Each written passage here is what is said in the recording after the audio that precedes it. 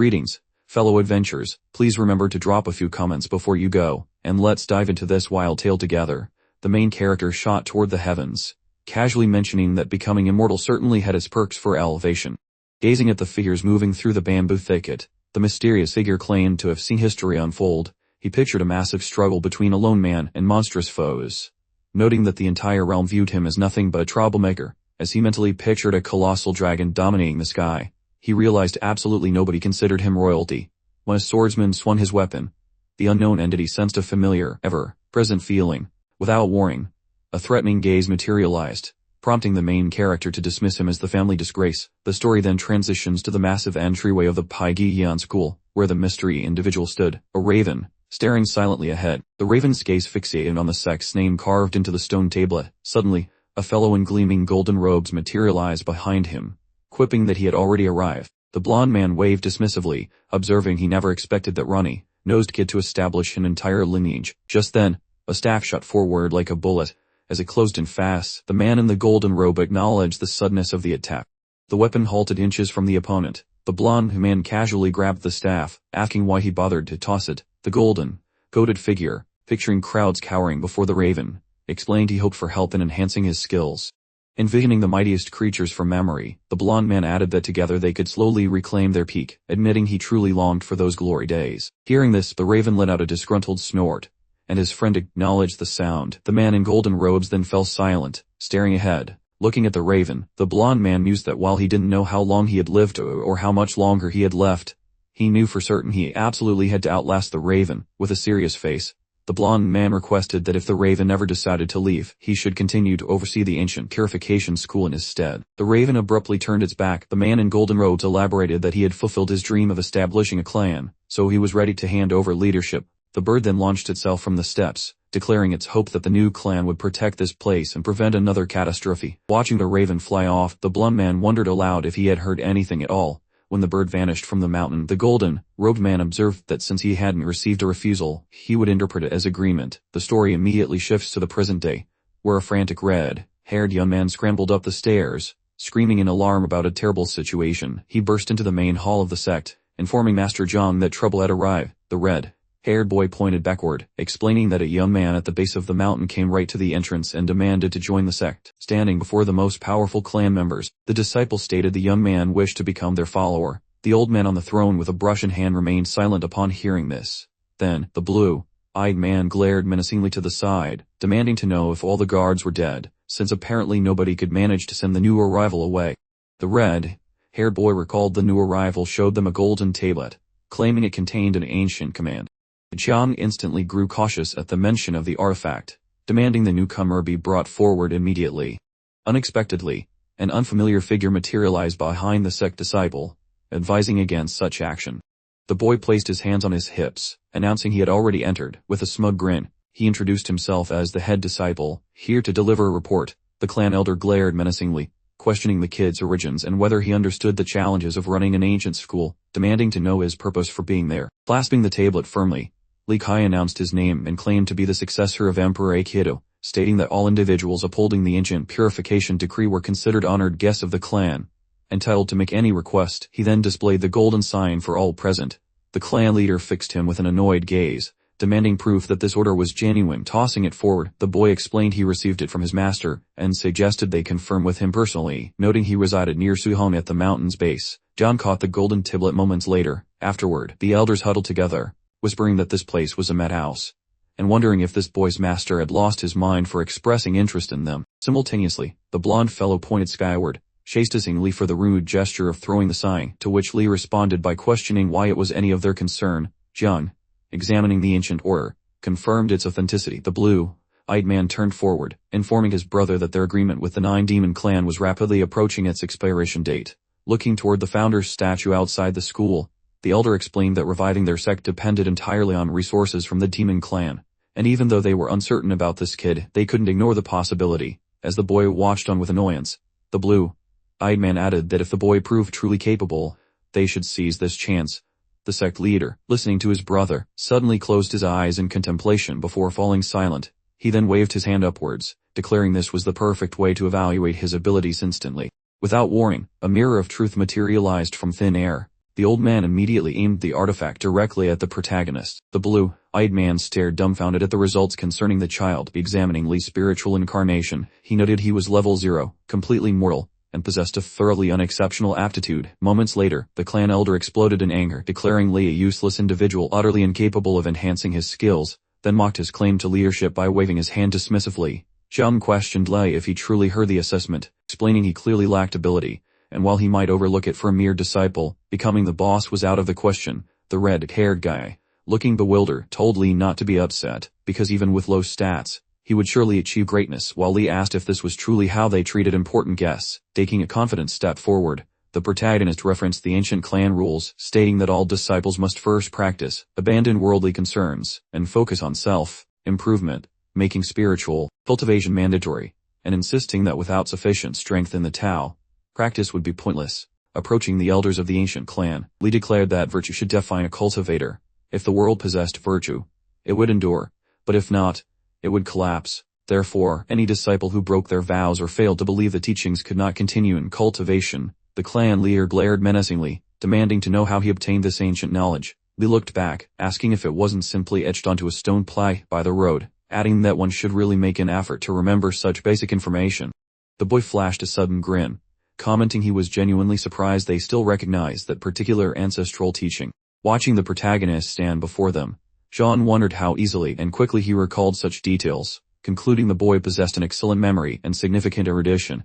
The clan leader, enraged, announced there was no need to manipulate him using ancient scriptures, claiming that agreeing to accept Lee as a disciple would be akin to burying the ancient clan alive. The elder of the ancient clan closed his eyes, remarking that ignoring their ancestors truly leads to the family's demise, which infuriated his brother further. Immediately following, Lee burst out laughing, commenting that the elders' disagreement and abandoned training made their ancient plans sound remarkably hopeful. John became incandescent with rage upon hearing this. He envisioned obliterating the boy with his spiritual magic. Grinding his teeth in displeasure, the old man muttered to himself that if it weren't for the rules of this teaching, he would have executed Lee long ago. Suddenly a new face appeared with a slight smile, commenting that things seemed exceptionally hectic here today. Everyone in the clan hall turned to look at the blue-haired man in surprise. He, the chief guardian of the 9 demon gates, stepped forward, announcing he had arrived on behalf of the demon emperor to visit the ancient purification clan. The clan leader, regarding these unexpected visitors, inquired whether demon emperor Wanri had personally issued this specific decree or if it was simply a general order. While the red-haired guy instinctively bowed to the guest, Yu clasped his hands together, claiming he wouldn't dare take such initiative, but had come on behalf of His Majesty's disciple, the princess of the 9 demon saint clan. The chief guard pictured the beautiful princess standing among cherry blossoms, explaining that Her Highness was exceptionally gifted, her king-level talents were unparalleled, and losing such a key individual would cause the entire world to mock their clan. With a serious expression, he added that to protect the noble clan's honor, Emperor Liu Sai had decided to invite the purification clan leader. If he passed a selection trial, no one else could object. If he failed, the marriage contract would be annulled, but the 9 Saint Demon clan wouldn't accept this easily, demanding compensation. Zhang glared at him menacingly after hearing the proposition, realizing the visitor was performing exactly as intended, while the blue-eyed man simply stated they obviously intended to invalidate the marriage contract. At that very instant, Lee opened his mouth to interject. The boy shook his head in disapproval, suggesting that the 9 Saint Demon clan might only survive because of this ancient purification deviation, asking if it was some sort of bad joke that their clan leader was essentially the head of the purification clan. The 9 Saint Demon clan disciple immediately pointed forward, declaring that if Lei insulted his clan one more time, he would tear out his tongue. Moments later, the 2 demon sect representatives were completely dumbfounded when the protagonist remarked he never realized the disciples were so ignorant, asking if they had only inherited the spirit of the demon clan without the intellect. Yu immediately became furious, conjuring ice shards, and wishing his opponent a swift end. Seconds later, the icy spears hurtled forward with incredible velocity. The ice spears aimed directly for Lee, who remained motionless. Suddenly, an explosive blast of blue energy erupted. The sect elders materialized immediately behind the boy. The blue-eyed man questioned Lei if he realized they would rescue him, to which a voice responded that the ancient school of purification was truly impressive. The head guard of the 9 demon gate glared at them with annoyance, demanding to know why they protected the brat who had insulted his clan, and if they intended to make themselves enemies of the demon saint clan. John retorted by asking if the guard truly intended to commit murder within the sacred hall's territory. Grinding his teeth in frustration, the disciple of the 9 Saint Demon School wondered how much more absurdity he would witness, and how he would explain this later. Bowing to his master, The disciple remarked that such useless individuals were unworthy of his attention, and the master concurred, pointing directly at the protagonist. The figure in the white and red kimono issued a dual challenge, daring Lee to refuse, promising that if Lee desired death, he would certainly oblige. The clan leader, looking utterly serious, declared that this situation was clearly less than ideal. At that moment, the elder of the ancient doctrine simply smiled, calling the individual in question a complete madman for their boldness. Standing beside the young warriors, the old man holding a brush ordered everyone to immediately prepare for the upcoming spectacle. The head of the clan looked forward with a snide expression, concluding with a sigh that he absolutely couldn't back out of this situation. Lee stared back with total confidence, announcing that this turn of events was precisely what he had been hoping for all along. The scene then abruptly shifted to the clan's treasure hall, where an apprentice's voice echoed in disbelief, calling Lee insane for heading into a duel completely unarmed. Standing next to the boy, the red-haired fellow explained that he could at least save his skin by altering the match requirements, but Lee retorted by asking how he could ever become the big boss then, envisioning countless legendary artifacts. The protagonist lamented that their school was clearly failing since no decent weapons were available. The grumpy apprentice scoffed at this, claiming the protagonist was clueless, everything here was extremely valuable, and loaning him anything at all was a major exception. The red-haired guy closed his eyes, and challenged him to fight empty-handed if he truly thought the artifacts were worthless. As Lei began to poke through the chest, he casually mentioned there was no need to hurry, certain that something useful must be hidden inside, while his frantic classmate yelled that the chest contained a huge quantity of stuff. Suddenly, the boy let out a happy cheer, claiming he found exactly what he wanted, making the red-haired guy remark that he was behaving like a little kid. Lying before the protagonist was a simple black stick, emanating mysterious dark energy. Lee picked it up, declaring it perfect and exactly what he sought, while the sect disciple skeptically wondered if it was just a fancy fire starter. The scene then shifted to the ancient clan's battle arena, where the judge announced 0 restrictions for the match. A fall or surrender would end the fight. Asking if anyone objected, a serious-looking man in red robes, Lao Mo, added that everything depended on him, as he would personally oversee the proceedings. The judge then introduced Du Ming, a menacing figure staring ahead, identifying him as the newcomer from the Nine Demon Saint clan. While Lee offered a mischievous grin, Lao introduced him as a simple she-herder from the sidelines. The chief guard of the Nine Demon Gates happily planned to make Lee suffer, ensuring everyone knew the consequences of insulting the holy demons. Jian menacingly thought it convenient to use this kid to solve a minor issue. The red-robed man waved his hands, signaling the battle had begun. Instantly the Nine Demon Saint disciple closed the distance, leaving a cut on the boy's neck. The elder watching noted the demon child's immense speed, while the red-haired guy yelled at Li Kai not to freeze up. Jian realized the opponent was using sun power for speed. The white and red kimono wearer launched a barrage of attacks, all aimed at the protagonist, who just stood there clenching his fists. An ancient school disciple gasped that this wasn't a competition, but suicide. The blue-eyed man remained silent as the clan head blamed himself. The Nine Demon disciple sneered that the fight wasn't over, continued his onslaught, and taunted Lee about running away. Lee absorbed damage to his head and limbs, staggering backward. The referee, baffled by the brutality, confirmed the attacker's high speed and skill, noting every blow was perfectly placed. Standing over his completely exhausted opponent, the guy in the white and red kimono asked if Lee now understood the drastic difference in their strength. With a smug grin, the Nine Saint Demon Clan disciple claimed he was feeling charitable today, so he'd skip the torture and just kill him immediately. Hearing this, the boy simply grinned back. A moment later, the kimono guy lunged, wishing Lee death, and aiming for his shoulder. The blade plunged deep into Lee. Smirking snidely, the disciple assured the boy that things would be much easier now, thanking him for providing a good time. Suddenly, the protagonist glared back fiercely, yelling about the immense pain. The attacker looked at his blade, wondering if he had truly failed to stab Lee properly. A raven prototype suddenly appeared, and the boy repeated that it hurt terribly when he was hit. The Nine Demon Saint disciple stared back in terror, declaring it impossible, certain he couldn't have missed. Something was wrong, and he couldn't believe the boy might be immortal. Immediately, the white and red kimono guy leaped backward. Lee dramatically wiped his cheeks, as if shedding tears, and asked his opponent if he was scared yet. The Nine Demon disciple, thoroughly enraged by this display, demanded to know if Lee truly believed he couldn't be killed. The opponent then tried to strike again with his blade, but the boy easily danced out of the way. Simultaneously, the white and red kimono guy lunged forward once more, and once again, the boy hopped casually to the side. The enemy's attack completely failed to connect with the wounded protagonist. The Nine Demon Saint disciple stared at his opponent in utter shock, demanding to know what was happening. Noting that the boy looked like a blank-faced vegetable, the dumbfounded spectators couldn't believe Lee had actually deflected Du Ming's onslaught. The red-haired guy, smiling happily, suggested Lane must have been hiding his true strength all along, only for John to suddenly declare that was absolutely incorrect. The clan leader thoughtfully suggested it was merely a technique, specifically the 9 Demon Saint clan's sun power, though he admitted it seemed to lack many qualities. Recalling how Lee had endured every single blow earlier, the old man concluded that the boy must have spent the first 2 attacks analyzing his opponent's moves, enabling him to finally evade dooming strikes. He praised Lee for his commendable ability to fully discern the opponent's strike patterns in such a short time frame. Zhang stared ahead with a menacing glare, observing that this was the end of the line. Regardless of how clever Lee was, he still didn't have a chance to counterattack. At that very moment, the 9 Demon Saint disciple burst into flames and cackled maniacally. With a crazed look, he announced that the boy was about to die in excruciating agony. The guy in the white and red kimono continued enveloping himself in fire, declaring Lee to be nothing but a sniveling kid with 0 power.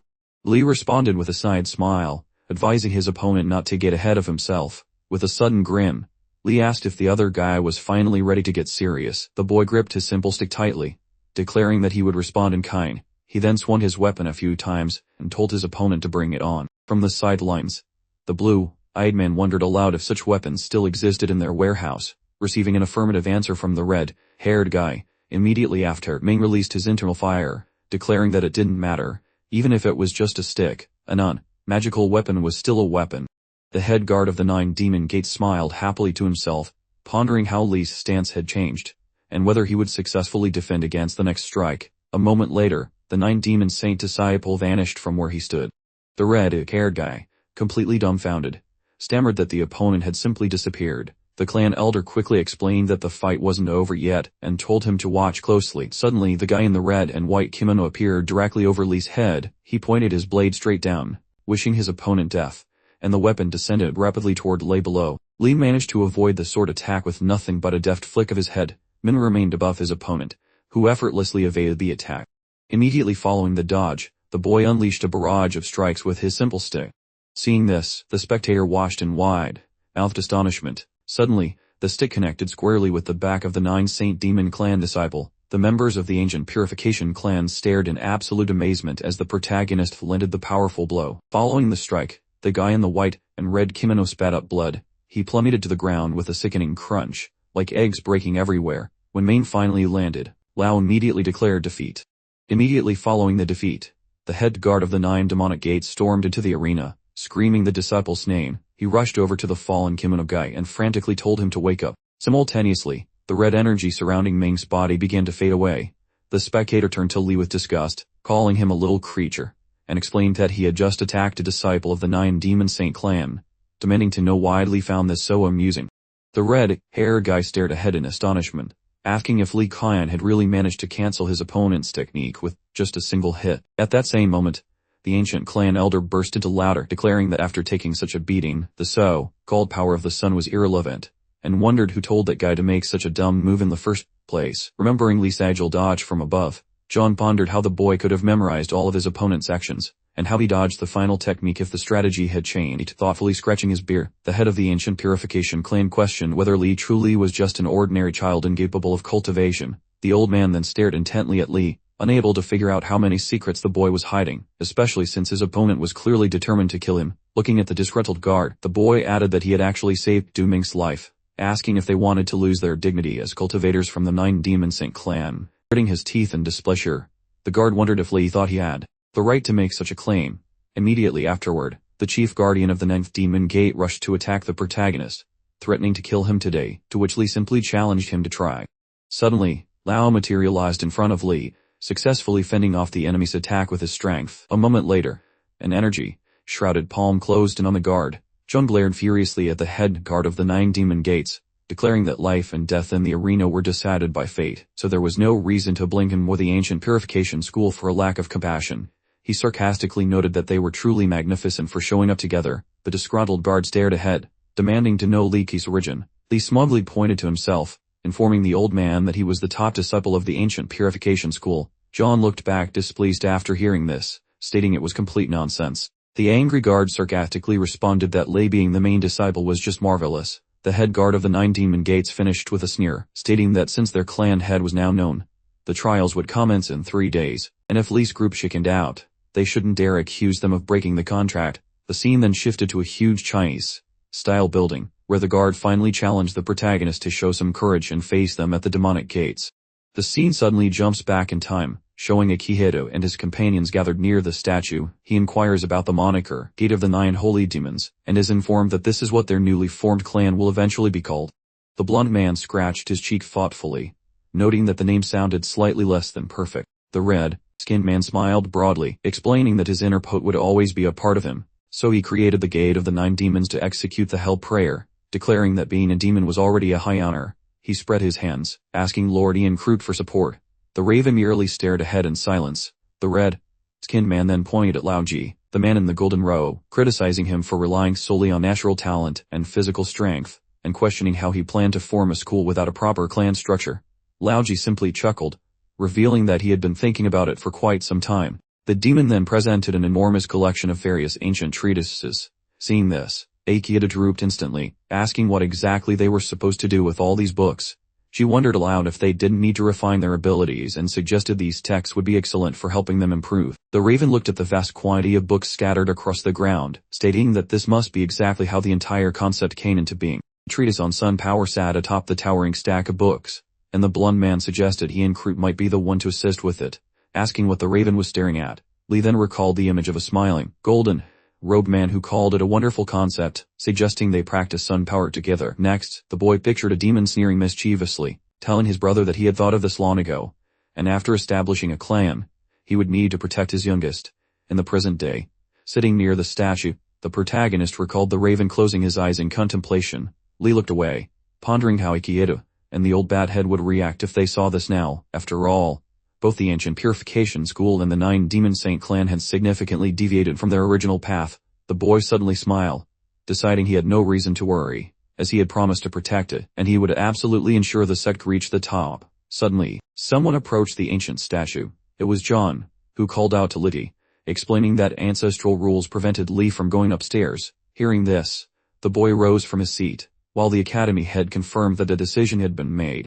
The old man, staring menacingly ahead, added that Licky needed to come to the main hall to discuss the specific matter concerning the best disciple. The protagonist smiled broadly at these words, remarking that things weren't turning out badly at all.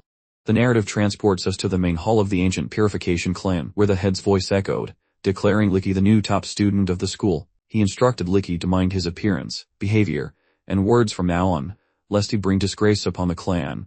Seated on his throne, the old man asked if he understood Licky's new clothes. The boy mentioned the clothes were highly uncomfortable, stating he would simply have to tolerate them. John, staring intensely ahead, noticed Lee's relaxed attitude and surmised he didn't grasp the seriousness of his current situation. Imagining the demons killing the protagonist, the head of the ancient purification clan explained that Lee had defeated a disciple, which meant revenge was imminent. Looking seriously forward, John added that the opponent would be the master of the Nine Demon Saint clan, placing Lee in mortal danger. Spreading his hands wide, Lee asked who these supposed experts were, pointing out he had just crippled one of them, to which the old man replied that Lee was only making things worse. John, appearing flushed with rage, looked as if he was about to explode when the protagonist suddenly began pondering something else entirely. Lee looked down and remarked that he had used it well and would keep it as a weapon, which the red-haired fellow confirmed he understood.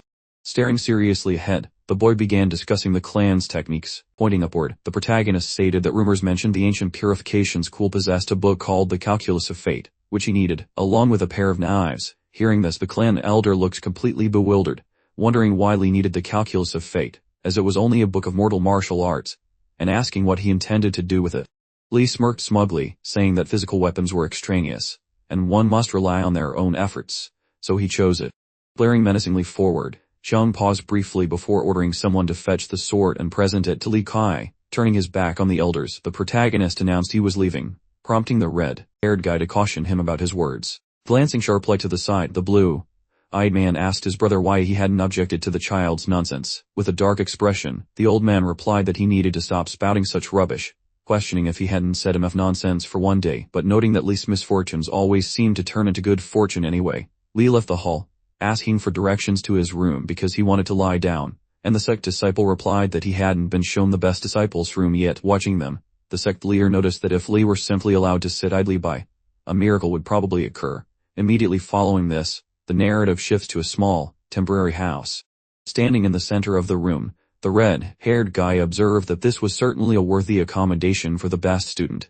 given its ample space. At this moment, the boy was reading a book, remarking that nothing in it was particularly astonishing. The ancient sect disciple suddenly smiled, calling Lee a good sport and congratulating him, as he truly didn't expect him to become the best disciple. The protagonist continued reading the ancient treatise, stating that the title didn't matter, and asked if his peer had already practiced the calculus of fate. Hearing this, the red-haired guy was utterly shocked, wondering how much Lee had managed to learn so quickly. Abruptly getting out of bed, Lee explained he had learned enough and asked to practice with him. The ancient school disciple was completely dumbfounded, asking if lying meant right now. Standing opposite his classmate, the boy advised him to simply envision his hand as a knife blade, reiterating that success depended on his own efforts, which the disciple accepted, waving his hand dismissively. The protagonist concluded that merely teaching each other was a bit dull. The red-haired guy looked forward and asked what Lee meant by dull. Looking ahead seriously, Lee explained that for 10 rounds, only the calculus of fate technique could be used, and if Lee won even once, he would command the disciple for a month. The ancient clan disciple grew serious, thinking Lee was naive to believe he could secure a victory in the first round, immediately agreeing to the terms but stating that if he won, Lee must communicate respectfully. The two then began attacking each other, having agreed to the conditions. Staring forward, the red-haired guy thought as much. During the first round, a disciple of the ancient Purification clan struck at his opponent, concluding that Lee possessed absolutely no professionalism. By the third round, the red-haired guy hit Lee again and pondered the technique. In the seventh round, a disciple of the ancient Purification clan slapped the boy on the back, starting to believe Lee truly intended to win. Making another sweeping motion during the ninth round, the red-haired guy realized that he had to accept reality because he had very little chance left. When it came time for the final round, the disciple of the ancient Purification clan rushed toward his opponent. Staring menacingly ahead, he announced this was the last opportunity. Soaring into the air above the protagonist, the red-haired guy told him to observe proper etiquette and listen to his instruction. Suddenly Lee grinned mischievously and thanked him for the advice. He then struck quickly, his hand appearing near his fellow student's neck in the blink of an eye, which shocked the disciple greatly. Standing before him, the boy explained that thanks to his help, he had fully mastered the calculus of fate technique. The red-haired guy stared dumbfounded, unable to comprehend what had just happened. Stretching out his hand, the protagonist stated that according to their agreement, the disciple would now obey him for the next month, leaving him completely bewildered.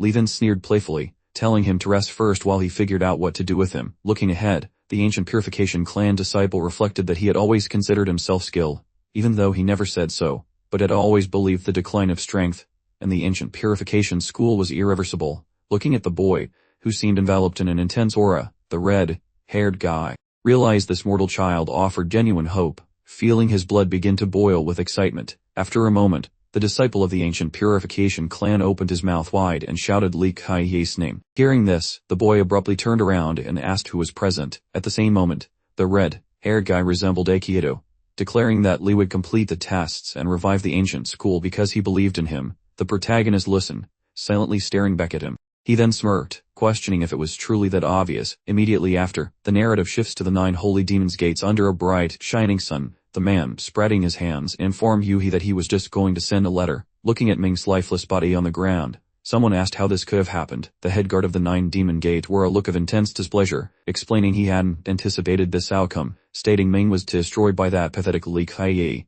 who didn't look human at all. Standing next to Guan Yuan, the horned man noted that cultivation was the basis of life for cultivators, and his brother was freed from torment. At that moment, Guan Yuan trembled with sadness, and his teacher advised him not to lose hope. Guan Yuan, tears in his eyes, agreed with the master's words. The person from the 9 demon saint clan calmly stated that this was acceptable, and the power of the Tao needed reinforcement through continued cultivation. Regretting the morning's events, but needing rest, Guan Yuan then proceeded into the training hall. Staring forward furiously, Guan Yuan chanted Li's name, vowing revenge. The narrative then shifted to members of the ancient Purification clan standing on a platform. John closed his eyes, warning Li that this journey was significant and required extreme caution. The boy smiled smugly, explaining there was no need for questions or worry, leaving the head of the clan wondering what Li planned to do. Immediately after, Master Lao gave a respectful bow when the elder called out his name.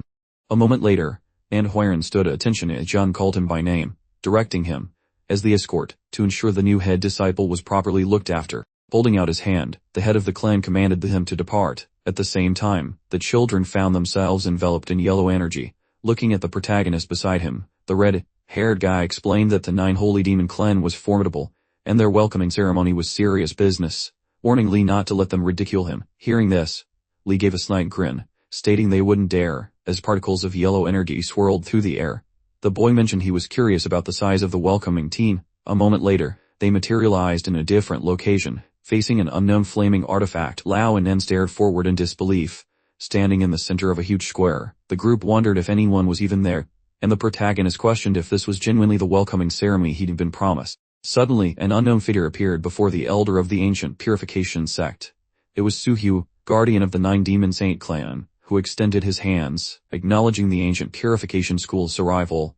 He apologized for his tardiness, hoping to make amends. The red-robed man clenched his fists in annoyance, declaring Suhyu careless in his duties, and questioning his low regard for the purification school. The welcoming committee for the ancient purification school was in full effect, with Su explaining to the master that the Grand Elder and everyone else were mysteriously busy right now, so there was simply no alternative. Lao was furious, immediately declaring it a lie after a lie. Li, however, put a hand on the elder to stop him, telling him not to take it personally, as they would return the favor 100 times over.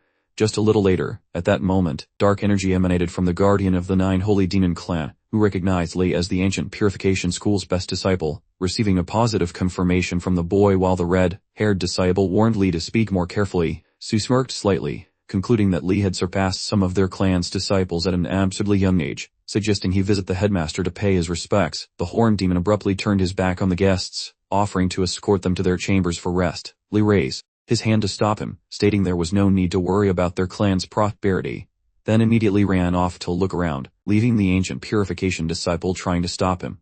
Noticing this, Su glared menacingly, stating that Li clearly wanted to die. The scene shifted as 2 ancient purification clan disciples gazed in admiration.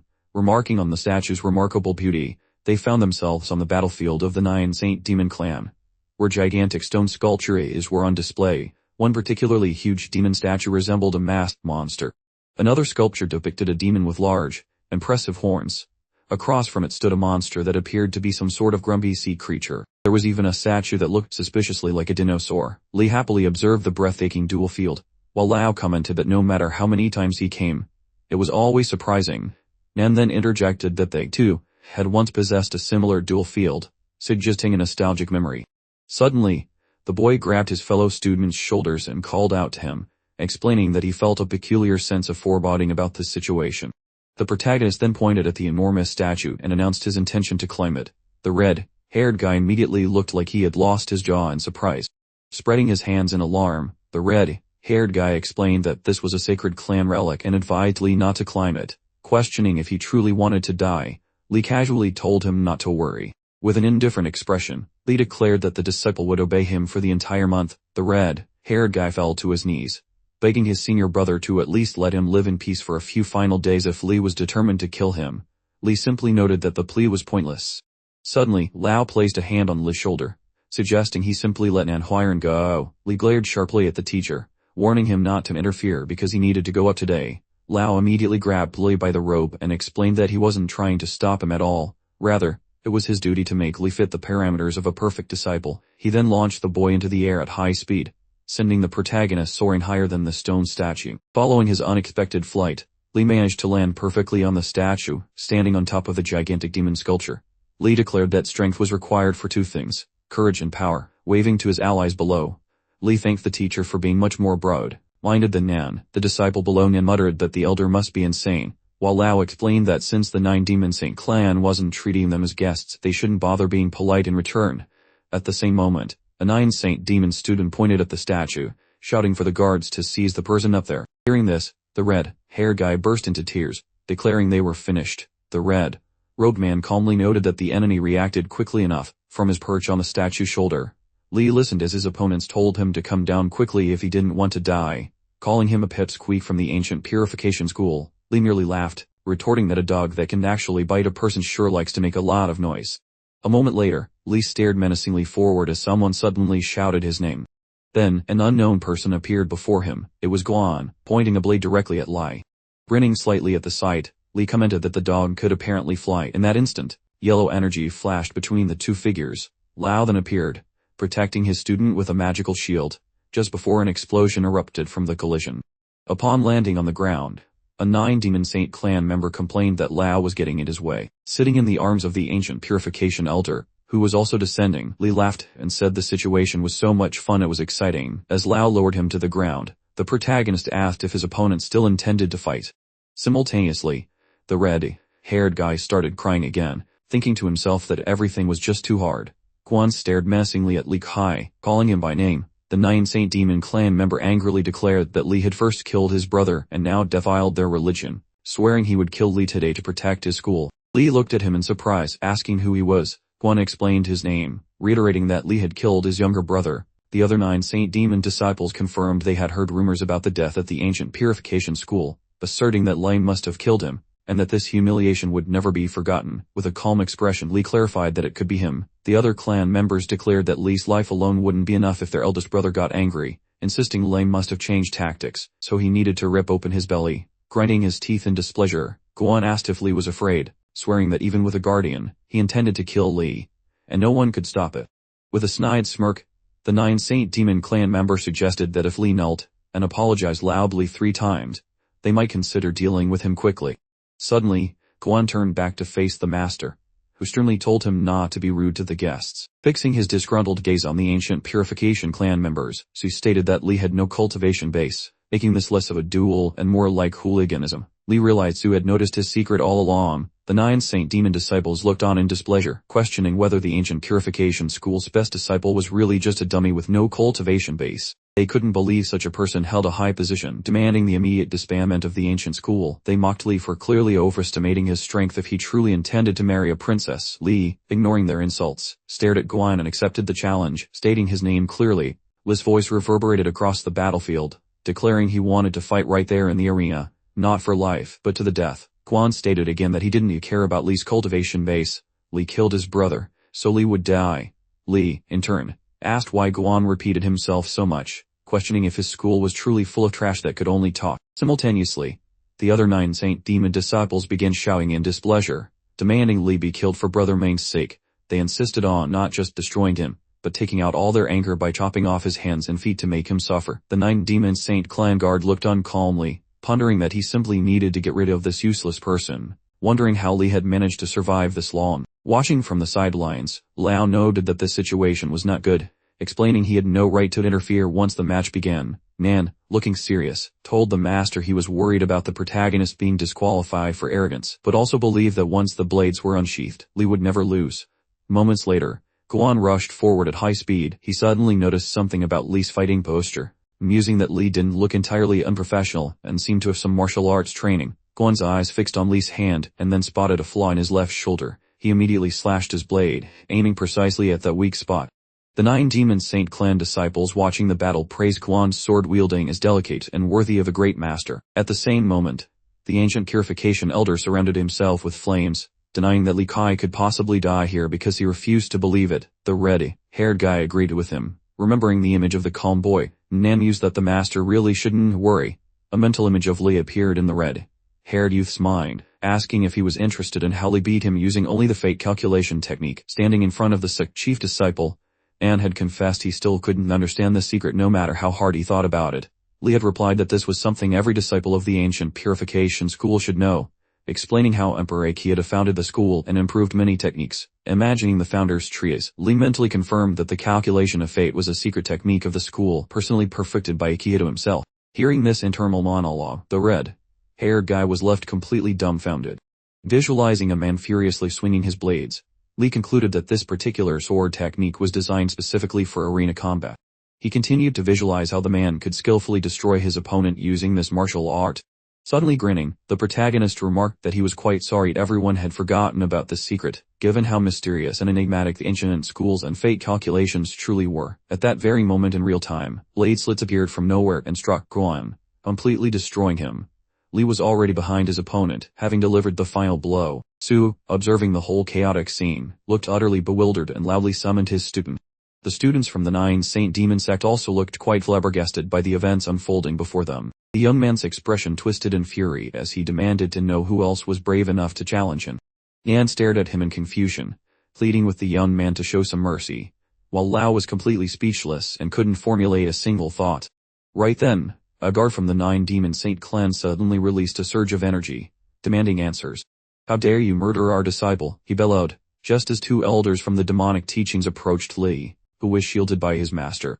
Shielding the boy with his own body, the red-robed master declared that survival or death on the battlefield was irrelevant, acting if they had forgotten the fundamental rules of combat. The chief guardian then jabbed a finger at the protagonist, stating he was far too ferocious and bloodthirsty, and questioned whether this disciple might become a severe problem for the ancient Purification clan. Upon hearing this, the students from the Nine Saint Demon sect enthusiastically raised their hands, eager to battle the newcomer. Suddenly, the sky erupted in thunder, followed by an angry curse, and a face made of pure lightning materialized in the clouds. The disciples of the Nine Demon Saint clan, witnessing this bizarre natural phenomenon, quickly recognized it as the arrival of the Grand Elder. Instantly, the two guards of the Nine Demon Gate dropped to their knees to welcome the Grand Elder, and all the other demonic disciples quickly copied them. The Grand Elder's expression turned menacing as he declared that Guan's death was due to negligence on the battlefield and forbade further questioning. He then turned to Li Kai while the others were still kneeling, explaining Li was absolutely unwelcome here. Li was commanded to heal his wounds immediately to participate in the trial, after which he must leave the Nine Saint Demon Gate for good. The boy turned away in annoyance, explaining there was no point in telling him what to do since they were the ones who set up this ridiculous test and he wanted to escape the place as fast as possible. The chief guardian sneered, suggesting Li had no right to blame their clan for ruthlessness when he clearly never gave himself a moment of peace. The story then shifted to a dark forest where the chief guardian of the 9 demonic gates announced the first trial would be the Forest of Chaos. The guardian pointed to a stone tablet with an inscription, explaining that the forest was established by the ancestors of the 9 sages to polish disciple skills. Standing before the barren trees, he added that there were 14 stone slabs in the forest, each stage increasing in difficulty. The guardian described a person being assaulted by blades on a step, comparing entry to a demonic lair filled with creatures. He warned that though it was an illusion, the experience would seem completely real. Visualizing a monster attacking an exhausted person, he noted the danger of losing one's mind or suffering physical consequences, ending with a snide grin that if Li didn't pass, he should run away quickly or risk demon possession. Spreading his hands wide, the chief guardian finished by saying the ancient Purification school was a respectable institution with a long history, and they simply didn't want to see its chief disciple bring shame upon them. Li waved his hand dismissively, stating he understood everything and just wanted to start quickly, offering to compete against one of their disciples. Glaring menacingly, Su asked if Li truly considered himself worthy of such an honor. The 9 Saint Demon Clan guard, now with an intimidating expression, declared that Li must not fear death. He acknowledged the rumors that their clan mocked the weak and offered himself as a competitor. But Li countered, asking if Su had finally realized Li was the superior disciple right in front of him. Li then picked at his ear, noting that Su was just a small guardian and warning him not to deny defeat when it happened. Su, with hands clasped behind his back, promised Li would pay for his arrogance and suggested he go first. A watching disciple commented that Su had reached the 5th level many years ago, surprising a clanmate who asked if this was his friend. Observing the guard's serious demeanor, the young man realized Su looked more experienced than before, something the others hadn't noticed. The demon school student mused that Su was only in his early 30s but had already achieved impressive results. While his friend suggested Su might reach the 8th stage at this rate, the observers watched their clanmate climb the steps, noting he was already past 5 and approaching 6. Just then, Su stepped onto the next stage of his journey. The 9 Demon Saint Clan guardian, enveloped in a swirling yellow aura, fell into deep contemplation. He realized the Chaos Forest was truly terrifying, and the 6th stage might very well be the extent of his abilities. Clenching his teeth in determination, he vowed that he absolutely would not surrender so easily.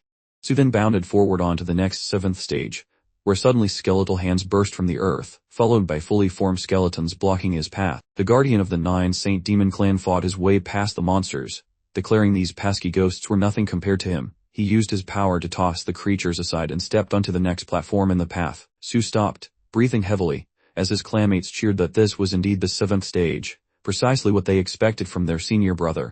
Li smirked smugly, thinking Su was an idiot for trying to brute force his way through the Chaos Forest when the real test was clearly focused on Tao energy. Just then, a large hand made of pure energy reached out for the 9 Demon Saint Clan guard. Li reasoned that Su was now facing intense negative energy, and the unknown force smashed into Su, sending him flying backward. After sustaining the blow, the guard fell near his allies, who rushed over to check on him. Placing a hand on his chest, Su admitted he had underestimated the forest's power, failing to even reach the 8th stage. The other disciples, however, were thrilled, praising his performance and telling him what an excellent job he had done. The head guard of the 9 Demon Gates beamed at Su, stating that if he continued to practice, he would undoubtedly achieve elder status. Su, glowing with happiness, expressed deep gratitude to his master just as the head guard announced that it was Li Kai's turn next. With a wide grin, the young man mocked Su for only reaching the 7th stage at his advanced age. Lee offered a snide expression, telling Sue to be more confident, adding that he could perhaps end his streak of bad luck before he finally met his inevitable end. Naturally, Sue became quite enraged upon hearing this jab. The chief guardian looked at the protagonist smugly, noting that their clan's disciple had already completed the challenge, and wondering how long they would have to wait for Lee's turn. Lee tilted his head slightly, explaining he was simply waiting for the dead man on the ground to clear out, while Nan whispered to his brother to try being at least marginally polite. The chief guardian smirked at Lee, remarking that he was only brave enough to speak so sharply while standing outside the test area, and challenged him to participate. The boy smiled broadly, explaining Sue was lucky to go first because Lee would reach the 14th stage, and by that point, Sue would be completely drowned in despair. Sue pointed his finger forward angrily, calling his opponent a savage who only understood basic martial arts and daring to speak to him in such a disrespectful tone. Sue offered to make a bet since Lee apparently knew nothing. Lee looked back with a smirk, asking what kind of wager they should propose. Sue suggested Lee would kneel before him if he failed to reach the 14th level, a term Lee immediately accepted. Lee's expression abruptly turned manic, saying Sue would kneel before him if Lee succeeded. The 9 Demon Saint clan guard broadly agreed, stating he was certain he would watch the head disciple of the ancient purification school kneel before him today. Immediately afterward, the boy stepped onto the first stage of the test. As purple flames enveloped him, the protagonist requested everyone wait for a moment. Lee then began the test in the Forest of Chaos. A disciple from the 9 Saint Demon clans suddenly ran toward his allies, asking for an update, only to receive the response that 30 minutes had already passed since the start. Staring at the boy who remained motionless at the very start of the challenge, the guy explained Lee was still stuck on the first level. The disciples of the 9 Saint Demon clan celebrated loudly, questioning if the head disciple was truly unable to take even a single step, urging the representative of the ancient school to stop wasting time if he couldn't handle the test. Looking at them with obvious displeasure, Nin wondered aloud why these disciples were making so much noise. Then, the red-haired young man stared ahead, clearly confused by something he saw. A disciple from the ancient purification school watched as the protagonist was engulfed in magical flames, musing that he wasn't sure if Lee had a method to control this phenomenon. Lee, meanwhile, closed his eyes to concentrate. Around him, he sensed monsters with glowing eyes observing his every move. After a brief pause, the boy opened his eyes, then smugly took a step forward onto the next level. The disciple of the 9 Saint Demon clan looked ahead, announcing that the protagonist was finally moving, and his companion expressed relief. Observing the protagonist slowly venture into the chaos forest, the onlooker remarked that he had finally budged, as he thought the boy had frozen in place permanently. The disciples of the 9 Saint Demon clan exchanged smiles, speculating that perhaps he feared defeat and was fighting desperately to reach the end. With an intense gaze, the guardian knew this wasn't true. Looking at the broadly grinning protagonist, the chief guardian mused that the boy seemed overly confident and was concealing something important. Lee hummed a little tune as he stepped onto the 3rd stage. Immediately, flames engulfed him, and the boy noted the fire felt surprisingly genuine. Upon entering the 4th level, the protagonist found himself suddenly shackled by heavy chains. Lee instantly shattered the bindings, allowing him to easily advance to the 5th platform. While standing on the 6th stage, beams of blue energy shot towards him, followed moments later by spectral figures appearing right in front of the boy. Directing his gaze forward menacingly, he ordered the spirits to simply fall through the floor. The protagonist then stood on the 7th step, facing giant skeleton monsters. Nan gasped in surprise, shouting that he couldn't believe his brother was already on the 7th stage, and yelled encouragement. Lee turned back with a smirk, asking what the fuss was about and telling him not to get dramatic over small matters. The surrounding 9 Saint Demon school disciples expressed strong dissatisfaction, claiming it was impossible to pass so easily, insisting it must be a scam he had prearranged. Clenching his fists, one young man declared the ancient purification school disciple was a fraud. You furiously told him to keep quiet. The chief guard turned back abruptly, pondering that the chaos forest was a test of Tao and absolutely could not be deceived. Imagining the focused protagonist in his mind, he realized cheating was truly impossible here. Gritting his teeth in frustration, the head guard wondered if the boy simply possessed powerful Tao energy. Directing his confused gaze forward, he told himself not to panic, as after the 7th stage, the illusions would become significantly stronger, and even the slightest doubt would lead to failure. Watching Lee as golden energy appeared around him, the chief guard couldn't believe he had made it to stage 4 at all. Shielding his face from the intense glare, the boy questioned if this was a new development. At that moment, a massive golden warrior statue appeared before him. The protagonist observed the seal shaped like a dragon, recognizing that it represented power. Lee noticed a huge army of soldiers and identified it as representing violence. When seductive women appeared, the boy declared they symbolized beauty. He then looked at the vast quantity of gold and explained that it signified wealth. Beaming with amusement, Lee concluded that these temptations sounded very appealing. Hearing this, The golden statue suddenly let out a mischievous smirk. Then she lunged forward with her blade. The golden statue suddenly looked shocked as the solid gold sword froze just before striking the boy. The protagonist laughed sharply, telling the old man that it was quite an amusing challenge. Moments later, the huge golden statue evaporated completely. Looking forward, Lee asked if that was all, saying as he walked through the yellow smoke that they had played enough, and now he was bored. The members of the Nine Saint Demon clan watching from the sidelines were utterly dumbfounded, unable to believe he had actually reached stage 14. Ian joyfully clenched his hands, telling his brother that he had thought everything was over when he couldn't move initially. His brother replied that he had done it on purpose to tease them. The boy remarked with a smug expression that perhaps he should give Sue some extra time to prepare mentally. With a sly grin, the protagonist asked if Sue remembered their previous argument. Upon hearing this, the guard of the Nine Demon Saint clan recoiled in fear. Waving his hand dismissively, Lee stated that he really couldn't bother arguing with a man like Sue and told him not to worry. Hearing his words, Sue ground his teeth in frustration while his master watched silently. Clasping his hands together, the master announced that Lee had passed the first test, but would need to clear other trials to become a full member of the ancient purification school. The boy impatiently urged him to hurry and prepare everything for the next test. The head guard of the 9 demon gates suddenly smirked, announcing that the second trial would be a test of pure strength. The protagonist recalled Main and Guan, whom he had recently killed, stating that he had already defeated 2 of his students and asked if he needed to be a few more to calm down. At that moment, the master angrily shouted that this time he would be the one to face him. Lee looked forward, asking if that was truly the case. The guard of the 9 Saint Demon clan stared menacingly, stating that Lee's victory over the disciples was likely due to cheap tricks and that he shouldn't get overly confident, asking if he actually desired to fight him. Closing one eye, the protagonist noted that his opponent clearly wasn't going to back down. Bowing to his master, Sue pleaded for one final chance, promising that he would definitely win this time, and reminded him of the potential disgrace their clan faced if he failed again. Looking at him seriously, the chief guard of the 9 demon gates gave his consent. As the 9 demon saint clan guard stared intensely ahead, he announced the start of the second trial. Lee smirked smugly as the top guard added that Sue would oppose him in the match. Standing between the participants, the master concluded that the bout was about to commence. Pointing his blade forward, the 9 Saint Demon clan guard asked where Lee's weapon was and instructed him to draw his knife. With a snide smile, the boy asked who said he was going to use a knife. Throwing a wooden stick over his shoulder, he added that even this pitiful weapon would be sufficient for him. Sue became very angry and wished death upon his opponent, while Lee noted internally that he had heard that exact threat countless times before.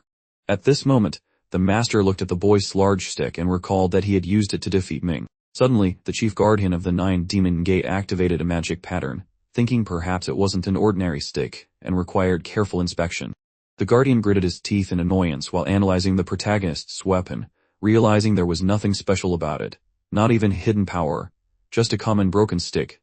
Directing a serious gaze forward, Sue begged him not to be fooled.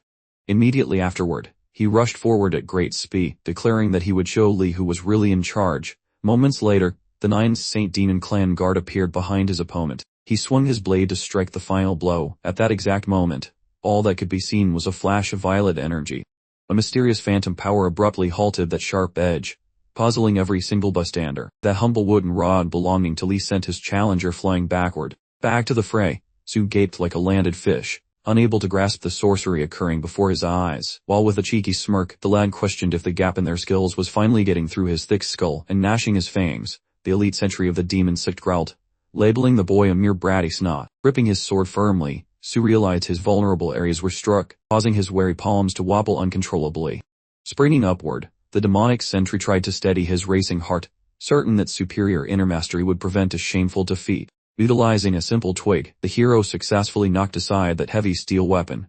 And then, the lad jammed a metallic edge of that devilish acolyte using a trusty piece of timber. The youth deflected each incoming strike from that rival with casual grace. Moments later, he thrust his timber rod forward with the speed of a pouncing cat. Following a flawless strike, he sent the other warrior tumbling away like a broken bowling pin.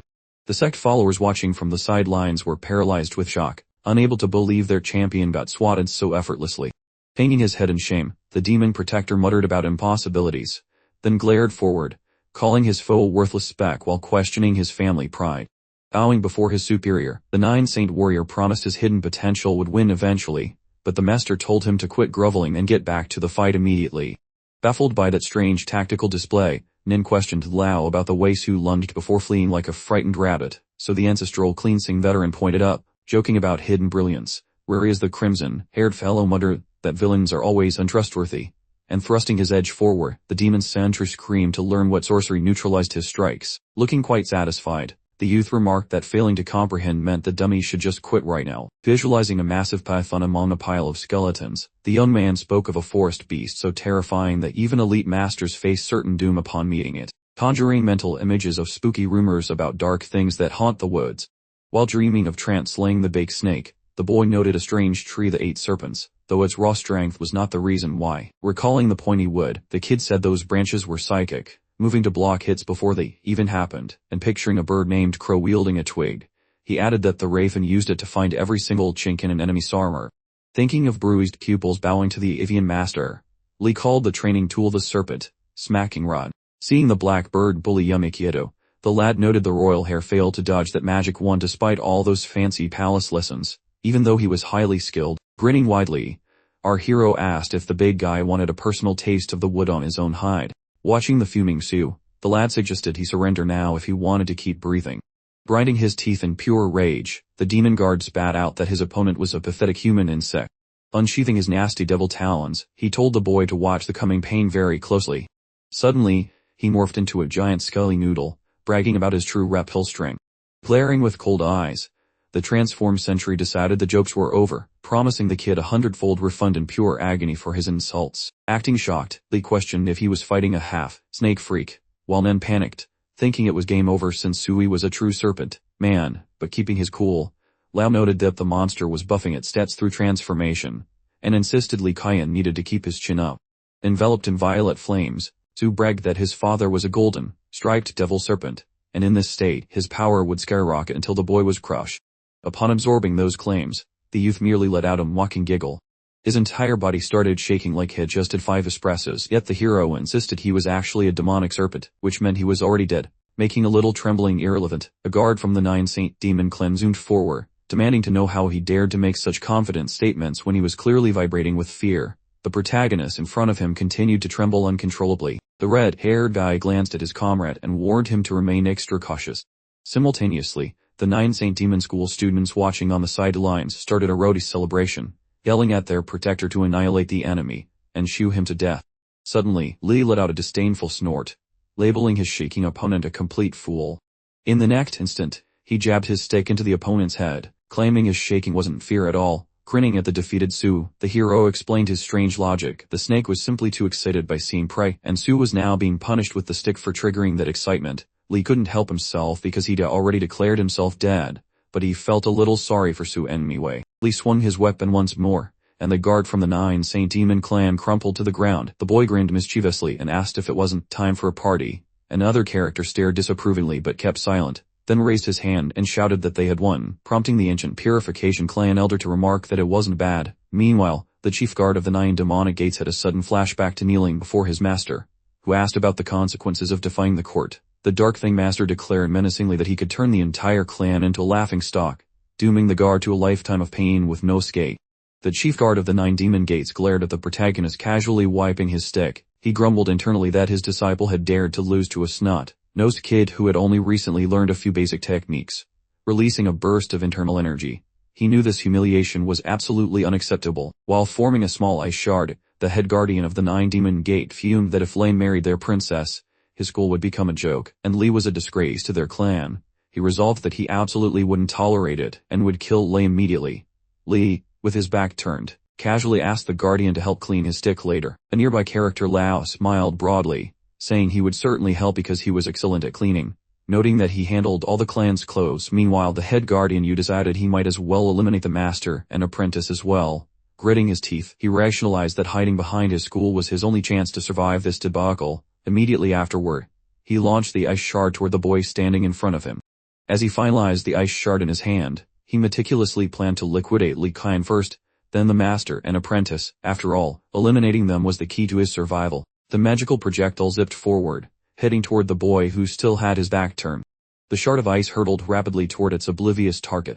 Suddenly, it smashed into a large rock and shattered instantly. Noticing this strange intervention, the chief guard of the 9 demon gate looked completely bewildered. Staring at the stone in disbelief, he couldn't comprehend where this massive obstacle had suddenly appeared from. At that exact moment, The protagonist spun around furiously and demanded to know if someone was attempting a sneak attack for the second time. The chief guardian let out a frustrated shout, wondering aloud who had placed the rock there. When he saw the huge statue in front of him move, he asked if it was the guardian of heaven. Then the enormous demon statue jerked violently, prompting Li to observe that even his ancestors were running low on patience. Lao looked puzzled, asking if the stone statue had always been in that location, while Nen wondered if it could actually move by itself. Immediately afterward, all the students of the 9 Demon Saint School panicked as a sudden earthquake began. A guy looked up dumbfounded, babbling about the statue. Suddenly, the ancient demon statue stomped directly toward the school students, who promptly shrieked that it was alive. A moment later, they all fell to their knees in reverence. The disciples bowed to the ancestral statue, believing it was awakening to bless them, and shouted glory to the progenitor. Meanwhile, the chief guard was shaking with fear, unable to believe that heavenly guardians were protecting the idiot Li Kai. The protagonist stared forward with a hostile gaze, wishing immediate death upon his opponent. Hearing the master's wish, the demon statue turned its gaze to the chief guard of the 9 demon gates. Seeing this, the guard completely lost his mind and started laughing hysterically. Then, the enormous stone statue reached out toward him. The ancestor's large hand closed in fast. Suddenly, it came as close to him as possible, and immediately afterward, the huge stone statue slammed its palm directly into the ground. The disciples of the 9 Demon Saint School quivered in terror. They yelled that the thing was uncontrollable. At that precise instant, the terrified students sprinted away from the demon statue, repeating again that it had gone completely wrong. At this point, Li sauntered over to his companions, inviting them to admire how badly these other children were freaking out, before calling out for his elder brother. Staring back in bewilderment, the red-haired guy asked if Li had summoned it, while Lao wondered aloud exactly what was happening. Li gave a mischievous grin and reminded them how he had jumped on this very statue earlier. He then whispered something into the master's ear. Suddenly, the statue's eyes flared up with a bright blue light. After that, the colossal demon statue fully awakened. The protagonist smirked, announcing that everything was correct, and that as long as he knew the master, he could control all of them.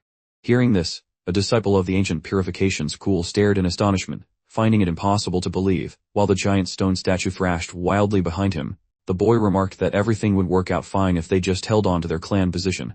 Especially since the 9 Demon Saint Gate, the statue had become totally unruly and needed to be dealt with. Suddenly, a figure leaped from the sky, landing directly on the stone statue. From thin air, ancient chains materialized. This mysterious new arrival proceeded to bind the flailing demon statue with them. After that, he pressed his palm against the statue's surface. Simultaneously, the gigantic stone figure collapsed to the ground with a thud. The surrounding crowd stared on in utter astonishment. An old man stood triumphantly atop the bound demon statue as a voice from the crowd declared, "An expert has arrived." Just then, a message made of lightning flashed across the sky, ordering young Master Li to cease operations and meet for a discussion. The kid put down his hand, greeted the Demon King, and immediately questioned why he was being so mysterious about his real self. The head honcho of the demon sect floated above, saying the blame for this entire situation lay squarely on the 9 Demon Saints Gate, and he proposed they simply let the statues settle everything, then retire for tea at their temple. The main character let out a little smirk after hearing this, and wholeheartedly agreed with the proposition. He proudly announced that he would graciously spare everyone for the day, which made Nan completely dumbfounded that this kid was playing God with the Demon King's destiny. The story instantly teleported to a bamboo forest hideout, where a blonde demon, looking quite grave, was speaking to Li. The demon explained that the elders had apparently taken a vacation, leaving him in charge, which caused all the chaos, and he desperately hoped the young master would pardon their lack of supervision. Sipping his tea, the boy questioned if the demon leader had recently given him the boot and was now suddenly being polite, just because he found out about the boy's ability to control statues and understand ancient languages. The demon clan leader burst into laughter. The blonde demon observed that the young master was quick on the uptake, which was quite admirable, and he casually wondered if they were buddies now. With a mischievous grin, the sect head then pressed the boy on whether he actually knew the secret languages for all 4 statues. The protagonist confidently confirmed that, yes, he did indeed know all the languages. The blonde demon was ecstatic, declaring it absolutely fantastic, and proposed a deal. If the boy trained under him, he would guarantee him the position of top disciple in the clan, and eventually make him his heir. Sipping his tea, Li gently reminded him that he was already the head disciple of the ancient order of purification, so no thanks. The boy clarified that obviously he wouldn't betray his current faction, so this new head honcho really ought to stop pulling his leg. Smiling broadly, the demon leader remarked that he must seem pretty foolish, then mentioned a marriage contract with Scene, which would conveniently eliminate any worries about a disciple position anyway. He suddenly called out to the princess, telling her to come inside, and introduce herself to young Master Li. The girl in the blue dress outside heard her father suggest they get acquainted first. Chuan simply glared ahead without a word. The story then jumped to a gay spa by a lake, where a maid pointed out how amazing the peach blossoms looked. The girl in blue looked ahead seriously, stating that after countless years, even the most stunning view eventually becomes tiresome. The maid smiled widely, noting that her mistress' beauty, however, could never bore anyone. The maid suggested she shouldn't fret, as marriage would allow her to travel freely with her future husband.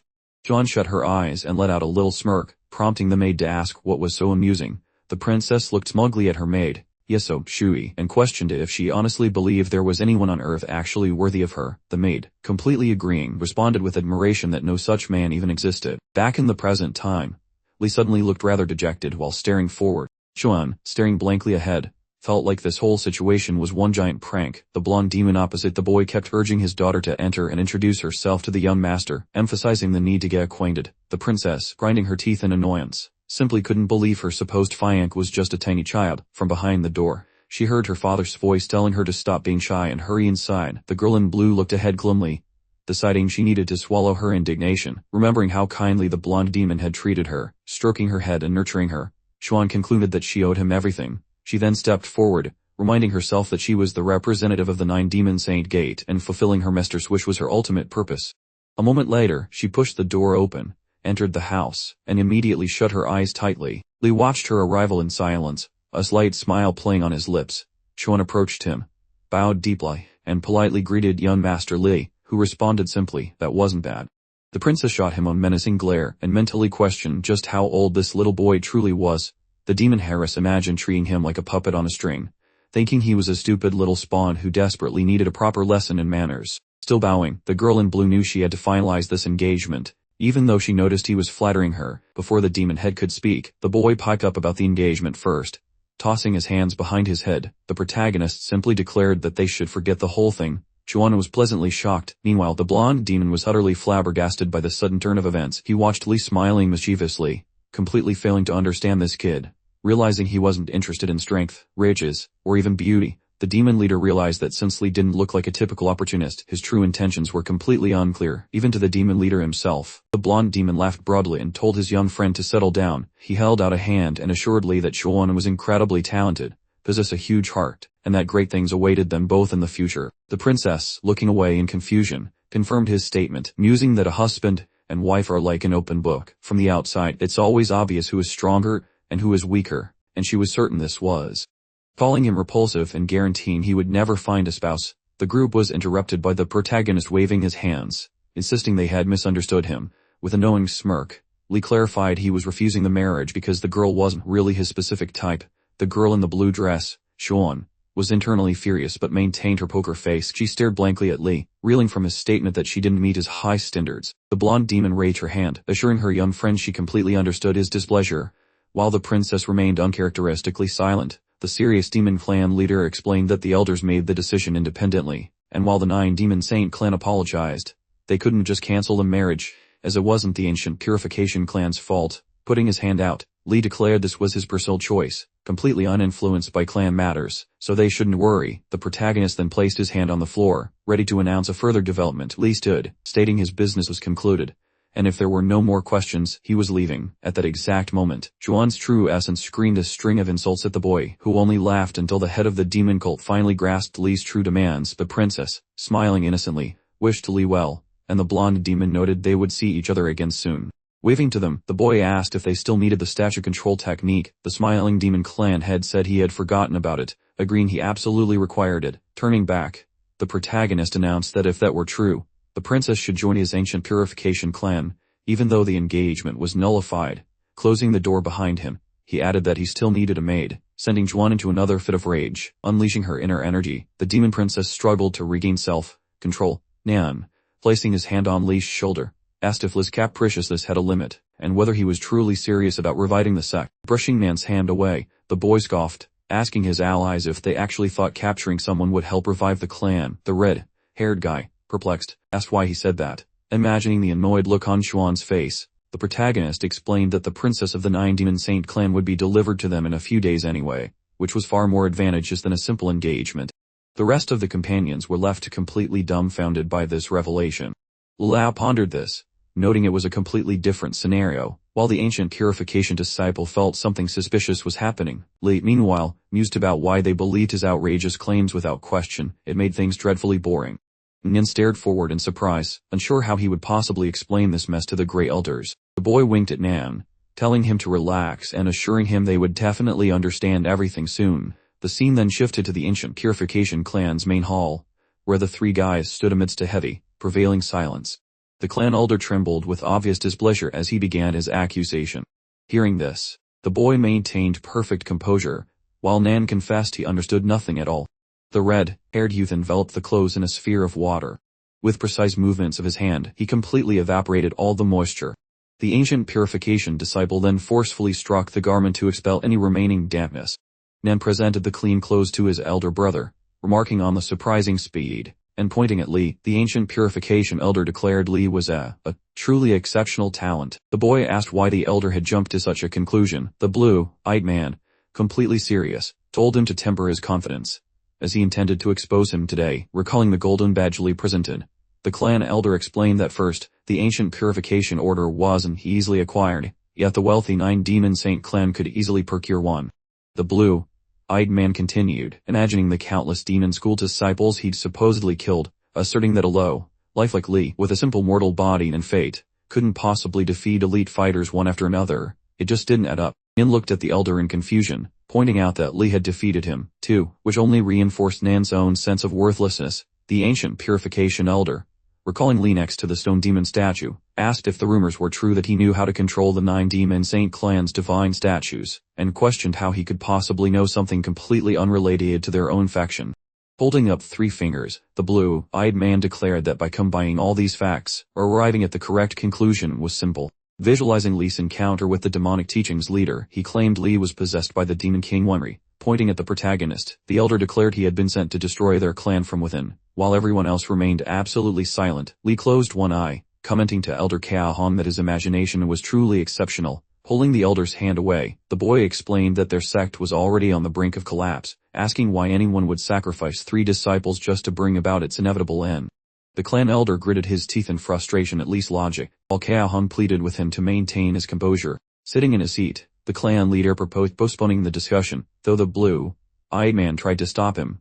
The old man with the brush, looking serious, asked why Li had refused the engagement. Li explained there wasn't anything wrong with it, he simply didn't like the idea. Closing his eyes, he added that they shouldn't depend on marriage for the hope of reviving their sect. Picturing the snide demon sect leader, Li stated that after meeting him, he realized the man was perceptive, and everything would be fine without the alliance anyway. He added that if the marriage did happen, he would simply profit from it personally. Smiling smugly, the protagonist declared he had a clear plan to revive the ancient clan, and promised to do his best. John glared menacingly at Li after hearing everything, stating that Li's claims were easy to make. Taking the sect leader's place, John explained that since Li passed the Demon Gate tests, he was entitled to choose a cultivation technique, and a weapon from the treasury as a reward. Li, in turn, complimented John for acting like a true leader. Lao turned to his students and instructed the red-haired guy to accompany Li, prompting the boy to declare it was time for them to depart. Meanwhile, Hong stared menacingly ahead without saying a word. The narrative suddenly shifted to a gigantic statue of a raven that towered over the mountain. Nan explained to his elder brother that this was the ancient purification clan's legendary treasury, known as the Heavenly Raven P. Climbing the stairs, the red-haired guy mentioned that this place held all their sect's treasures, including a legendary divine weapon. Stepping onto the next stair, the ancient purification disciple abruptly froze in place. He spun around sharply and called out to his elder brother. In looked at the stone raven statue, asking what was wrong. He looked again, and realized children were climbing all over the statue, shouting out to Lord Raven. The narrative continued near the raven statue, where children were clambering over the stone bird, one asking if their tribute was magnificent. Another remarked that as soon as they heard of his exploits, they decided to do this in his honor, while a third child asked if he enjoyed it. A kid scratched his head awkwardly, admitting he couldn't stop himself from telling the students all about him. The red-haired guy grinned widely, claiming that it was entirely thanks to Li that they were able to establish the ancient purification clan in the first place. The blue-haired guy looked forward, explaining that they had chosen to name this particular mountain the Raven Heavenly Peak in his honor. With a broad smile, the brown-haired girl added that from this day forward, any visiting cultivator must show proper respect to the statue upon entering the clan. The group then piled onto the Raven, demanding that he teach them some of his most impressive magical techniques. With a swift motion of his staff, Crow scattered the grateful crowd, who somehow still thanked him for his mentorship. Back in the present, Lee grinned broadly, admitting he had never heard of the Heavenly Raven, causing Nan to ask incredulously how such ignorance was even possible. A heavy chain materialized out of nowhere, jingling loudly as it came into existence. The young man was startled as he spotted an unfamiliar figure trying to peek up from behind a nearby statue. Noticing this silent, disheveled individual seated on the ground, the protagonist inquired about who was there. He stared at his companion, wondering aloud why he was bound in chains. The red-haired youth in front of him stated he didn't even know the reason himself, claiming his master was equally uninformed, and added that the imprisoned man was rumored to be a genius disciple of their clan who committed terrible crimes, resulting in his permanent chaining here to guard Raven P. The red-haired youth, still confused, told his older brother to be careful not to end up in the same predicament, and when asked if he was joking, he explained it was simply a polite warning. The narrative then shifted as the children approached a prominent building on the mountain peak, where an ancient purification school student announced their arrival. Nan pointed to the three structures arranged in a triangle, explaining that this housed their treasury and all the elders' favorite possessions. The red-haired youth noticed a sign labeling the armory, and nudged his brother to take a look. Looking in the opposite direction, he spotted a glowing treasure tablet. Finally, he came across a sign for the library, and a student from the ancient purification school confirmed there were 3 buildings in total. Nan raised his hand, proudly explaining that this constituted all their clan's heritage, including treasures and techniques, prompting the others to ask if this was honestly all that remained. The red-haired youth shot a bewildered glance at his brother, cautioning him to watch his tongue because everyone was already staring at them, but his brother simply scoffed in response, claiming he didn't care at all. Immediately following this, the boys sprinted toward the library with impressive speed, causing the ancient purification school disciple to yell at him to slow down. Upon entering the library, Lee noted with interest how crowded the area was with people. A black and yellow-haired young man glared menacingly at the protagonist, asking if it was him, and his friend confirmed it was, adding that he had recently become the best student. As they watched the pair walk by, a member of the ancient purification school muttered aloud that he had no cultivation base at all, questioning if this scoundrel had cheated to join, while another commented that everyone knew he had no potential. A different person stared at the red-haired youth with displeasure, stating that rumors were circulating that he was a spy from the 9 Demon Saint clan, prompting a second individual to ask if such a thing could possibly be true.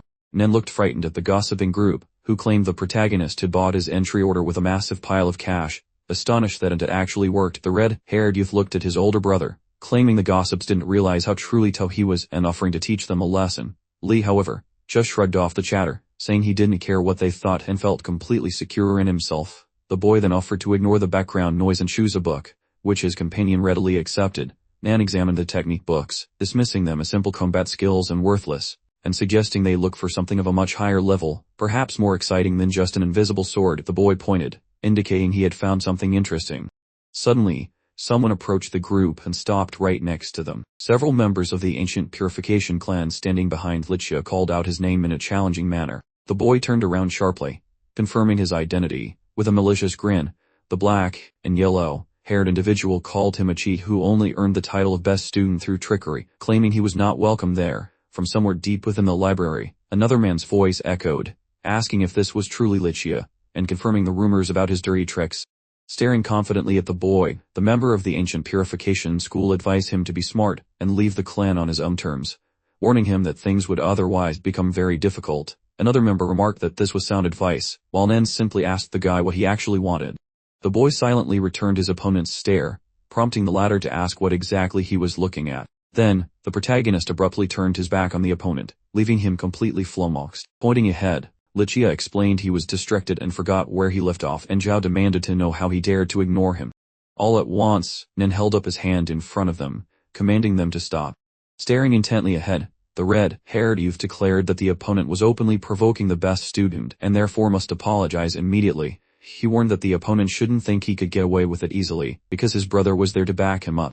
Smirking, Zhao mocked the best student title as nothing more than a meaningless accessory. Grabbing Nan by the clothes, he shoved him out of the way, glaring menacingly at his opponent. The black and yellow-haired guy warned Nan not to interfere while he taught the scoundrel a much-needed lesson. At that very moment, the protagonist turned back, and the red-haired youth boasted that his brother could easily annihilate cultivators in combat. Gritting his teeth in frustration, the ancient purification school disciple explained that he was simply attempting to save the opponent's life. Swinging his fist, Zhao declared that the protagonist was playing with death. Suddenly, his hand was stopped mid. air by a simple staff. It was the protagonist, who calmly stated that this was not the place for a fight. Looking confidently at his opponent, Lichia stated that if he really wanted to brawl, he had to take the fight outside. The fellow sporting black and yellow hair clenched his fists tightly. Accepting the duel, he dramatically declared that losing meant immediate clan expulsion, and the protagonist, a young boy, readily agreed to the high stakes. Looking intently at his brother, Nan asked him to reveal his true capabilities, a request his brother immediately accepted. The protagonist pointed directly at the red-haired guy, stunning him momentarily. He declared the opponent incredibly strong, but reassured everyone not to worry, because if that rival lost, he would immediately leave the clan as promised. Jia scowled, pointing at Nan, and threatening him not to back out of his challenge, demanding a showdown in the backyard. Nan immediately drooped, weighing to his brother that it seemed too difficult. His brother, however, simply called him a loudmouth student and insisted he pull himself together and fight like a man. Nan remembered his Buddhist master, who once pointed skyward and said if he felt tired, he should take a break rather than overasserting himself. The master had only been assigned to him because his cultivation was hopeless, leaving him responsible only for clan connections. Li turned back and told Nan not to worry, claiming he'd lose right along with him, a statement Nan questioned immediately. The story then jumped to the start of the fight between Nan and Zhao. Nan trembled in fear as his rival mocked him, advising him to give up if he feared death, but Nan retorted that he wasn't weak. The young man with black and yellow hair confidently declared that the great-grandfather's swords were blind. Lichia raised his hand to reassure his nervous brother while other sect members whispered, calling Nan just a petty kid. The boy, covering his mouth, observed that even while listening, he knew this tiger cub Zhao was not his ultimate challenge. Nan turned around to ask his brother for specific instructions on how to approach the fight. The protagonist merely looked at him and casually suggested he should fight exactly how he wanted to. Nan was completely taken aback by this incredibly unhelpful answer. Zhao looked on menacingly, demanding to know where Nan was looking. The red-haired fighter immediately spun around sharply to face his opponent. The black and yellow-haired guy, resembling a rushing tiger, charged toward him with incredible speed, and, seeing his approaching opponent, enveloped his sword in water before both combatants clashed blades in the next moment. The red-haired fighter looked dumbfounded as he realized the incredible force of the opponent's attack. Zhao deftly swung his blade, sending Nan flying backward. The disciple of the ancient purification school landed hard, gritting his teeth in frustration and thinking he couldn't possibly stop Zhao. He then quickly rushed forward, attempting to counterattack with his curved water sword arts. From the sidelines, a clan member noted Nan's strong fighting spirit, while another dismissed it, asking what good spirit was against such a vast cultivation difference. As the red-haired fighter rushed to attack the tiger, like man, someone remarked that Nan was being beaten like a small child. Just moments later, Zhao sent his opponent flying once more with a powerful swing of his blade, and fell hard to the ground right beside Li. Feeling deeply ashamed, Li held his younger brother, scolding him that he shouldn't be using his sword art in that particular way. Li then began to whisper precise instructions on using the skill into Nan's ear. Watching this, Zhao laughed loudly, claiming it was comical to see one loser teaching another loser, then demanded how much longer they would delay the fight before his patience ran out. Li asked his younger brother if he remembered the advice. Receiving a positive response, Nan looked forward seriously and apologized for the wait, while Zhao mockingly asked if they had finished flirting. The red-haired fighter then wrapped his blade in water and prepared to attack. Zhao was surprised by the sudden presence of numerous water droplets. The black and yellow-haired guy asked if Nan had split the water, adding that it was clearly something garbage had taught him. With a grin, the tiger declared Nan would surely die without a proper water shield. Nan, looking silently forward, remembered asking his brother if the technique actually worked. Li had responded that Nan should simply do what he did best. Li recalled Nan cleaning clothes with water in his mind, suggesting Nan's water sword art was useless in battle, but perfect for washing, and looked at his brother in confusion, asking if he was serious. Finding the idea incredible, the protagonist confidently advised Nan not to use second-rate techniques to attack head-on, but rather a first-class one, and then looked at Zhao's clothes and remembered Li's words, "You must wash your enemy." Zhao then abruptly leaped off the ground, launching his attack. As Zhao swung his blade, he announced that this was the final blow, and Nan would now die. Nan reflected that he had been instructed to utilize the curved sword arts for the washing stream. The disciple enveloped Zhao in small water drops, intending to soak everything, sense the movements, and submerge his opponent. Closing his eyes, Nan knew the incoming strike. He jumped sideways, dodging the blow with a sense of instinct. Zhao gritted his teeth in disbelief that Nan had evaded him. A moment later, a stream of water shot towards Zhao, who jumped aside again to avoid the attack. Nan enveloped his blade in water, thinking he needed to gather the water on the sword tip and roll it up to hit the stubborn spots. Nan lunged with his weapon, intending to twist and fully clean Zhao. As his blade suddenly bent, Nan ran towards the swirling enemy, determined to finish the job. Swinging his blade at his opponent, Nan thought he needed to combine piercing with washing. Following this strike, Zhao was abruptly thrown aside. The black and yellow-haired guy collapsed onto the ground after taking the damage. He remained there for a moment, then simply passed out cold. Nan looked menacingly at his fallen opponent, and declared that the cleaning process was finished. From the sidelines, Zhao's henchmen ran towards him in shock, calling his name as they helped pick up the unconscious black and yellow-haired guy. They couldn't believe he had truly lost, especially since his clothes were shining with sparkling cleanliness. Running away from Nan, the henchman yelled that Nan shouldn't think this was over. Nan turned back happily, asking his brother if he was shocked by the victory. Li was momentarily surprised, stating that all he had done was teach Nan a few simple moves, and Li admitted it wasn't bad. Placing his hand on a massive stack of books, Li then asked how Nan felt about winning, immediately demanding Nan help carry all the writings back to his room. Nan stared at the stack, asking where so many came from. Immediately following this, the story shifted to the head disciple's house at sunset, where Nan was overjoyed that the events were finally finished. Standing behind Li, Nan noticed that Li's elder had told him to only take one thing, and Li was explaining that the entire stack of books counted as just one thing. Nan looked confusedly at Li after hearing this, asking if all those books weren't just ordinary martial techniques. Pointing his finger heavenward, the protagonist explained his mastery of simple martial techniques, but Nan, the Purification Clan disciple, sniffed that he was overgeneralizing, which is just a fancy way of saying I disagree. Li, waving a hand in resignation, decided arguing with him required far more energy than he had. The smug disciple concluded Li should go rest, and Li readily agreed, suggesting they meet again tomorrow. The red-haired protagonist yawned as he departed the head student's house. He pulled the front door shut, and propped it up with a piece of wood, a low security measure for a man of his stature. Immediately afterward, he glared furiously at the mountainous pile of books cluttering the ground. Li lit a small piece of paper using the candle flame. In one decisive motion, the boy tossed the burning paper into the stack of books. Instantly, everything nearby erupted into an inferno. The protagonist looked on furiously, realizing this was exactly what he had expected. He watched as an incomprehensible symbol appeared in the flames, a physical representation of power, and noted it was just one technique. The boy observed the pile of ashes from the burned books, which were actually one of the 9 great scriptures he had previously hidden. Now, he mused, they served a truly excellent purpose, as flame symbols materialized. The protagonist recalled that in the past, Mingren had used this method to comprehend a solar immortal body, an achievement 1 in 12 people could grasp. Standing directly in front of the massive whirlwind of fire, Li prepared to absorb its power. A moment later, the flames penetrated deep into his body.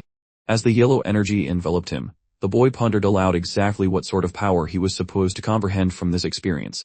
Immediately afterward, the protagonist found himself standing on top of his own heart. Li stared in surprise, wondering where exactly he was located inside his body. Looking down at his feet, the boy was greatly stunned to realize he was standing on his heart. Suddenly, a wave of blood appeared behind him. A moment later, it completely covered him.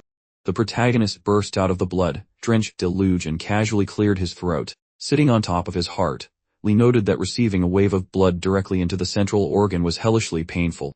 With a manic expression on his face, the boy demanded to witness his terrifying power, yet at that precise moment, absolute calm reigned over the entire area. The protagonist remained on his heart, and an eerie peace and quiet settled in over the area. Suddenly, he felt an unknown vibration or shaking beneath him.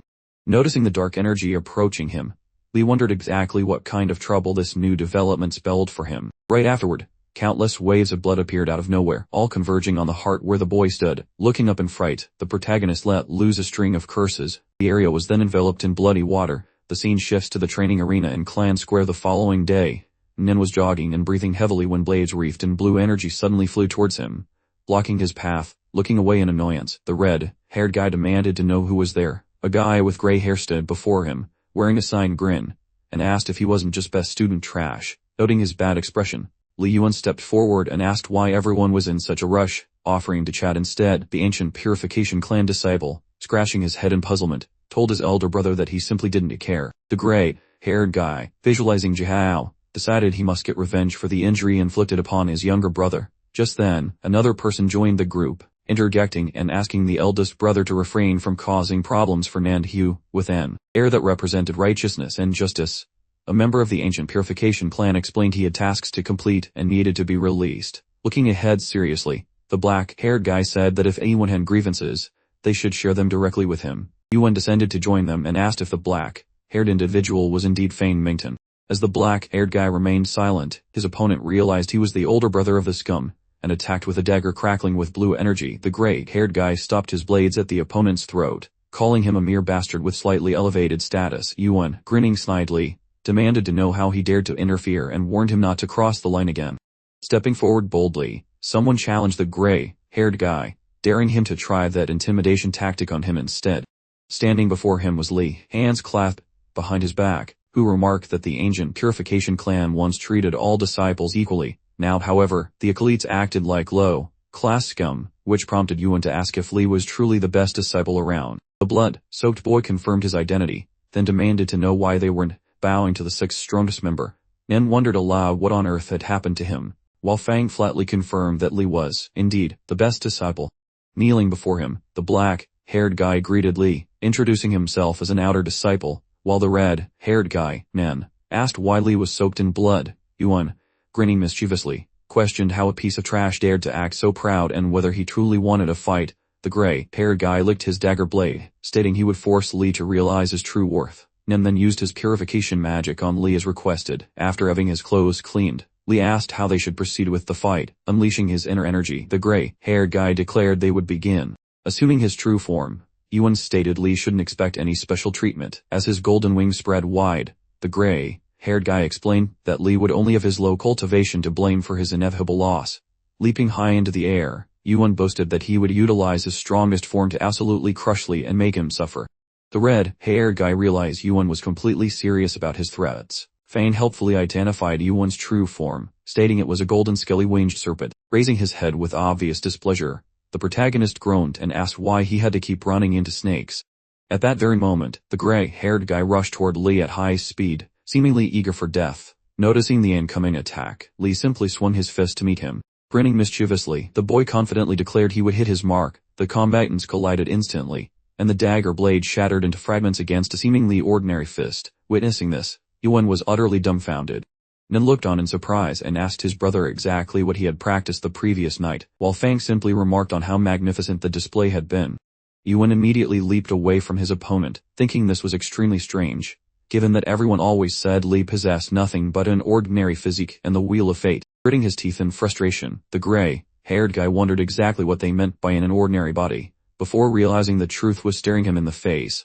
Looking at the hand covered in blood veins, Yuan recognized it as an overwhelming hellish immortal physique. Meanwhile, back at the two-story house located near the forest cliff base, an elder of the ancient clans sat at his table, asking Yin for updates on his investigation. The young man bowed respectfully, and reported that Li Kai had gone to the library, selecting 108 mortal battle descriptions and techniques. The elder took a sip from his cup with pleasure, and asked what Li Kai intended to do with such specific texts. The fellow shifted his gaze and kept asserting that, moreover, the main character had opted for the celestial body's rotation principle, whereupon the stout gentleman slurped his tea levelly, and Yin chipped in that the protagonist also acquired the minuscule sixth style of comping. He gently set the vessel down, sporting a rather cheeky smirk, while the youth let his limbs relax, and Hom chimed in that mastering the moon's rotation method would turbocharge his prowess if he bulked up his vital fluids, though he was nearing his breaking point using it, adding that this slacker was ridiculously conceited.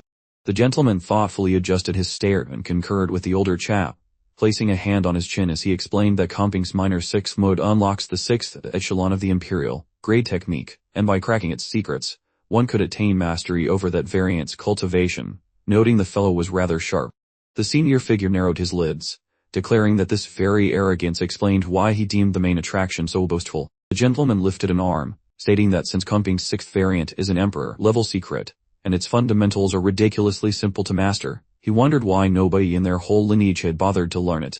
He fixed his gaze right upon the other individual, emphasizing that since Li Jie holds the title of the premier disciple, he really ought not to impede Yin's progress. The youngster blinked at the elder with an expression bordering on utter shock. He inclined his head low, and promised to engrave the master's wisdom into his memory. Right as the clan had slopped tea everywhere and demanded to know if it was Yin who had dispatched Li Yuan to the trainees, to which the reply was that a showdown must commence immediately. Palm shot a knowing glance toward the young man, dispatching him to observe the scuffle, cautioning not to let Li Yuan go overboard, while Yuan glared menacingly at his challenger, gripping a weapon, and the elder instructed that upon victory the youngster absolutely must apologize to this leading disciple. As the two combatants took their spots, the man mockingly addressing the youth as a scamp and asking what dodgy skill he'd picked up, while Li smirked back, balling his fist tightly, and turned his utterly bewildered look toward the hero, inquiring what sort of mess was up with the protagonist's arm, to which the protagonist cheerfully announced it was the utterly crushing infernal immortal constitution, fueled by pouring chaotic and celestial energies into his physique to keep him perpetually training his outer shell. A form with arms spread wide hovered against a backdrop of swirling arcane energy, and the fellow elaborated that this also vastly strengthened the body, suggesting that with study, one could flatten mountains and stand toe to toe with a true divine emperor. As the hero gazed fascinatedly at his own hand, admitting he'd just figured it out, finding it superb for defense but lamenting the lack of offensive punch. Yuan's face twisted into a predatory snarl, claiming he cared not for divine physiques or the other fellow's assessment, but intended to end him right then and there, swiftly hurling his blade toward his foe, whose hands began crackling with mystic power, as the other rolled his eyes and let the arcane energy course through his palms, before the opponent waved a hand, suggesting the younger man should approach him, prompting the warrior to launch himself skyward, sprouting ethereal wings, where he mused that his adversary could alter his physical form, and his serpentine guise offered aerial perks, presenting a prime chance to shatter any defense, as the man tracked the blurry shape, muttering to himself where the protagonist had vanished to. He widened his eyes in sheer panic, as the other party queried if he was searching for him, and the main attraction swiftly thrust out a hand, announcing his arrival right there, looking at the man with a flicker of dismay, regretting that he missed his mark, concluding he still needed practice to tame this new ability. Yuan threw his arms wide in a fit of pique, bellowing that the lad had somehow teleported there, which caused Yuan to chuckle, while Li hovered mid-air, enveloped in crimson energy and magical plumes, asking his opponent why they were screeching and if the ability to fly was such a shocking development. The youngster stared at the protagonist with genuine awe, and the fellow exclaimed that the top disciple was simply breathtaking, as a girl chimed in, demanding to know when he'd learned to soar, while the man glanced up, thoroughly confused, saying the guy was trickier than he seemed, yet he remained unconcerned, spreading his arms out again in fury. Yuan lunged forward at the young man with lightning speed. The youth flicked out his fist, managing to slip past the attack. His adversary skillfully sidestepped the punch, and then assaulted him again, violently. He fiercely charged at the protagonist. A man shot his hand out, his energetic wave closing in on Li, as he acknowledged, saying that the opponent possessed real strength. Yuan's gaze clouded over with intense resentment, resolving right then to see precisely how long the hero could sustain this. The enchanted weapon in the man's grasp hissed ominously. He stabbed his long blade straight out with great haste. The foe spun an orb of swirling power overhead, asking if the protagonist could possibly survive that onslaught, to which the young man looked upward, surprised, figuring Yuan did possess a few hidden aces up his sleeve. The man rapidly beat his wing appendages. The guy's eyes shot wide open, questioning internally why this move was executed with such blinding velocity. The adversary, face contorted in rage, renewed his fierce assault upon the younger man. He unleashed a brilliant surge of raw power toward the fellow, which sent him tumbling hard onto the dusty ground. The resulting shockwave completely engulfed Li. Crimson droplets sprayed from his lips as he thought with dawning horror that even his mortal shell combined with Kuan Peng's minor sixth style wasn't proving sufficient. The enemy was rapidly closing the gap, and the sandy-haired chap opened his mouth to yell a warning to watch his back. The young woman recoiled in horror as an energy-charged blade sped directly toward the protagonist, while Yuan shrieked for Li Qian to drop dead immediately. The protagonist frantically scrambled backward in fear, thinking the stick he was using to finish off the snakes was moving entirely on its own. He gripped the weapon tightly, then instantly swung his arm, hitting his opponent right in the head with the stick. The hero raised the weapon, claiming it was merely falling, then let out a sigh of relief. The opponent, looking down, admitted he had restrained himself, apologized, and then noted it was an unfair advantage. The man in blue watched from a distance, asking if his brother was hurt, before deciding he had overestimated him. He praised the first disciple's skills as truly incredible. The guy furrowed his brow, realizing this Li character was absolutely nothing like the information described, except for that last, weird stick trick. A bloody blade appeared in the frame, as the character boasted that he possessed, first and foremost, a hellish, overwhelming, immortal body. Black wings erupted from Li's back, making the warrior realize that, on top of everything else, he had learned flight techniques. Stroking his chin, he mused that such techniques couldn't come from ordinary scriptures, suggesting they might be from the rotating moon law or the minor sixth form of cumping. He began shaking his head, explaining the technique shouldn't have such effects, but the other man affirmed he was thinking correctly. The bearded brunette next to the warrior confirmed this, explaining he felt a burst of chi when Li used the martial art, verifying it was indeed Kun Peng's skill, the secret technique of their clan, specifically the sixth variant. The elder gazed forward, ordering the guards to direct all their attention toward him. A character standing behind the soldiers declared that the guards should listen up, clarifying that as one of the elders he was commanding them to arrest Lee. He asked what was going on, and the warriors replied that the order had been received. The protagonist, observing the guards surrounding them, remarked that the men in black uniforms were indeed the guards. He stood behind his comrades asking what Lee would do this time. Just as Izili noted, Li Yuan was the one who initiated the confrontation, making the protagonist scoff contemptuously. The character bared his teeth at the antagonist, demanding to know what the person who gave the order would say. The elder pointed his finger, accusing disciple Li of conspiring with the 9 demons and stealing their emperor level clan's scripture, then ordered his immediate arrest. The temple stood under the sunset sky as people shouted to bring in Li's spy. The elder sat down, complaining there hadn't been a peaceful day since Li joined the clan. The hero laughed, suggesting the elder didn't even believe his own nonsense. The character, looking out from under the hood, declared the entire situation to be quite rude. The judges remained silently in their chairs, before clarifying that the whole affair was complete nonsense. The elder turned his head aside, and added that this was also nonsense. He pointed his finger directly at the protagonist and declared to the other elders that Li was a spy for the 9 holy demon clan who had stolen their clan's scripture, the 6th variant of Kongping, making it clear he must be immediately punished and tortured. Li looked forward confidently, asking the second elder if he had any real evidence for all his accusations. The man frowned angrily, noting that during today's battle, the young man had clearly displayed their clan's martial skill, Kunping, specifically clarifying that it came directly from their techniques. The protagonist's face remained utterly calm as the man shouted that they hadn't given up on the 9 Demon Saint clan, and it seemed they had been trying to get their hands on their secret martial arts all along.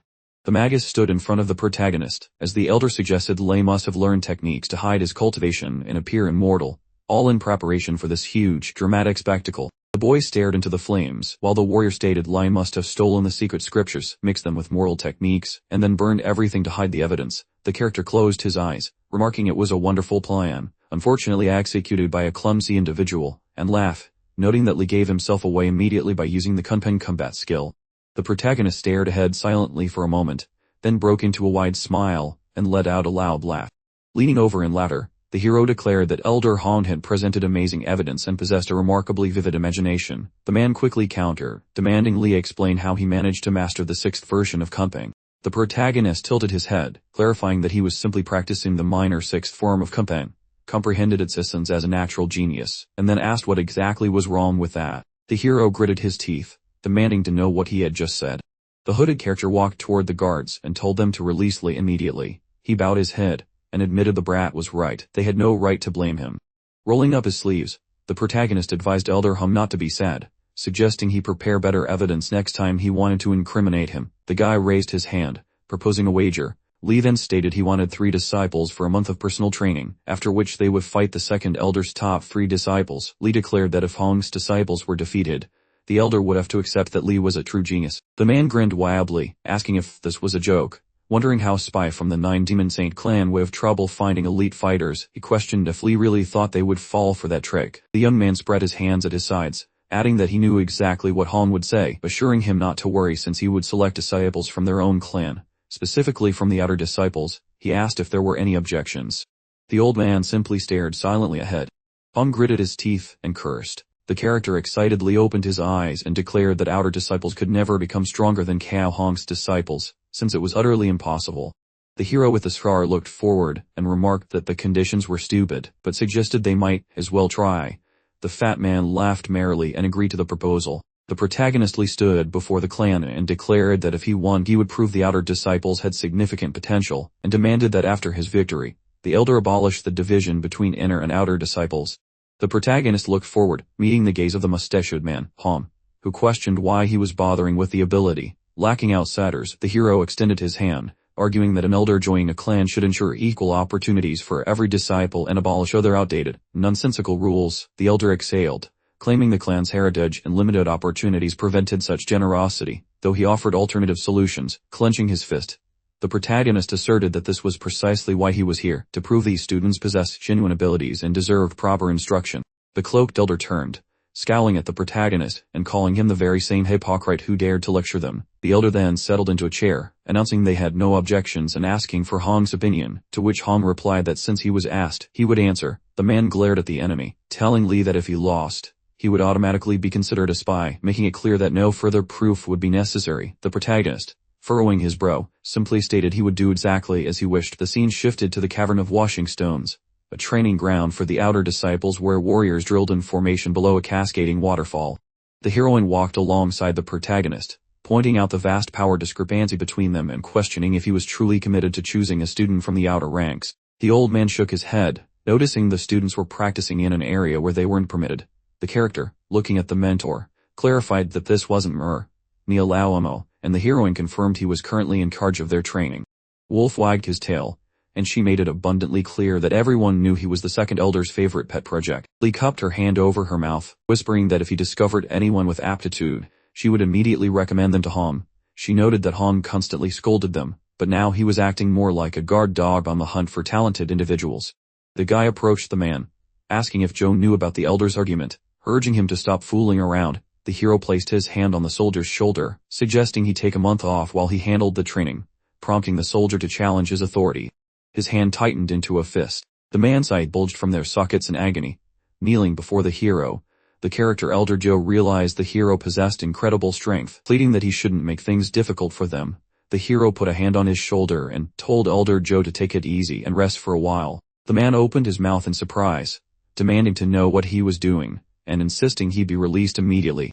The surrounding characters looked forward, questioning who had managed to subdue the elder with a single hand. The guy replied that it was their older brother, Lee's first disciple. The girl turned to the hero, telling Elder Joe to take care of himself, while the warriors confirmed the hero would be replacing Joe as their new instructor. The hero faced the warriors, greeting them, and identifying himself as Lee's first disciple, suggesting they simply address him as senior brother. He raised his hand, asking the others if they knew who he was, making it clear he would be teaching them for the month, and stating he wanted to ask them a question before they began. The hero then surveyed the crowd, pointing out they had been trained by a lousy dog and asking if they truly wanted to pursue cultivation, and if they were happy with their current state, declaring he was there to change everything. The soldiers stared ahead, completely stunned into silence. Lee snapped his fingers in agreement as the protagonist pointed forward, declaring that in 1 month, after they defeated Xiao Hong, the division between outer and inner disciples would vanish entirely from their clan. He called for support for his teaching, making it clear they were going to overthrow the unjust system. The guy looked over the crowd, questioning their silence, and noticing that only one person answered. The warrior raised his hand, and the young man acknowledged him. The character looked forward and asked how it was possible to prepare them to defeat Xiao Hong's elite disciples in just 1 short month. The hero gave her a big thumbs up, calling it a great question, and added that he loved students who asked questions. He pointed with his cane and replied that she would soon find out, crossing his arms over his chest and clarifying that the guys needed to prepare mentally. He warned that he, like his elder brother, would be very strict. The protagonist then asked one guy why he was standing next to him and ordered him to get in line. The guy's eyes and mouth opened in disbelief. The waterfall cascaded in the background as the hero stated that he also wanted to study. As sunset approached, thin clouds floated across the sky, sinking below the horizon and slowly dissipating as the sun disappeared. The hero stretched and yawned, watching the soldiers lying exhausted on the ground, thinking everyone had learned quite a lot today. The characters lay scattered on the floor, calling out for medical assistance. The protagonist clenched his hands, telling them to relax, as he had already summoned the medics, guaranteeing that everyone would recover and not die. The doctor sat a warrior down on the ground, adding that these were only minor wounds, clarifying that a full recovery would occur by tomorrow. The guy lying on the floor shouted that he was severely injured, his entire body itched, and he couldn't move, to which the doctor replied that everything was fine and a simple rest would solve all problems. The hero looked at his comrade and announced that training would continue tomorrow, prompting the soldier to ask if he was joking. The hero walked along the trail, explaining that this month their schedule would be afternoon training followed by evening treatments, making it clear they should get stronger if they didn't want this cycle to repeat. The guy turned to the warriors as the girl moaned with her head down about the whole month ahead. Another guy lay on the ground, saying he missed his mom and dad. The scene shifted to a house bathed in sunlight, where a magician sat in the lotus position. As the door slowly opened, a man named Tisha narrowed his gaze. The character opened the door and asked if he shouldn't be training the outer disciples right now, prompting the magus to ask why he had come here instead. The protagonist held out his palm and replied he wanted to ask about it directly. The warrior, peering from under his hood, asked if his question related to the second elder's attitude toward him. Lee put his hand down and stated that Elder Hong initially supported him, but now his attitude had completely changed, so he asked for the reasoning behind such a shift. The character looked at the warrior, remarking that he thought he knew everything, while the main character clarified that he was just highly observant. The mustachioed hero frowned and suggested he simply revealed that Hong had once led the sect, but had made numerous blunders in that position. The magician stood over his subordinate, saying he had taught Hong a lesson in restraint, but Hong's arrogance persisted, adding that now he was pouring all his sweat, blood, and tears into teaching students. The soldiers practiced fighting against each other. The hero opened his mouth, asking if he had become the new head of the sect. Titian looked forward and clarified that this was indeed the case, mentioning that his senior disciple Hejianian was rightfully considered a genius and originally the main candidate for the head disciple position. Titian explained that since the hero abolished that entire system, the spot remained vacant. The hero scratched his chin and suggested that the elder merely pretended to support him, in reality, wanting to restore the head disciple system so that upon his death, his own disciple would take the position. The character sat on the floor, confirming this was precisely true, but adding that he hadn't expected the hero to survive and hold on, and thus the elder was now targeting him to remove him from such a desirable position. Waving his hand, he declared he got the point, clarifying that it was time for him to leave. Just as Titian stopped the hero, the man sat in the opposite corner of the room from Lee, admitting that Hong's conclusions weren't entirely illogical, then adding that if he ever discovered the hero had betrayed the sect, he would personally kill him. The old man glared angrily ahead. The protagonist frowned, telling him to relax, because the sect wasn't just his property. The warriors stood outside the house, clarifying that it was now their house too. The character put his hands behind his back, and stated that they had lost a significant number of people. The guy scratched his head, explaining that half of the students were now sick because they couldn't endure his harsh training regimen. The hero smiled wryly, reacting that he actually expected more people to abandon the group, adding that he hadn't realized so many determined individuals existed among them.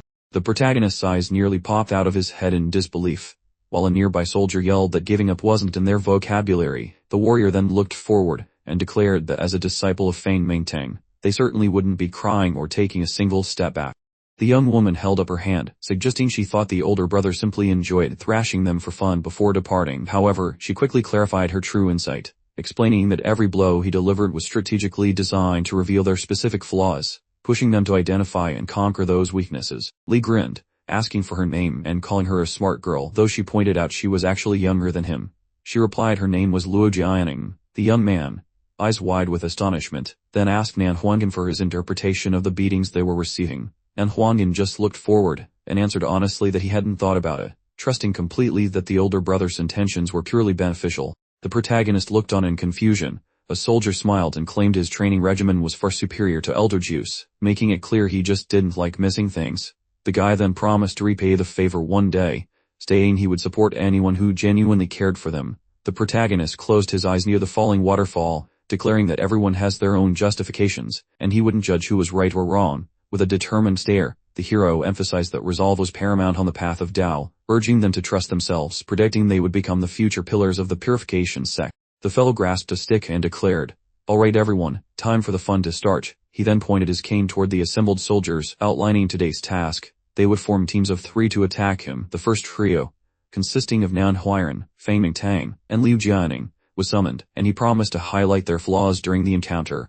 The group adopted combative stances and readily charged Li. The protagonist squinted, easily sidestepped an incoming blow, and asked why the attacker was rushing in like an idiot. He reminded them that the water sword technique's rhythm was best suited for counterattacks, urging them to recall how he had previously bested Zhao Hu. The fellow attacked the students and launched himself forward. A warrior gritted his teeth as Li critiqued his execution of the Mountain Conqueror spear technique, noting his hesitation before advising him to think about it. Li then struck his opponent with the cane, sending the weapon flying. The protagonist performed an aerial maneuver, explaining that the whiplash flying dragon technique offers significant flexibility when opponents try to alter direction in response to an attack. He advised aiming for the blind spot, otherwise they would inevitably meet this fate.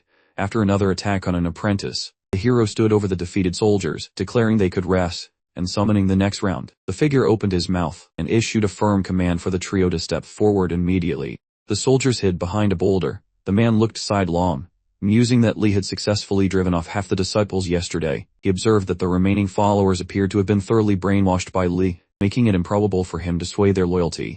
The young man, crossing his arms, asked Tutor Zhao if he truly meant he couldn't defeat these outer disciples. The old man, clenching his fists, urged young Master Yi not to misunderstand, claiming he was merely following Elder Zhao's directives. He suggested Li was using realistic combat scenarios to boost their cultivation and thought he had some genuinely interesting concepts. The master smiled, remarking that a young master of Yi's caliber would naturally see through such third-rate methods. The guy defiantly spun around, declaring it boring, and that he was leaving, to which the man agreed that young Master Yi was right. As he walked away, he clarified that they had already dispatched a letter to their 2 younger brothers, requesting their return. Their combined cultivation levels Nearly matching Lee's guaranteed victory, the teacher concluded that the young master had anticipated everything, leaving Lee with no advantage. The sun set over the valley. A character in line asked his older brother why only 3 of them were asked to remain. The protagonist produced 3 notebooks, telling them to relax. This wasn't for extra punishment. He explained he had spent the previous night refining these techniques specifically for their individual abilities. Spell sheets appeared, and the hero clarified these were personal versions, customized just for them. The soldier held the notebook, confirming it was still the Mountain Conqueror's spear technique. The blonde character glanced up from the book, asking if this meant they now had to discard all the techniques they had spent so long practicing. Lee stood before the soldiers, adding that they must fundamentally restructure many parts of their cultivation, not just the technical movements. He noted that Feng Mingtang understood justice, and he needed to integrate that quality directly into his martial arts. The guy stared ahead intensely. The young woman looked up, and the hero told her she was particularly bright, expressing confidence that she would easily comprehend the notes and draw the proper conclusions. The guy's mouth dropped open, and the protagonist simply told Nan to work harder, prompting Nan to ask why he never received any praise. Lee dismissed the question with a wave, stating that barring any unexpected events, these 3 would represent him in the upcoming confrontation with Elder Cap, and they wouldn't dare disappoint him. The scene then shifted forward 7 days to the waterfall. The enthusiastic guys shouted that Lee was simply incredible, as he easily deflected the enemy's attacks. With a grin, he commented that it wasn't terrible, but they still had a long way to go. He swung his baton with a flourish, striking the fellow directly in the face. Blood began to trickle from his nose, and the protagonist mused whether his opponent had put up any meaningful resistance at all. His companions quickly adopted serious expressions and unleashed their techniques in earnest. They launched a coordinated assault, forcing the NC to raise his hands in defense as he strained to withstand the surge of energy. He leaped backward and, smiling warmly, commented that they had executed the maneuver quite well.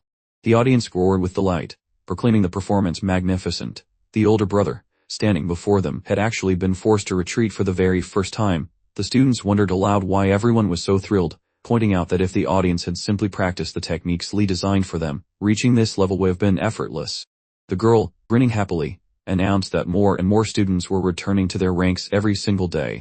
The man advanced, extending his hand, and bellowed for everyone to stop and listen to him immediately. With a satisfied expression, the protagonist noted that Chao, predictably, couldn't let it go, and had sent another arrest party. The old man smiled and commanded the penitentiary squad to encircle them, standing behind the warriors. He declared that Lee had corrupted his disciples by teaching them demonic techniques, a truly monstrous offense. Grinning, the man demanded to know why the protagonist refused to confess. Now that he was clearly caught in the act, sticking out his tongue, Lee muttered that this foolishness never seemed to stop. The warrior held out his hand, assuming his mentor was mistaken, as his elder brother had certainly never taught them anything demonic. The enraged old man shrieked that they were simpletons who couldn't grasp the thing. Pointing an accusing finger, he demanded how they could have grown so powerful so rapidly if these weren't demonic techniques. The young man, frowning, noted that the tutor truly didn't understand, explaining they had merely refined their older brother's standard techniques. Holding his chin, the MC privately reflected that he had, in fact, completely rewritten everything, leaving only a faint resemblance to the original. He thought to himself that their improvement would be even quicker if they truly embraced the modified methods. Looking aside, he admitted that even he wouldn't bother practicing the original technique anymore. He figured Rin must have hidden it for a very good reason. Closing his eyes, he added that this was precisely why the descendants had grown up so mediocre. Furious, Chao demanded to know if they truly refused to listen to him, adding they must stop talking immediately or be severely punished for betraying the sect. A fearsome crimson aura completely engulfed the protagonist, glaring at that geezer like some total lunatic. Our hero approached asking if his mentor mistook him for a random nobody, while the shocked elder puzzled over how this punk emitted terrifying vibes. Towering over the fellow, our hero questioned if the guy actually believed a pathetic loser like himself possessed the skills to put him in handcuffs. Bolting away, Cao shrieked about the kid being a literal monster. Cowering behind his meat shields, he mentioned he would let these glorious guardians handle the heavy lifting while he made his getaway. Eyeballing those assembled fighters, our main man chuckled and wondered if that master had imported some fresh batch of disposable sidekicks just for him. Observing his stance, the group noted he radiated pure hostility, proving the old man was right about him dabbling in those forbidden dark arts. Mystic energy started leaking out everywhere. Their power wrapped around the combatants, trapping the boy in mystical chains. As he grinned, amused, they resorted to those famous spiritual handcuffs. Those henchmen retreated slightly, while hollering for their senior sibling. Grinning wide, the lad remarked that these cheap parlor games were nowhere near enough to actually pin the target down. Cao questioned his continued arrogance, pointing out that even a master would struggle in those bonds, so he suggested the hero just give up quietly. Staring at the soldiers, the hero sarcastically asked if the concept of finding proof before dragging someone away was lost on them. Looking furious, he asked if chaos gossip was their only basis for arrests, but they retorted that paperwork could wait while they purged his evil stench from the sect. These guards scowled, swearing that such a person wouldn't ever be tolerated within their sight. The stunned protagonist heard the lecture about how once you taste the dark side, you become his permanent fanboy for the rest of eternity. Crimson energy swirled around him before he started laughing. Power surged outward and shattered the bindings, leaving the guards baffled as to how he snapped those soul chains through sheer physical grunting. Smirking, Lee called the whole situation a joke, extended his palm, and warned them that a dark master lacks the patience for pests, so they should make peace with the afterlife. The leader pointed an accusing finger, shouting that the enemy had finally unmasked himself, so the police unit had permission to terminate him immediately. With a crazy grin, the hero called it a lame gag, mowed down the troops, and told the nobodies to clear the path, then kicked away some flankers while asking if they needed hearing aids. Injured guys were currently busy littering the floor. Standing before the group, Lee said it was their turn. Grinning, he suggested they prepare to die. Shadowy blades materialized as the men took stances, complaining about his yapping before charging as a group, which Lee praised as good listening skills while he raised his knuckles to test his games, easily swatting their strikes away. Those fighters were completely and totally floored, stopping those blades cold. Our hero questioned if that pathetic display represented their peak performance, considering he degenerously offered the group a head start. The startled fellow realized a secret move was coming, noting the protagonist had clearly been playing with them like a cat with a half-dead mouse during their practice. The hero became a gateway, and launched a powerful hit. The guy ended up with a face like a smashed potato, while the hero eyed the last survivor and mentioned he was next on the menu. That dude lunged forward desperately. Someone landed a solid punch on the poor fellow's jaw.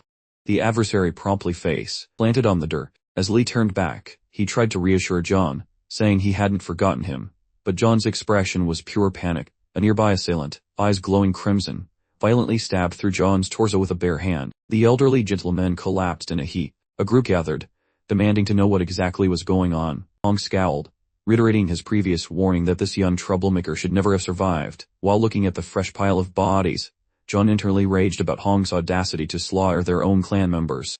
With a deep frown, the man declared that such an enormous transgression would certainly not go unpunished. The villain looked at Lee with satisfaction, reasoning that his greatest flaw was his sheer arrogance. He decided a little more pressure would make Lee snap, regardless of the consequences. Letting him execute the target like a rabid animal, he imagined standing over Lee, thinking force wasn't the only way to destroy someone, and promised Lee a stay in the clan dungeons for a taste of true misery. John looked at him, asking how he could be so heartless toward people already beaten and broken, even though they were the ones who started the fight in the first place. He furiously questioned if they truly needed to take things to such extremes. Slightly surprised, the man repeated his question. Hong informed the Grand Elder that the deceased included both the Outer Disciples' trainer and the Execution Squad's protectors. The Elder simply replied that the Execution Squad had gotten exactly what was coming to them. The man was genuinely startled by the Elder asking why he hadn't received previous updates from them, and how the prison guards could possibly act without authorization. The grumpy old man demanded clarification from Hong, asking if this meant they didn't require his permission and could simply arrest whomever they pleased. Leaning back with his hands behind his head, Lee thought Hong's minions successfully goaded him, but Hong's own ambitions seemed far too transparent for the Grand Elder to possibly overlook. He pictured the man transforming into a ferocious wolf. John physically restrained him while questioning if this was all a setup to frame him, realizing the entire situation was turning against him instead. With hands clasped, Hong stated that the Grand Elder wasn't aware of the full details and requested permission to explain. He described how he had previously instructed Zhao to investigate Lee for practicing the demonic path, but claimed he prioritized the safety of the other disciples above everything else, which meant he acted first and planned to report the matter to the Elder later. The surprised young men muttered that they'd already assumed their elder brother would be in deep trouble, as he always behaved this way. Nin shifted his gaze, assuming that the individual already understood the severity of his actions' consequences. Hong stood before the Elder, requesting a discreet judgment be passed on the main character. He then referenced his subordinates, claiming Hao and the Protectors died defending their ideals, stating the protagonist was actually an insane psychopath. He argued that reviewing all his actions strongly suggested he had indeed fallen onto the demonic path. The protagonist, grinning, responded by accusing Hong of being quite adamant about his heresy. Hong became angry, wondering if such behavior was truly suitable for a head disciple. Just before everyone turned around as someone called out to them, the warrior threw his hands in the air, announcing that the princess from the Nine Saint Demon clan had arrived. He yelled with wide eyes that she specifically requested a meeting with the head disciple. Completely surprised, John repeated his inquiry. The excited students immediately concluded that their elder brother must be incredibly famous. Lee smiled, noting that she had arrived just in time, then suggested that this was certainly not the moment to discuss topics that might prove harmful to the clan. He scurried away, explaining that he needed to leave because the princess herself had requested a personal audience. The second elder scowled, noting that the old man had witnessed everything, adding that the little brat was somehow connected to the Nine Saint Demon clan. They were told to go immediately and investigate the reason for her arrival. A radiant glow appeared in the settlement, and the young girl materialized before them. Closing his eyes, he realized she was Xuan from the Nine Demon Saint clan. She expressed delight at visiting the ancient purification sect and hoped they would overlook her uninvited arrival. Addressing the children, she emphasized her honor at being received by the respected elders. The sect leader replied seriously that she was too humble, given they had forgiven Lee for his recent actions. He extended his appreciation, but then pressed her for the actual reason for her visit. The princess closed one eye. Meanwhile, somewhere in a building, a girl screamed loudly, demanding to know if her master truly intended to send her to the ancient purification clan. Clutching her chest dramatically, she also asked if the man truly wanted her to become the protagonist's personal maidservant. Looking directly at her, the warrior responded that he understood her anger, but insisted that they simply had no other viable options. Xuan scowled, asking why this was necessary. Her interlocutor imagined the protagonist, explaining that even though his cultivation level was low, he possessed an extraordinary amount of knowledge that even the interlocutor couldn't comprehend. He added that he was sending her there to uncover those secrets, believing the information could be vital for their entire clan. Xuan balled her hand into a fist, asking with great distress if the gentleman truly considered this boy superior to her, given how he was rearranging things. The man smiled in satisfaction, correctly guessing she was merely jealous. Closing his eyes, he claimed that neither Lee nor anyone else truly mattered more than another. However, there was something undeniably special about how the protagonist passed the test, something he found genuinely frightening, as he simply couldn't comprehend how it was accomplished. The lady scowled deeply at those specific remarks. Scanning the chamber, the leader marveled how a mundane boy crushed Bifai rivals using pure intellect and even awakened those stone idols. Extending an arm, he hinted this was merely a snippet of the youth's wisdom, inviting everyone to envision his true potential. A baffled Xuang stared at the floor, so the fellow requested help for his boss, urging her to join the ancient cleansing faction for their group's survival. With a scowl, she vowed to finish that specific task. Her chin dropped floor-ward. Clasping her palms, she praised the big bro as a total legend among his peers. She claimed his genius was infinite, and his stubbornness kept him on the righteous track. Shutting her lids, she explained she only showed up because she wanted to be his loyal group eye and steal his secrets. Those dudes were floored by that announcement. Grinning, the hero bragged he was the star. He strolled toward her, wagged a finger, and admitted he was surprised she had such sharp eyes. Since he was feeling generous, he agreed to let her follow him around like a shadow. The fuming chick silently cursed herself for not deleting him from existence much earlier. Waving a hand, Han begged for a quick 60 seconds of their time. Staring at her, he warned that the kid was a total villain, and she should bail before getting sucked into his mess. Xuan just smirked and asked if her big brother was feeling a bit salty.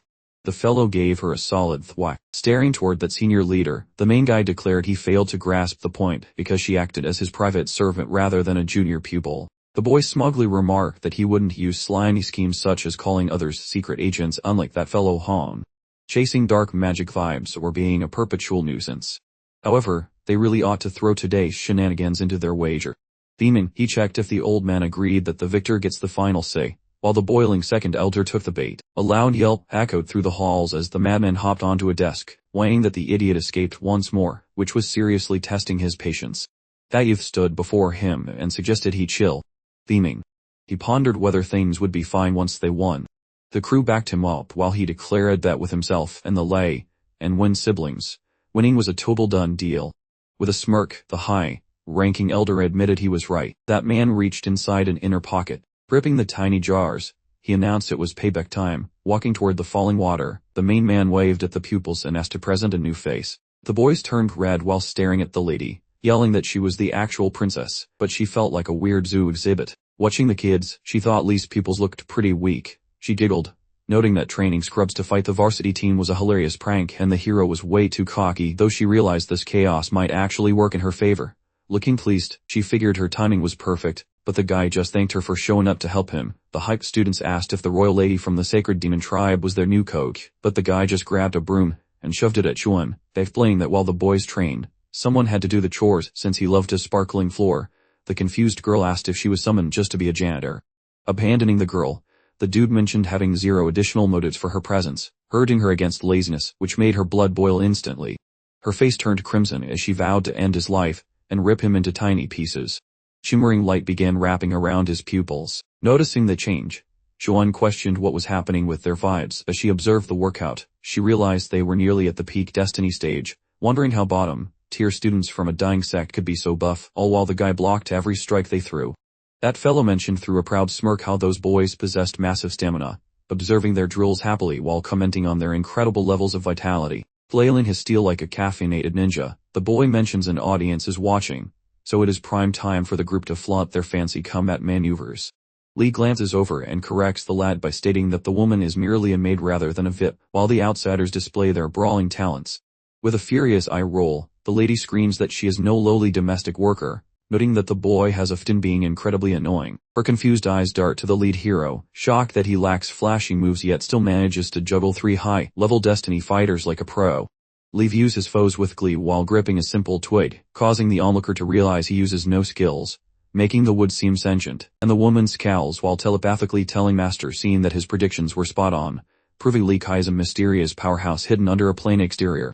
Our hero pouts and declares the timer has expired for this trio, welcoming the next bunch, while the lady glares at him, vowing to uncover his hidden truths, and within the leafy arena, a crowd of eager learners begins to assemble for the show. With the star player in front, the contenders stare forward with bold faces, while the old master looms behind his pupils looking like a total snub. The grand leader of the ancient clan stands up and proclaims the arrival of the big day, towering over everyone while demanding they wrap things up and end this conflict once and for all, and he insists that after the dust settles, they must act like family, then calmly starts explaining that duels happen in pairs chosen by a random drawing with no restricted moves. Raising a palm, the clan leader lists 3 ways to win, stating the first involves a surrender that requires a thumbs up from a team mentor. An exhausted brawler kneels while a competitor raises his hands, and the high leader explains that rule number 2 involves getting tossed out of the ring like yesterday's trash, which is quite embarrassing, and he adds that a total knockout is the 3rd way to lose, then hugs the air while telling everyone to play nice, since they are theoretically all one big happy family, and the master asks his students if they caught the vibe about not hurting cousins, to which Lei offers a sarcastic promise of being careful, while another student notes that murder was never explicitly banned, suggesting they can legally delete their rivals, which prompts a truly evil grin from his buddy, and our dark-haired protagonist notices the opposing squad is practically dripping with murderous vibes and bad intentions.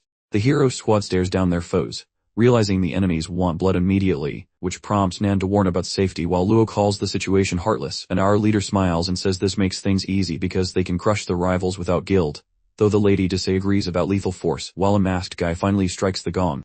Hu Zhongyao signals for quiet, announcing the long-awaited brawl is finally here with him acting as the official referee, despite some random person shouting that they never heard his name before. One teammate waves his arm, encouraging his comrades to demonstrate exactly how much of a beating they can dish out to the competition. Cao Heng's follower balls his fists in rage, screaming about teaching those external losers a lesson they won't forget, just as the ref points to start, and Lu Jianying steps up with a whip while Ling Li grips his pointy spear like his life depends on it. The judge gestures to the crowd and asks if the fighters are prepped, while the male warrior glares at his female foe, suggesting she quit now unless she enjoys painful endings. She stares back with fire in her eyes, telling the lad to mind his own business because his demise will be way more embarrassing than his master's. Raising his hand, the official declares that the yap session is over and it is finally time to start the actual violence. With a sudden downward chop of his limb, the referee screams for the carnage to commence immediately. The lady lashes out with her whip in a rage, but the guy jumps up and starts critiquing her form, comparing her clumsy assault to hitting a wooden practice post, while she snaps back, wondering if he really thinks she is that bad. Lua focuses her internal power into her digits, causing the tip of the lash to glow with a shiny golden aura of pure energy.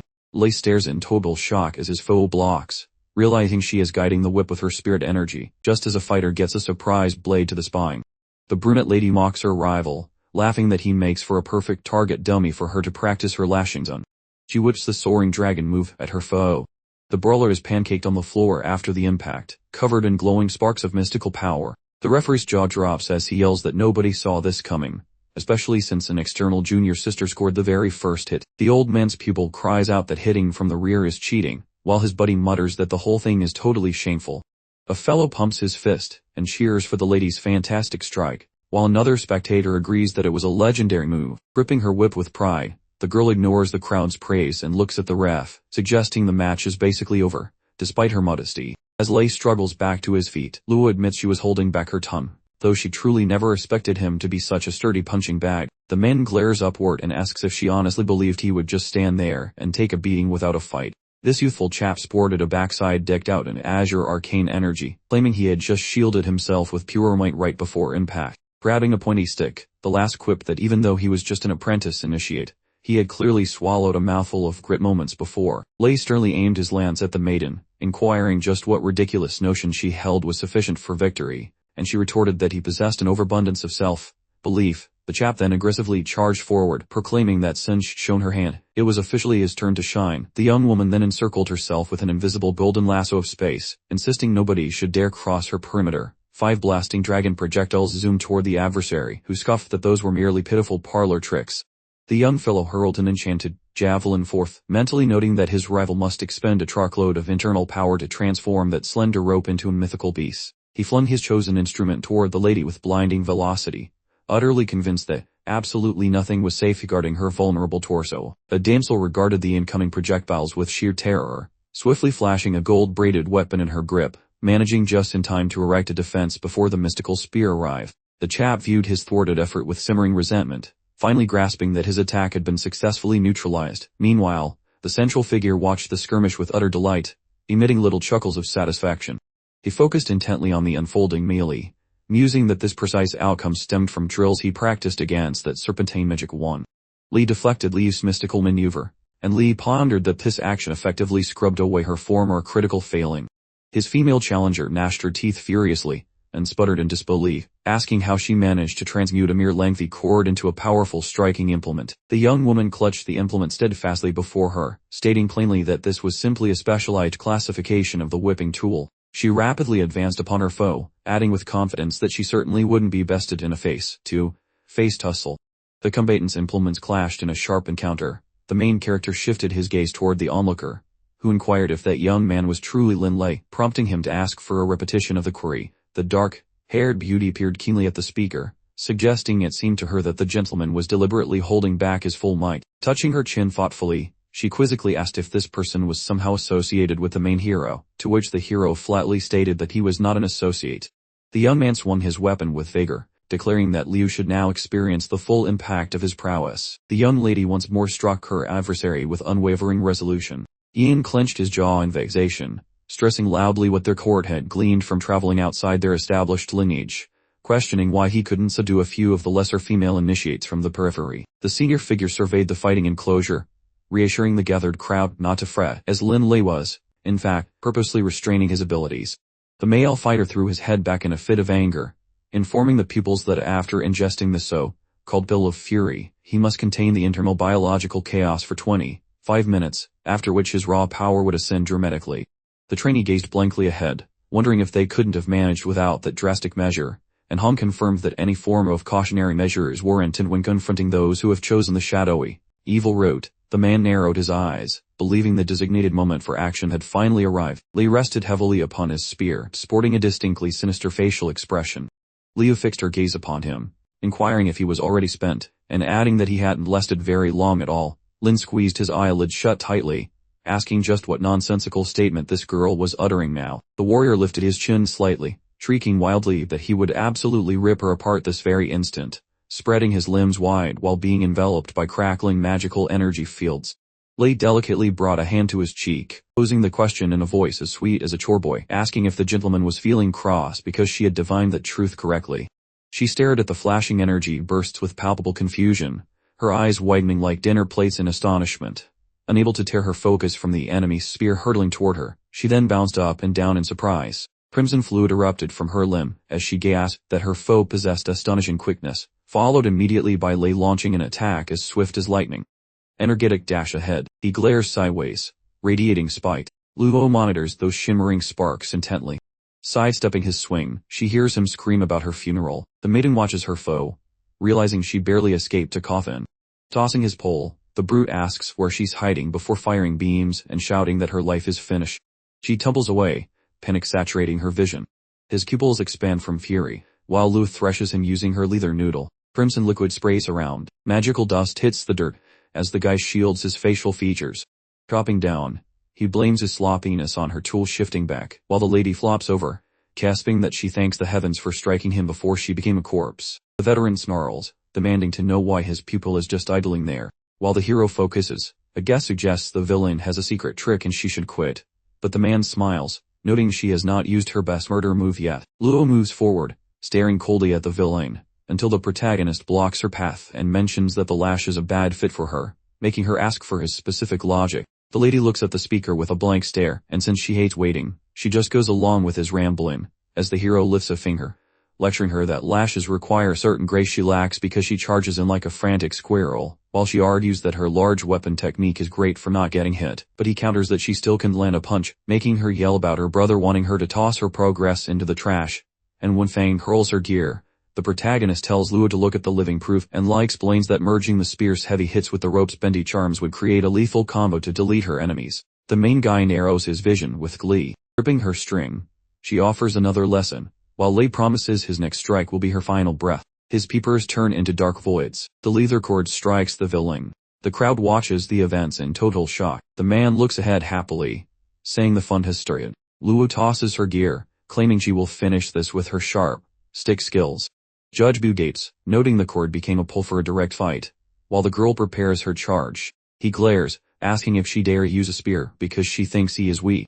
The lady says to stop talking and just brawl, then azure magic surges as the two forces collide. The students stood perfectly still. The angry rivals grind their teeth as the weapons go boom. The combatants exchange hits rapidly. A stunned onlooker shrieks in disbelief, wondering how she grew legs given she couldn't match Lin Lei's pace earlier, while Nan squints at the scuffle, theorizing that she is just managing her inner batteries better, and he watches Luo, remarking that she is finally matching the guy's zoomies because her spiritual fuel tank is topped off. Pan asks his friend about the power management, wondering why the girl is so incredibly tough. Nan stared forward and declared that her opponents had severely underestimated her capabilities. The girl tightly gripped her weapon as magical energy swirled around her, while the young man kept droning on about her severe injuries, and how her stamina was guaranteed to run out soon. The disciple closed his eyes, remarking that Lin Lei had also noticed the situation, before the guy charged forward in a fit of hatred, announcing that it was time to put everything into ending the fight. Luo's eyes widened in surprise as the enemy's magic closed in on her. The girl coughed out blood, reeling from the painful force of the blow. Her opponent observed her suffering with a satisfied smirk, while Luo clenched her jaw in frustration. The soldier shifted his bewildered gaze back towards her. She quickly launched her weapon at the enemy, shouting that he had fallen into her trap and that this was the moment she had been waiting for. Lei glared at the girl with intense hatred. Luo's whip instantly tangled with his spear, forcing him to realize she had never planned to engage in a spear fight, and his weapon went flying. He ground his teeth together in furious rage. The young man frantically rushed forward, reaching for his weapon while internally screaming that he needed to speed up and get it back immediately. The whip rapidly closed the gap, hurtling toward Lei. It wrapped tightly around the man's neck, and Luo leaned forward, pulling with all her strength, declaring loudly that she had successfully captured her foe. Fan watched the scene unfold in absolute horror. The protagonist looked at Luo with pride, calling her a truly great fighter. The girl yanked the whip toward herself, straddled her opponent, and ordered him to surrender, only for him to declare his refusal while realizing his awareness was beginning to fade. Luo, now thoroughly annoyed, yelled again for the guy to just give up. Tormented by the ordeal, the young man still refused to concede, even as he internally acknowledged that he could no longer put up a fight. Lu's eyes whitened furiously, and she repeated her demand for her opponent to surrender immediately. A crimson fountain of blood erupted from Lei's mouth. A sickening crunch echoed, causing the girl's eyes to round in shock. The whip slipped from her trembling hands. Judge Bu raised his hand and officially declared that the winner had been found. The young man knelt by his defeated comrade as the judge announced the winner of the first inner and outer disciple match, the younger outer disciple, Luo Jianjing. The girl stared forward in shock, processing the grim realization that she had just taken a lie. The protagonist watched the staggering girl, commenting that he rarely saw a winner who looked like their soul was halfway out the door. He then turned to the guest, asking her to cheer Luo up because he was not very good at it, to which the guest agreed. The girl placed her hands on Luo's shoulders, who looked like she might pass out, and told her not to be upset, adding that she did a great job of killing her opponent. She then looked away smugly and continued, especially for a first-time murderer, prompting Lei to question if this was truly her idea of offering comfort. The man struck the gong, The judge raised his hand and announced the next round between Ling Feng and Fang Mingtang, requesting them to enter the arena. Feng looked ahead intently, noting that it was finally his turn, and wished his opponent good luck. The young man clutched his weapon, telling him not to worry and guaranteeing his own victory. The elder looked at Fang and expressed condolences for his brother's passing, but Fang responded that there was no need to pity such a weakling. Yuan furiously grabbed his cloak and grumbled that Lei was just a stupid, frustrating younger brother. The opponents faced each other as the referee ordered them to get ready. The warrior stood up with his weapon, wreathed in red mana. Feng gripped his spear in his hands, surrounded by golden energy. The man struck the gong, signaling the beginning of the fight. The young warrior immediately lunged forward to attack, but his opponent instantly raised a magical block, causing the attacker to freeze in agony. An enemy weapon pierced his defenses. One looked at his adversary with furious intensity, realizing the wound was surprisingly shallow, and that the enemy possessed an unusually strong physique. He crossed his magic swords in front of himself, resolving to test exactly how tough his opponent truly was. Feng's eyes drifted toward the shimmering, energetic currents performing a clumsy bullet right before his face. With a spear tightly gripped, he prepared his defense against the incoming strike. His rival, wielding dual blades, angrily declared that this paltry defense was the best he could muster. Fan then abruptly discarded the weapon to better deflect the offensive. As golden mana exploded from his heels, he launched himself from the earth at absurd speed, narrowly avoiding the flashes of energy aimed at him. Cao Hung's follower excitedly cheered that it was a magnificent strike, while a second companion sarcastically suggested it looked more like a thorough pummeling. Fan, meanwhile, held his spear steady, visibly struggling for breath. The main character watched his friend with composure, urging him to relax, insisting these were merely minor scrapes and bruises. Nan, however, pointed out that elder brother Feng was clearly being dominated. The younger combatant pursed his lips. A nearby senior observed placidly that Lin Lei's demise had enraged Lin Feng, prompting Lin Feng to swallow the pill of madness without considering the repercussions. The young fighter swiftly lifted his weapon, claiming he was definitely still trying to make a comeback. His opponent glared at Fan with utter disdain, sneering that he was nothing but a pathetic earthworm who needed to experience the twin blade dragon tornado. A formidable magical cyclone exploded from Fan's spear. He desperately tried to withstand the assault, then launched a golden sphere of mana that successfully repelled the rival. The young fighter's spear then slammed into the dirt below. He braced his foot against the earth to regain his balance. Fan clenched his weapon tightly, gasping for air. His rival, appearing visibly flustered, lifted his blade, exclaiming disbelief that Fan remained on his feet. He continued, asserting that it was fortunate he almost let him get away, but Fan should abandon any hope of escaping the arena because he would not leave alive. Fan coughed forward, spitting a mouthful of blood onto the ground. Fan's smug opponent stared at him closely, mockingly asking if he was already spitting blood, and if he wasn't about to give up entirely. The exhausted fighter placed a hand on his stomach, sensing he couldn't fully withstand the incoming blows. Realizing his internal organs were damaged and his strength was rapidly fading, closing his eyes and exhaling deeply, he resolved to steady his mind and control his breathing, believing this was the only path to victory. Then, now brandishing his blades, charged at the guy once more, announcing that he would transform him into an excellent scarecrow for target practice. His rival swirled a violent energy around himself, yelling at the young fighter to say his final prayers before he met his inevitable end. The red maw of the beast lunged forward. Magical creatures with glowing, malevolent eyes started closing in on Fan. Nen leaned forward, hands clenched tightly, screaming for senior brother Fan to exercise more caution, warning him against facing the attack directly, and insisting he simply had to dodge. A fire began to ignite in the young man's eyes as bright sunlight illuminated a nearby tiled roof. Fan walked toward the others with tightly clenched fists, while his comrade on the ground pleaded with him not to push himself, blaming himself for the situation. The guy gritted his teeth, angrily questioning what was so difficult about visiting the library to retrieve scrolls. The young man clenched his hand in frustration, mockingly asking if he truly believed the library was open to boys like him, prompting his friend to retort that if he were an elder brother, he should feel ashamed, insulting him as the most trivial person present. The scene shifted to a small house near an overflowing waterfall, where a jug sat overturned on a table. An elder propped his face on his palm, questioning why the young man was asking to be taught advanced techniques, adding that Mintuk didn't seem to lack anything. The elder leaned back contentedly, continuing that it wasn't that he refused to teach them, but rather that all outer disciples possessed inherently limited potential. Kan lowered his head toward the ground as the elder elaborated that pushing himself to learn complicated techniques might lead to self-inflicted injuries. The now bowing Fan clenched his jaw in frustration. He had joined the ancient Purification clan when he was just 6 years old. Throughout all subsequent years, he had internalized a single lesson, whether standing tall with pride or kneeling in supplication. All external disciples were regarded as inferior individuals. Fan lifted his chin, now standing prominently in the center of attention. He peered forward with a sense of unease. The protagonist clasped his hands behind his back, questioning the ridiculous system that separated outer and inner disciples. He then turned confidently to the other person, declaring that he would personally dismantle the hierarchy, returning the ancient purification sect to its original state. Fan looked toward Lee, showing complete trust. Intense determination sparked within his gaze. The crimson monsters crept closer, and the guy found himself trapped by a powerful surge of energy from his opponent. The blunt adversary clenched his hand in triumph, announcing that the power levels were now perfectly balanced. The main character watched the fight nervously as the smoke clouds from the explosion began to clear. Fan stared suspiciously forward, grinding his teeth together as he realized something felt off about the situation.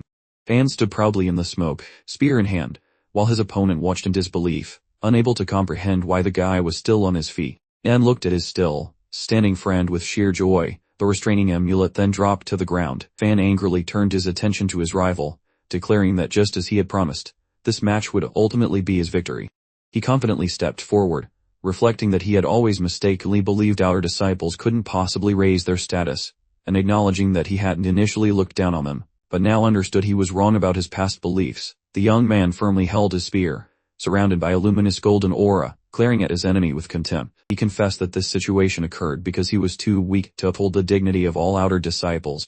Then, the opponent angrily thrust his own weapon forward, demanding to know what kind of nonsense Fan was spouting. A magical light beam slammed into the dirt. Fan rapidly charged toward his rival, declaring himself the elder brother of the Fang Ming outer disciples, and proclaiming he would ascend to the peak of the world through honest effort. He eyed his enemy with destructive intent. His golden mana bursts repeatedly struck the foe. The rival furiously opened his mouth, yelling that they shouldn't give in to this external garbage. Nan stared at his companion in shock, completely baffled by the situation. The protagonist folded his arms across his chest. The guest, looking anxious, observed that Fan had suddenly released an enormous amount of energy, boosting his levels significantly. Lee finished the thought, speculating that Fan was probably consuming his life force to fuel this power surge. The young man, eyes blazing brightly, endured the agony as he aimed his weapon forward. The protagonist shut his eyes, and the girl asked if he had instructed his students in this technique. He firmly replied that he absolutely had not taught them this particular method.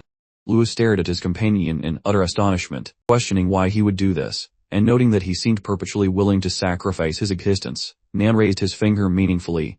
Lee explained that some things held greater importance than life itself, and the young man completed the statement, declaring that it was an honor.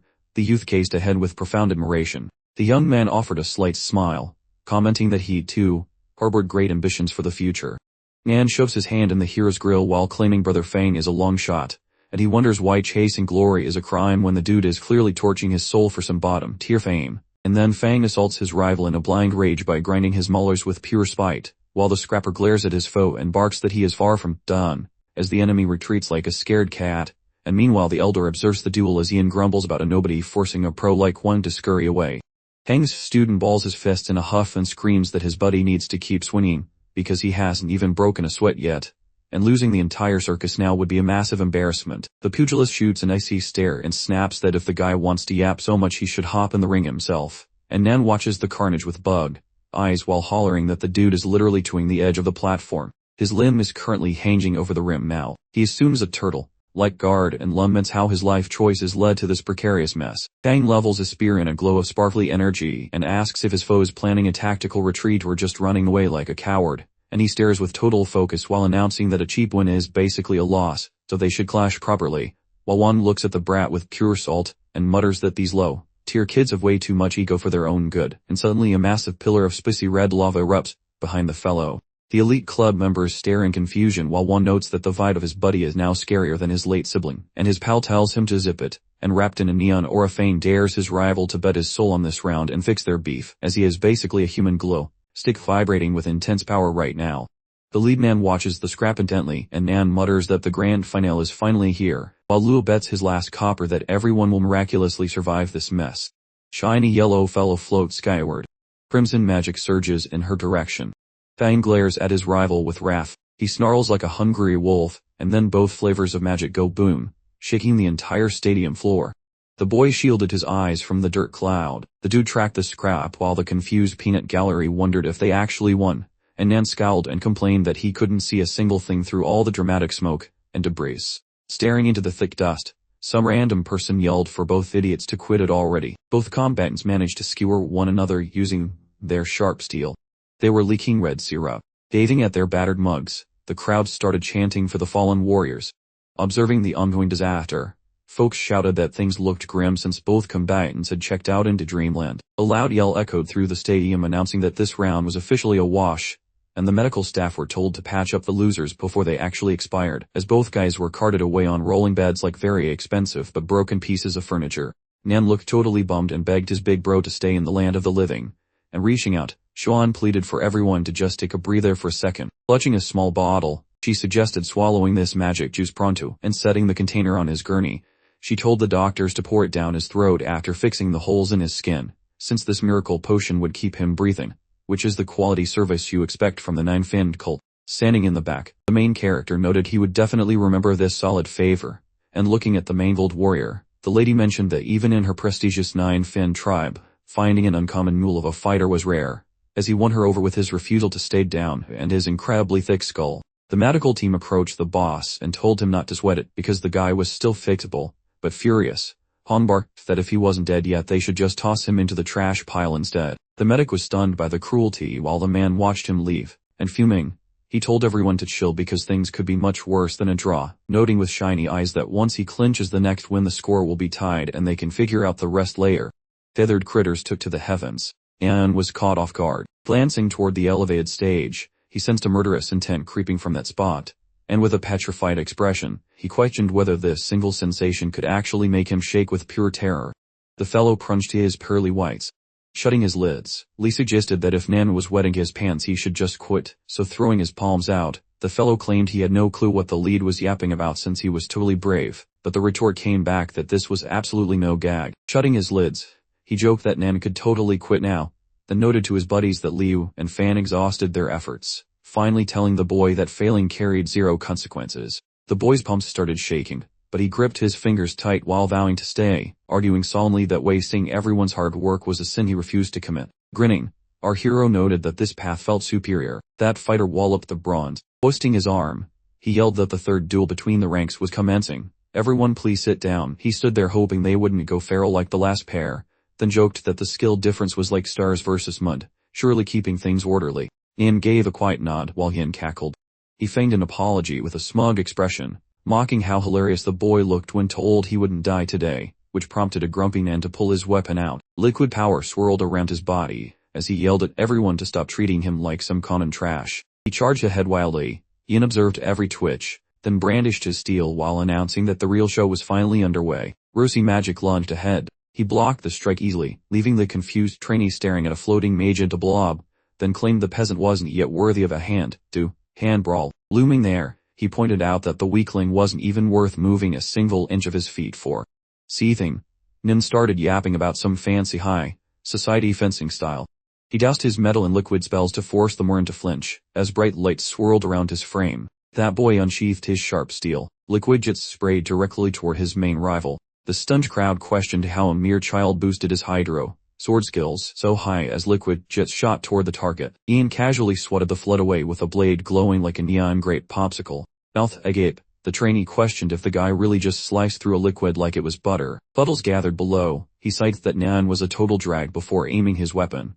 A quick sap sent the steel zooming at the boy, who desperately started twisting around to avoid getting poked. The boy crashed onto dirt. Shutting his lids, Ian muttered that this pathetic display was honestly quite dull. Thinking of the earlier losers, he wondered if brawling with one of them might have actually provided some entertainment. Scowling deeply, the lad decided their power gap resembled a tiny goldfish wrestling a massive shark. It seemed like a massive canyon of talent existed between them. Rattled, Nan told his brain to wake up, since quitting was only for people who didn't mind being pathetic. Eyeing the scrap, John noted that the poor fellow was being squashed like a bug by his rival. Lurking in the rear, Lee noted that Ian's nose was so high he might catch a bird. With a look of pure loathing, she spat that she detested frauds who act like they are royalty. Only text, and staring at the girl, our hero joked about being her ideal man, and she calmly noted his power was decent for a mere mortal, so the guy grinned, asking if she finally noticed his sheer brilliance, but she just said he might actually thrive in her elite demon family before she absolutely obliterated a practice target. Our lead gave a slow clap from the shadows, remarking that the kid finally figured out how to make water sharp, which made the student blush at the rare compliment, and thinking of an old scroll, the master then asked if his pupil realized that this wet blade style was merely a tiny fragment The confused student admitted he was aware of the limitation, and visualizing an ancient monument, he explained it was a legendary imperial art from the dawn of time, though the full manual vanished centuries ago. So with a smirk, he mentioned he only got permission to study it because the lessons were incomplete scraps. Shutting his lids, Lee sighed that it was tragic since the frozen variant was just within reach, and envisioning a frosty blue glow, he explained that the ice version turns spirits into a deep freeze while the basic water style stays lukewarm, making the baffled student just figure his senior was babbling complicated nonsense again to sound smart. Swirling currents circled the teacher while he lectured that Sub-Zero liquid is terrifying because it stays fluid despite being colder than a glacier, letting it ruin an enemy from the inside. And wagging his finger, he emphasized that this chilly sword style has many more nasty tricks hidden up its wet sleeves. Confused, Nan muttered that the style seemed great, but unfortunately the complete instructions went missing during the last era. The hero wore a mischievous grin, and producing some scribbled pages, he questioned the boy's assumptions, then he passed the documents over for a review, leaving the youth wondering if he was actually holding the lost frozen blade manual. Ian stared at the fresh ink with a shocked expression, wondering if his master had actually just finished writing this ancient masterpiece, to which he got a big fat yes, and the leader smirked, saying he had a lucky prophetic dream where he saw the secret scrolls of the frozen blade art in vivid detail, as he looked up at a bird in the sky, complaining that the vision was actually quite boring and went on forever like a bad movie, while meanwhile, a crowd watched the arena where an arrogant opponent asked if a tiny firefly thought it could challenge the bright moon, telling the kid to just give up, but he got told that while Nan was small he was definitely not going to run away. Scowling, he remarked that his adversary had already blown his only tiny window for victory. Watching him closely, the youth explained the situation, and while charging his weapon with spiritual energy, he admitted he was still a bit of a novice, so he was actually thankful for the extra time to get ready. The fighter aimed his weapon forward, screaming for the brat to stop telling such ridiculous lie. The kid looked quite grim. The steel edge lunged forward. He halted abruptly.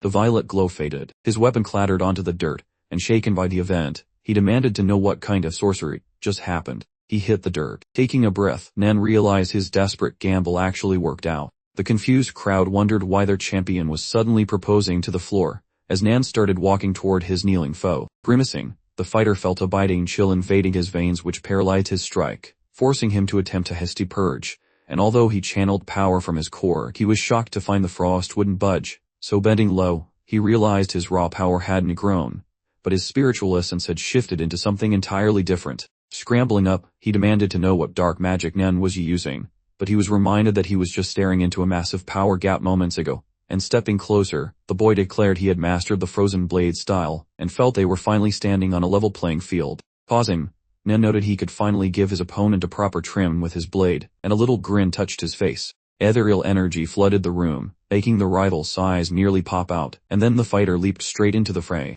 The rivals faced off in the center, and they exchanged glares and insults, with one demanding to know why the other looked so amused, but Nan just shut his eyes, saying sorry because he just recalled his own earlier boasting, then claimed he could win without moving an inch. The boy stood firmly on the stone floor, and while Ian poked at his injury, the rival promised a humiliating loss followed by a lethal blade, so checking his bloody palm, the fighter realized he had been caught by the strike, declaring that playtime was officially over and vowing that nobody would touch him again, as the youth tightened his grip while hearing the enemy admit he was reconsidering his strategy. The foe focused his sight ahead, and as the playful atmosphere vanished instantly, he scowled, swearing he would collect a soul as payment for that tiny cut. While our protagonist stood his ground, feeling the immense aura despite knowing the guy was still holding back, but he told himself to keep his cool because panicking never helped anyone. With his blade on the boards, the youth clarified that the frozen water effect was still lingering, and the fighter slumped his arm, confessing he couldn't shake off the biting dark energy, but holding up 3 fingers, Nan insisted that even if his rival was stronger,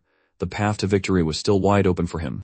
A lady called Xuan watched the arena, noting the student's presence had shifted, while Lee figured the kid finally found some backbone, and then the combatant drew his steel, demanding the freezing tides to manifest themselves right now. A liquid ghost materialized beside the fighter.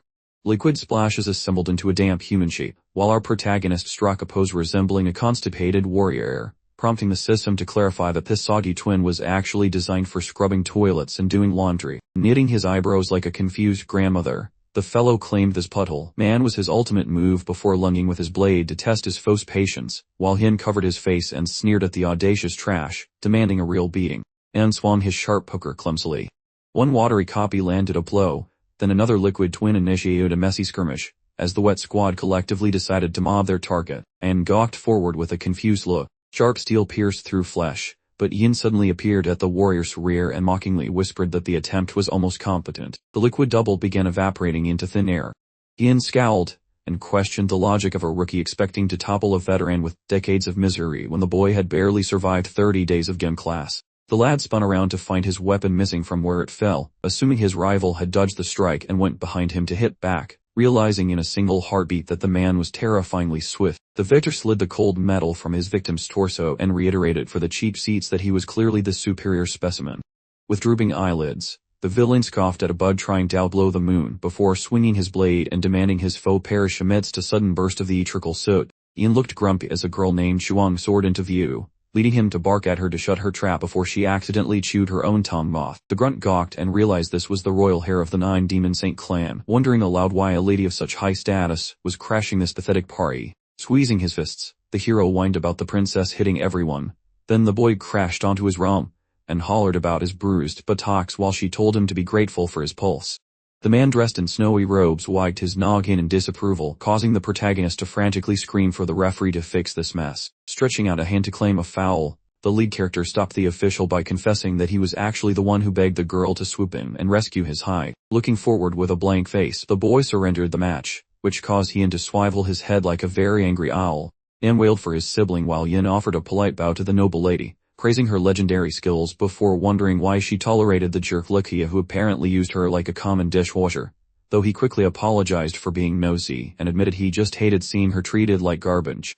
The noble girl rolled her eyes. Ian pivoted his body toward Lee and challenged him for the top student title, which earned him a cheeky smirk from the guy who doubted he was serious. The fellow slapped his hand down. Lee leaped into the fighting ring to accept the challenge with a promise to honor him, making the bystanders note his bravery, while Yan questioned why he brought a burnt twig instead of a weapon, only for the hero to laugh and claim that his bare hands were enough to dismantle such a boring opponent fairly.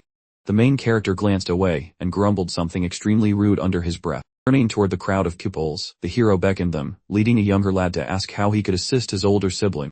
Lee whispered into his helper's ear, giving a series of directions to go perform some very specific and likely useless errands. Snarling with impatience, the hero demanded the boy move his feet and vanish immediately, to which the nervous lackey stammered his compliance. The lad sobbed like a lady about the rudeness, while Lee barked to get moving, then explained he needed a moment to fetch his gear, which Ian agreed to with a sigh. Doctors removed the wounded soldier. The young lady dashed toward her sibling while the magic user observed the brawlers. Standing on the precipice, the man remarked that the second elder was still a colossal pain in the neck. That fellow winked while using brain wave beams. Those magic nerds scanned the messy war zone, remarking how his long-term scheme crumbled into dust, then offered some very insincere sympathy. The villain gnashed his pearly whites while inquiring about the objective, as the wizard perched on a boulder while the interface identified him as the legendary purification prince from the Jewel Kingdom. Deng Shenlong, and Don grinned at the camera, mentioning that the old geezer was basically a nobody since Lee forced to draw against those student losers. The old-timer squinted his dusty orbs, claiming the party was just getting started because another round of slapping was scheduled. The sorcerer chuckled, promising that things would go his way, as Don posed like a model while mentioning his backing from the demon clan, and warned the lady that the elder's hard work would evaporate if he kept playing solo hero. The wizard peered into the horizon, adding that the old man's sweat might be for nothing.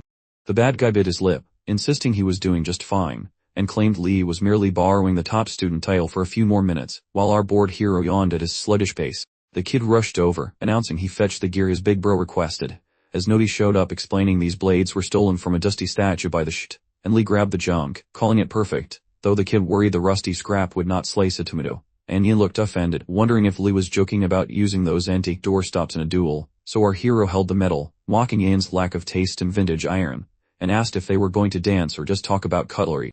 The grumpy villain scowled like he smelled a fart, barking that Lee would cry rivers of regret once he tasted the dirt of defeat. He unsheathed his poker, agreeing since Lee seemed determined to commit a very accidental suicide today. That pointy stick started sparkling brightly. The storyteller watched the chaos with a straight face, while Yin lunged forward, warning Lee not to file a complaint in the afterlife when he dies from one punch. The onlookers shouted for the big brother to watch his back, questioning if anyone could block such a weird move, and remarked that it looked suspiciously original.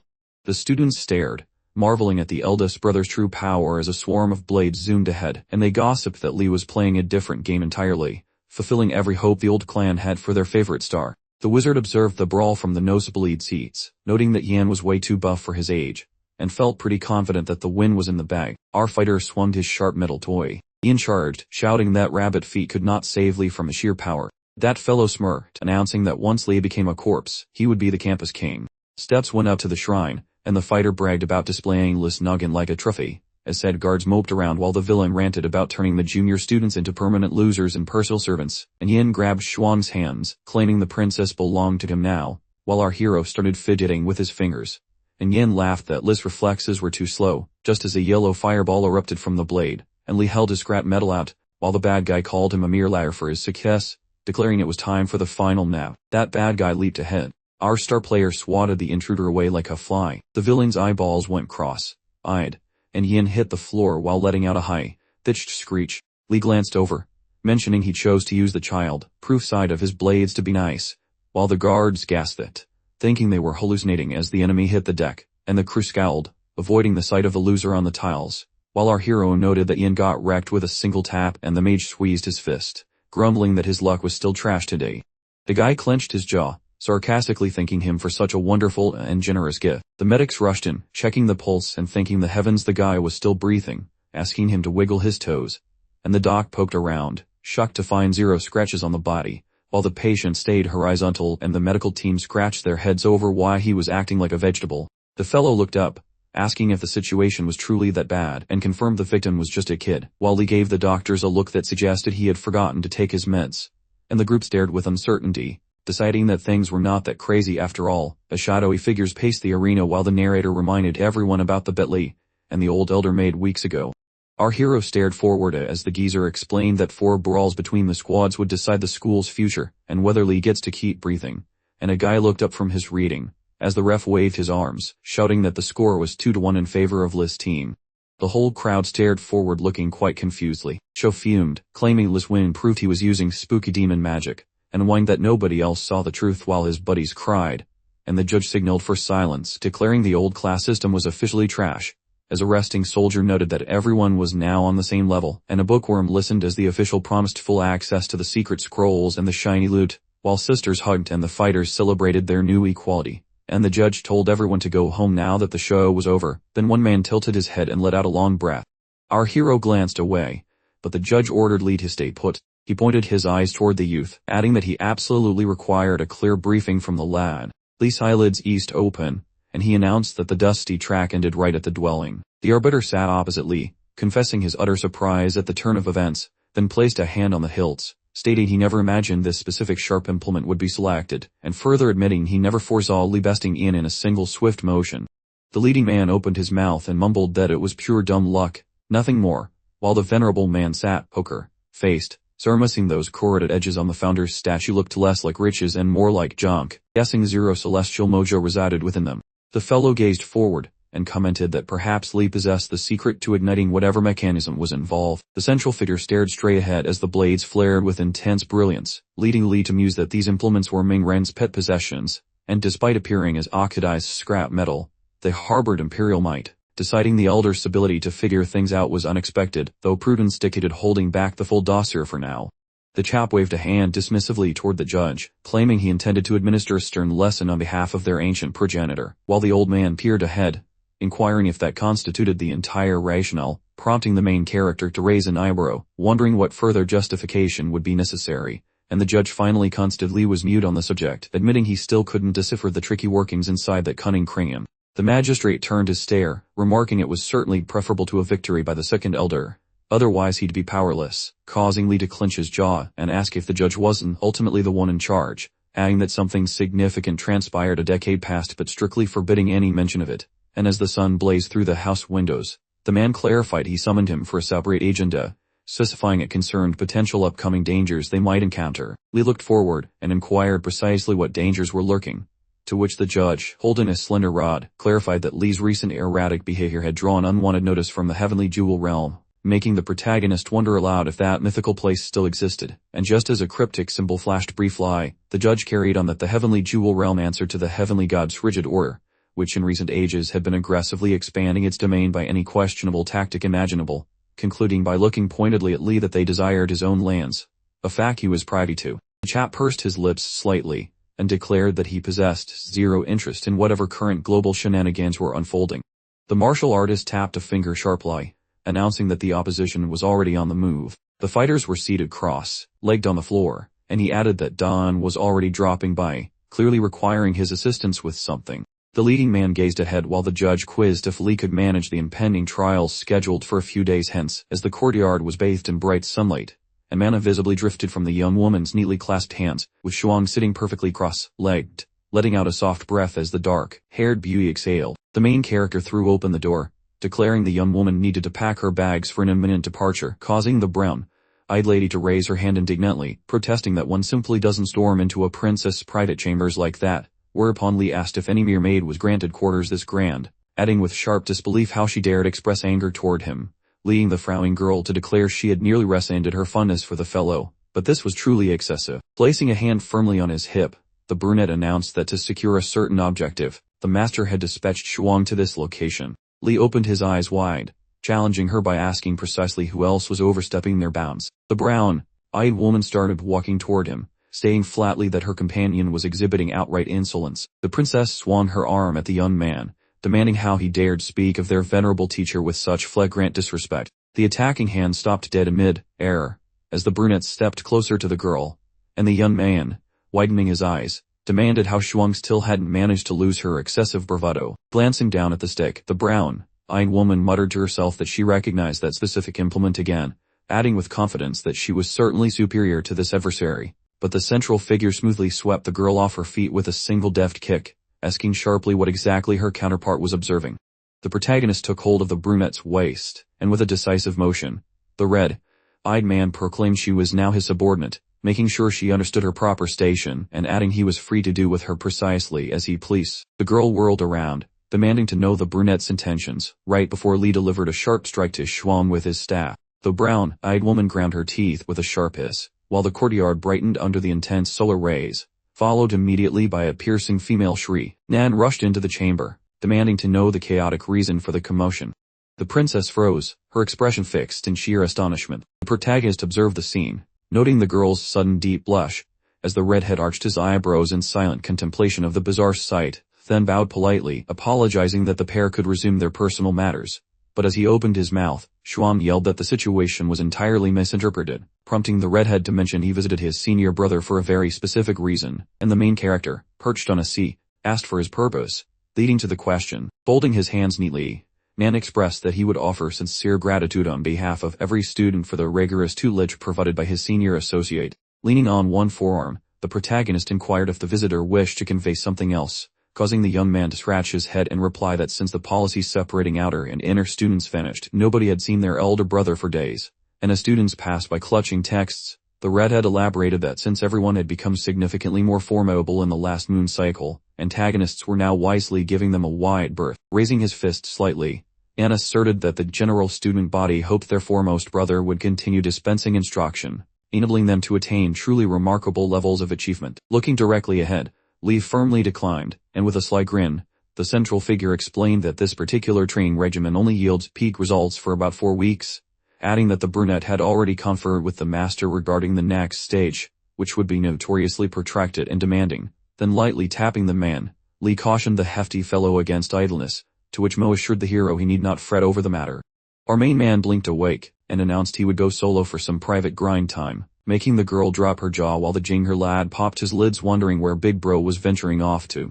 Some feathered goth birds loitered on the shingles as Lee spilled the tea about his homework and his brilliant plan to move into a haunted shack. Thick mist completely swamped the whole building.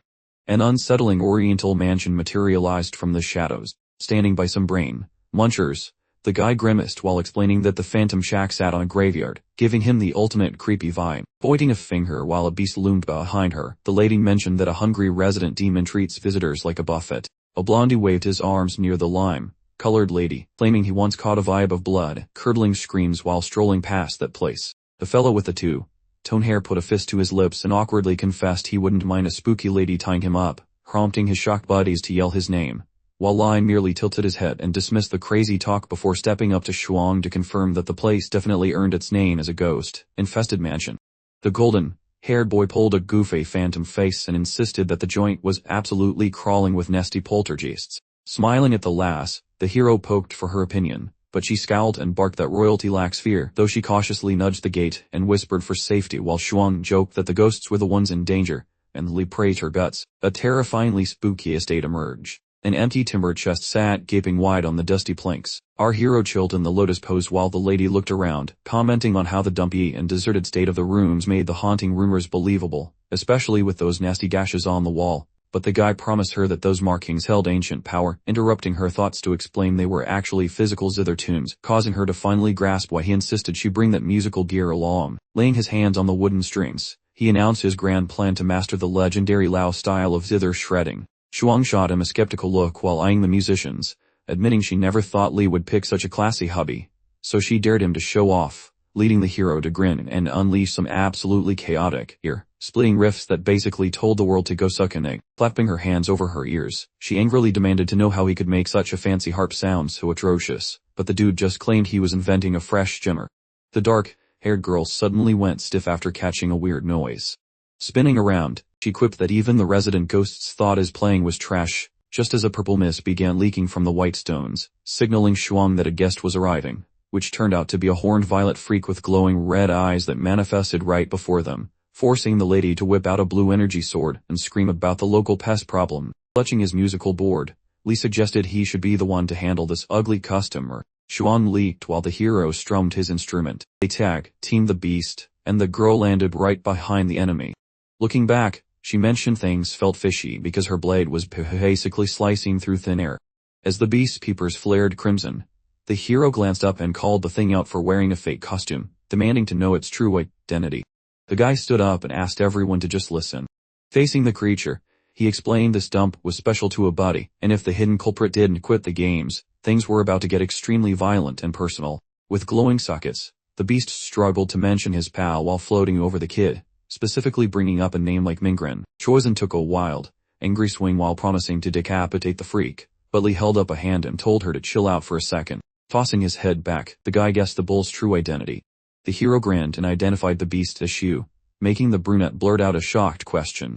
The horned beast finally opened its eyes. Patting his crimson face in total shame, he ponders how Li uncovered his hidden truth. The protagonist chuckles while sighing, admitting she is the real deal, while Choizen gapes like a fish because his friend knows this free.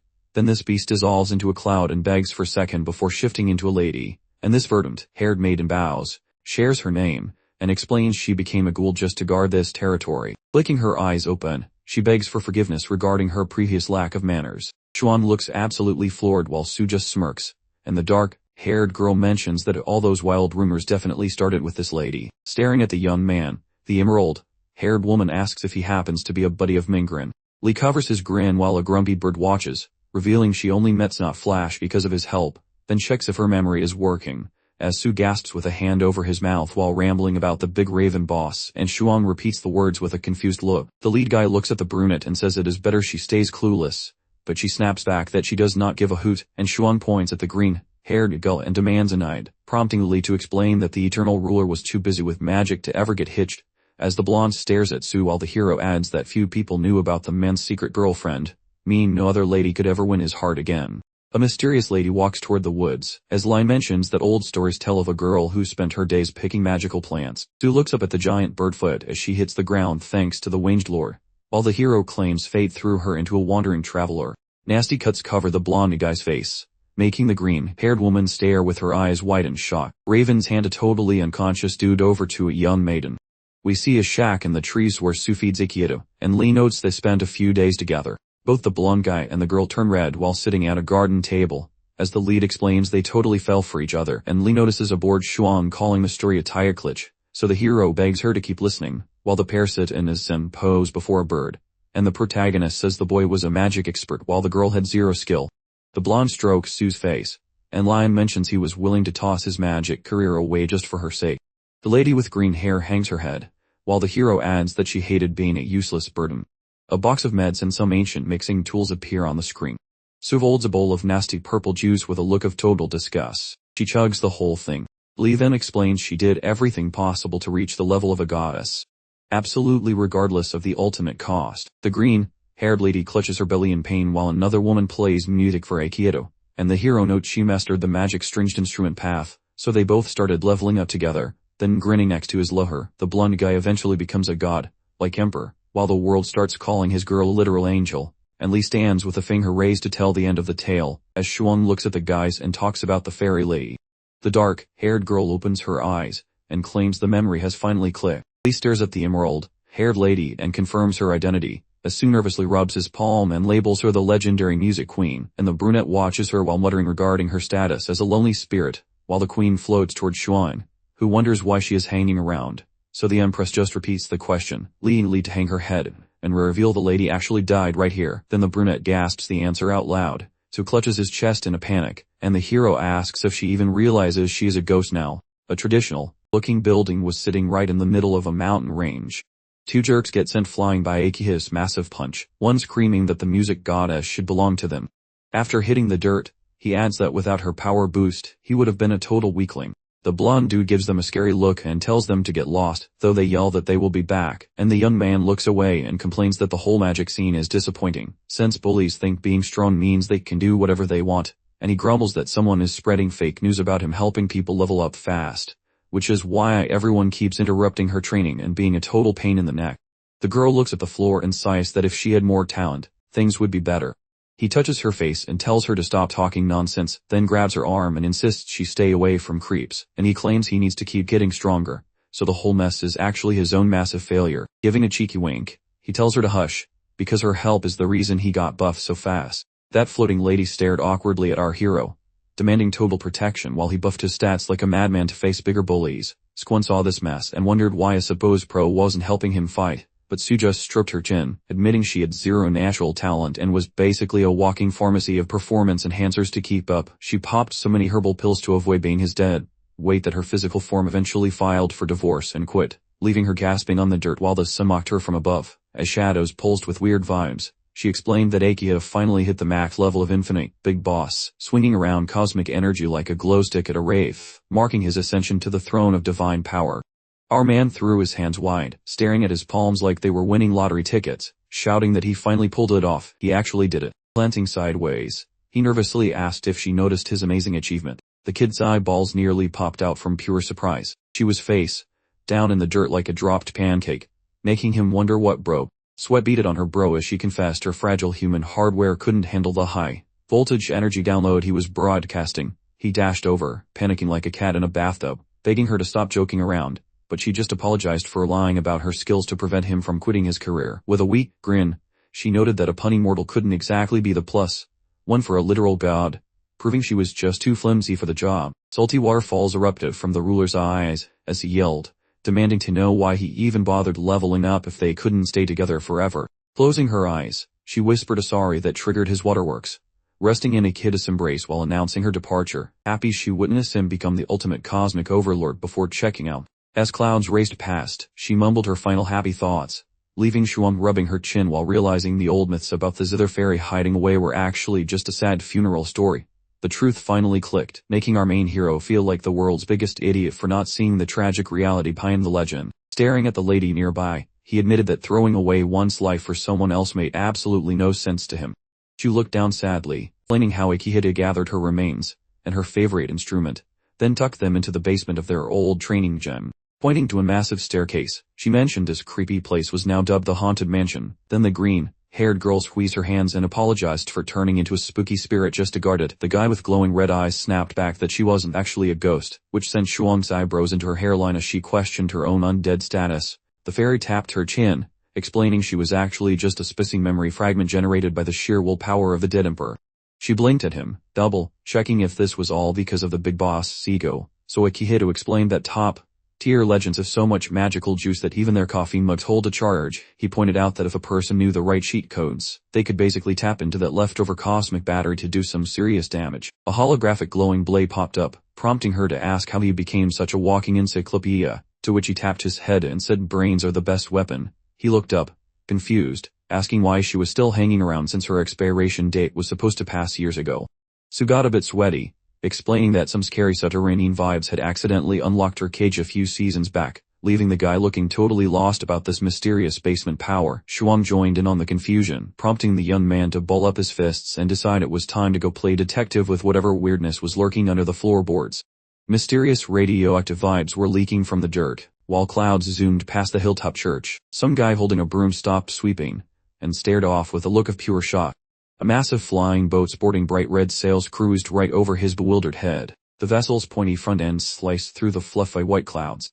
He unhinged his jaw and screamed bloody murder that a surprise party of the violent kind had arrived. A classic old-school pagoda sat on the peak while Jiang-Wu posed on the ship's front like he owned the sky, waving a big flag. Down in the courtyard, the old-timers realized the guests had arrived early. Noting that the whole squad was already present as the temple leaders formed a huddle, one grumpy monk identified the visitors as the Jewelry Kingdom gang, while another asked if they were looking for a beating, and a third couldn't believe they were actually tearing up their peace treaty. A bearded dude gnashed his teeth and yelled that these newcomers were nothing but a bunch of overconfident morons. He zoomed from his chair toward the flying boat faster than a caffeinated squirrel. Hovering mid-air, he decided it was time for some physical education, so Han floated right in front of Jiang-Wu's right to give him the finger of doom. He demanded to know what kind of drugs they were on to challenge his family like this, asking for a logical explanation for this sudden invasion. He slammed his fist onto the floorboards with maximum effort.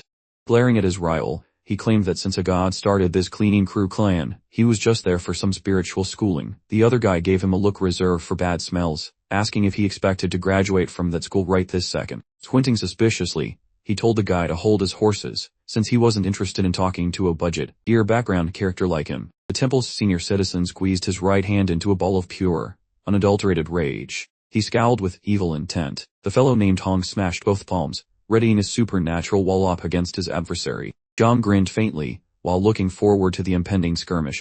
A massive fountain of edgy energy erupted over the elder, who suddenly decided he liked the aesthetic. The facial hair enthusiast reached out a hand, casually informing his victim that his life subscription was terminated. A jet of dark power surged inside the wooden vessel.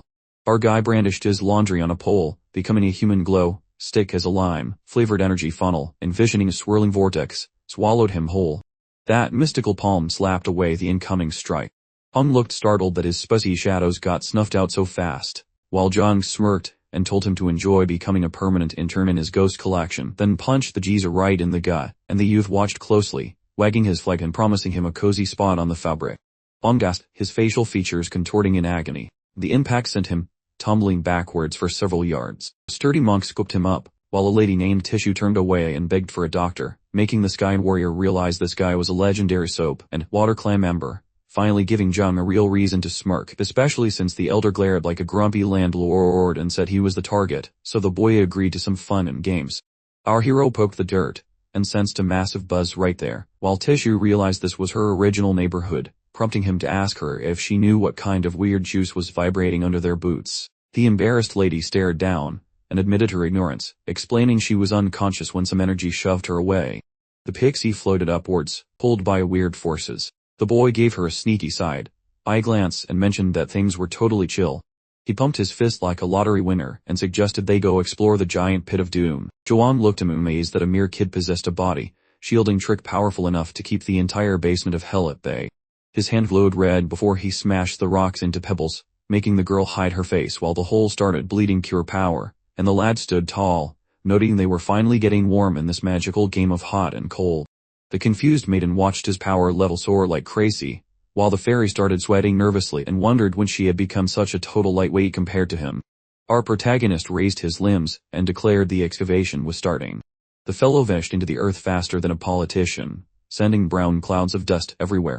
Lee burrowed further beneath the soil. A mountain of soil appeared indoors while the lad mopped his brow, and the ladies peeked into the hole to see the prize he found. He unwrapped the cloth to reveal a glowing zither, leaving Sue staring at it with heart-shaped eyes. Our hero popped out of the hole and set the shiny harp down for inspection, prompting Xuan to demand a turn with an outstretched hand before she poked the glowy thing, and after she shut her eyes and confirmed the vibe was intense, he noted there was an extra hidden flavor to the power. She bowed her head, thinking deeply. A ghostly shape of the zither flickered as she mentioned sensing a weird vibe that definitely wasn't on her personal playlist. Lee asked the sprite about the invisible hand that evicted her, and she clutched her heart while agreeing, saying it felt like a squatter had moved into her apartment and changed the locks. He grinned and told her to move back in, but she worried about getting booted again. So he grabbed the harp and explained the energy was softer now that it was out of the dirt and things would be cool once they hit the road. Then he shut his eyes and asked to borrow her home for a bit, which left Sue gaping before she begged him to keep the destruction to a minimum, thanking them as she finally headed back to her own porch. The instrument hummed with power, and a voice from the strings requested a little musical performance. Miss Chuan extended her palm, signaling for a brief interruption. Clapping her hands over his ears, she gave the green light for the performance, so our hero gently tickled the musical strings. The lady released her grip in shock, praising the melody and crediting some magical sprite for the vibe. Reaching out, the lad boasted about his newfound zither mastery, though the grumpy onlookers called him a total fraud. Tishu and Shenhu hung in the sky like awkward balloons while the senior citizens gazed upward. One elder warned about safety, but the other said to chill out, claiming his personal touch guaranteed a win. Glowing like a giant battery, the old geezer mocked the boy for using a sketchy sacrifice-based fighting style. He sensed a crowd of miserable ghosts hovering nearby, grinning as he claimed their powers for himself and promised the kid a spot in his soul collection. Hurling his gear forward, the grumpy veteran shouted that he was coming for that spirit. As neon lasers shot from his spine, he mocked the kid, wondering if his arrogance would hold up under some real pressure. Squinting his eyes, the veteran told the lad to stay frosty, since this little brawl might actually end up being his funeral. Gripping a banner in his left paw, the warrior gaped like a fish and remarked that only royal grade moves deserved his genuine effort. The fighter stared vacantly at his rival. An oversized beast hovered over the geezers while Tishu gave his foe the ultimate side eye. The creature vibrated with power, complaining that everyone was being incredibly bothersome. The senior's eyeballs nearly popped out as he questioned the nature of this magic, while his buddy clarified it was the ultimate cumping transformation. The warrior collapsed. The lad ground his maulers hard. The entity punted him backward with maximum force, then rested a palm on the mystical stage, admitting the brat possessed some genuine blood and juice. Gazing upward, the kid saw Tishu floating like a smug cloud, questioning why anyone would trek to the Purification clan just to chicken out. Seething with rage, the boy dared his floating bully to take another swing at his face. Emerald sparks flew from the boy's fingertips. A spooky silhouette manifested, and suddenly a swarm of mystic creeps charged at the old-timer. Peering forward, the commander barked at his minions to encircle the target like a hungry pack. Squinting slightly, the man pointed out that these stolen abilities were essentially just a glorified bucket of angry lobsters. The elderly warrior hummed with a vibe so intense it could probably power a small city. Grinning like a maniac, the guy warned against underestimating his pets, since their armor is thick and their pincers are toxic. The avatar stared, and asked if he really intended to fight a legend using mere garden variety crabs, wondering if he was trying to kill him with Kumni. Glowing with a sunny radiance, the elder gasped, pressing his palms together, and realizing time was a luxury, though he yelled that the show wasn't over. Eerie spirits leaked from the creature's head while the attacker flailed his arms wildly. Caught in the heat of the moment, he bugged his eyes and told his foe that he wasn't the only one with a giant bodyguard. A massive beast drifted right before the avatar while the veteran observed without a word. The entity frowned as the beast's cranium swirled with glowing green spirits. The champion charged that beast incredibly fast. Keeping his sharp eye on his rival, the boy went flying like a ragdoll when the avatar's punch connected. Crimson liquid sprayed from the lad's lips. Flinging to his banner with his left fist, Taishu gave him a judging look and told him to skedaddle back home. A pair strolled across the dusty earth. A pack of Bishi warriors sprinted toward the shrine, gossiping about the mess as they moved. The raven-haired lady widened her gaze, whispering a hope that they wouldn't arrive fashionably late. The geezer in brown glanced over, spotting a fresh batch of youngsters hunting for entertainment, and shouted that they should at least realize the stakes are high, but noted that the bad guy was already toast anyway, so they could cock at the jerk who tried to invade. Thrashed and bruised, the loser slumped on his knees, reaching out a shaky hand. He spat that the old man was way tougher than the rumors suggested. Looking at his foe, he wondered when the old-timer had become such a wizard with those cumping moves. Towering in gray fabrics, Tishu explained that failing against the celestial gem realm motivated his glow up, suggesting the rival should actually be grateful for the progress. He glared down, accusing the intruder of breaking the peace treaty just to start a fight, and asked if his brain had finally registered his mistake. The drained boy peered through his bangs, leaning on his staff while admitting he was a total moron. Suddenly, he gripped it tight, and launched a desperate magical strike. Springing up like a jack in the box, reaching for the old man, the kid screamed that he was dragging the geezer to the underworld with him, locking him in a tight hug. The youngsters stared with total, absolute wonder. The old geezer's peepers nearly popped out of his skull. Someone yelled to watch their step as they stood there. Another fellow, trying to fix the mess, reached out with a palm that looked like a neon yellow glow stick. He mentioned that if they didn't get moving, they'd be toast. High above, clouds zipped past the roof. The veteran ground his chompers and barked that this mess was impossible. A bunch of trainees stood behind, looking like they'd seen a ghost. One dude suggested the big boss had taken a dirt nap or teleported away. His buddy muttered that they were leaderless regardless. A boat with crimson sails hung in the air above. The seniors huddled up to dish the dirt. One stated that Xiulong's boss had pulled a vanishing act. The other realized they were played from the start. They had to ping the whole clan pronto. A gate blocked the temple's maw. He shouted to prep for scrap. Our hero sat on the tiles, quiet as a mouse. Xuan stared, shocked to see him not yapping. A bead of perspiration rolled down her face. She pondered how a regular guy with 0 luck snatched an immortal shell to plug hell's drain so fast. Now he looked like a total NPC again though. His sudden silence was actually kind of intriguing. It appeared he was actually giving a hoot about the situation. The main dude shut his lids to brainstorm. He poked his pointy digits out like he was pretending to be a lobster. She gasped it, asking if he was actually being for real, since he looked so intense. Getting closer, she demanded to know why he was suddenly auditioning for a musical. He explained that hitting the high notes is vital for becoming a string plucking master. She gestured wildly, betting her lunch that he was just scared she might actually pick up a trick or two. Hence, he was playing the clown. He scoffed, wondering what she could possibly absorb from his genius. Suddenly, a hand poked into the chamber. Both of them stared at the intruder with raised brows. A guy stood there, shouting about why the hero hadn't evacuated yet. He clutched his laundry and realized they were totally clueless. He blurted out that the Shiny Gim Kingdom was currently raiding them. Apparently, the big cheese had kicked the bucket. He stared at a gap in the flooring, wondering about its origin, but he figured now wasn't the moment for home renovation questions. Lee's eyeballs practically did a somersault in his head. Perspiration trickled down Shuang's face. She double-checked if those Jewel Kingdom loonies were really attacking and called them insane. The fellow recalled the old codger mentioning it, however he didn't think they'd actually pull the trigger so soon. The veteran gave him a tired glare, noting the students had already hauled tail. A few old-timers had bought the farm to slow the invaders, consequently it was high time to hit battle. He waved his hand, insisting that he wasn't running but was going to pitch in. The visitor barked that the family was circling the drain. To get a reboot, they had to preserve their numbers. He told him to zip it, and just follow orders.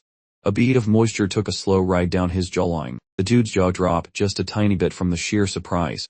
He gave a slow nod to show he was on board. The last standing behind the veteran pointed out a hidden tunnel. She suggested he should get his butt moving through it. A sneaky door suddenly popped open right in the bricks. The entire squad started trekking down the stairwell. The old man brought up the rear and told them to keep moving. He planned to head back and troll the bad guys for a while. Xuan was floored that a secret exit actually existed there. She glanced at the main man, wondering why he believed her so easily. He countered by asking how anyone could question such a trustworthy old fossil. He patted his pectoral muscles, declaring that since the head honcho was toast, he was the sole keeper of the complete 6-pack of bird moves. He stared at the guy, begging him to scribble his brain waves down so the fancy royal moves wouldn't be lost forever. The kid gave the senior a suspicious side-eye glance. He squinted a bit, because he was feeling totally wiped out. He reached out, admitting it sounded logical, since it was a piece of cake. The only tiny snag was his lack of stationary supplies. The guy shut his peepers and praised his flexible noggin, noting that art supplies weren't an issue. His colored fire was good for more than just barbecuing enemies. The lad stood there, admitting the trick was actually quite nifty. He grabbed a pen. The youngster tossed some parchment, claiming that with Han's level of power, learning those 6 birdie stances would be a breeze. The old fellow snatched the rolled-up paper with his wrinkly digits. He gazed at him, mentioning how shocked he was that the guy actually ditched the paranoia to trust him. The dude's face scrunched up like he'd just bitten into a sour lemon.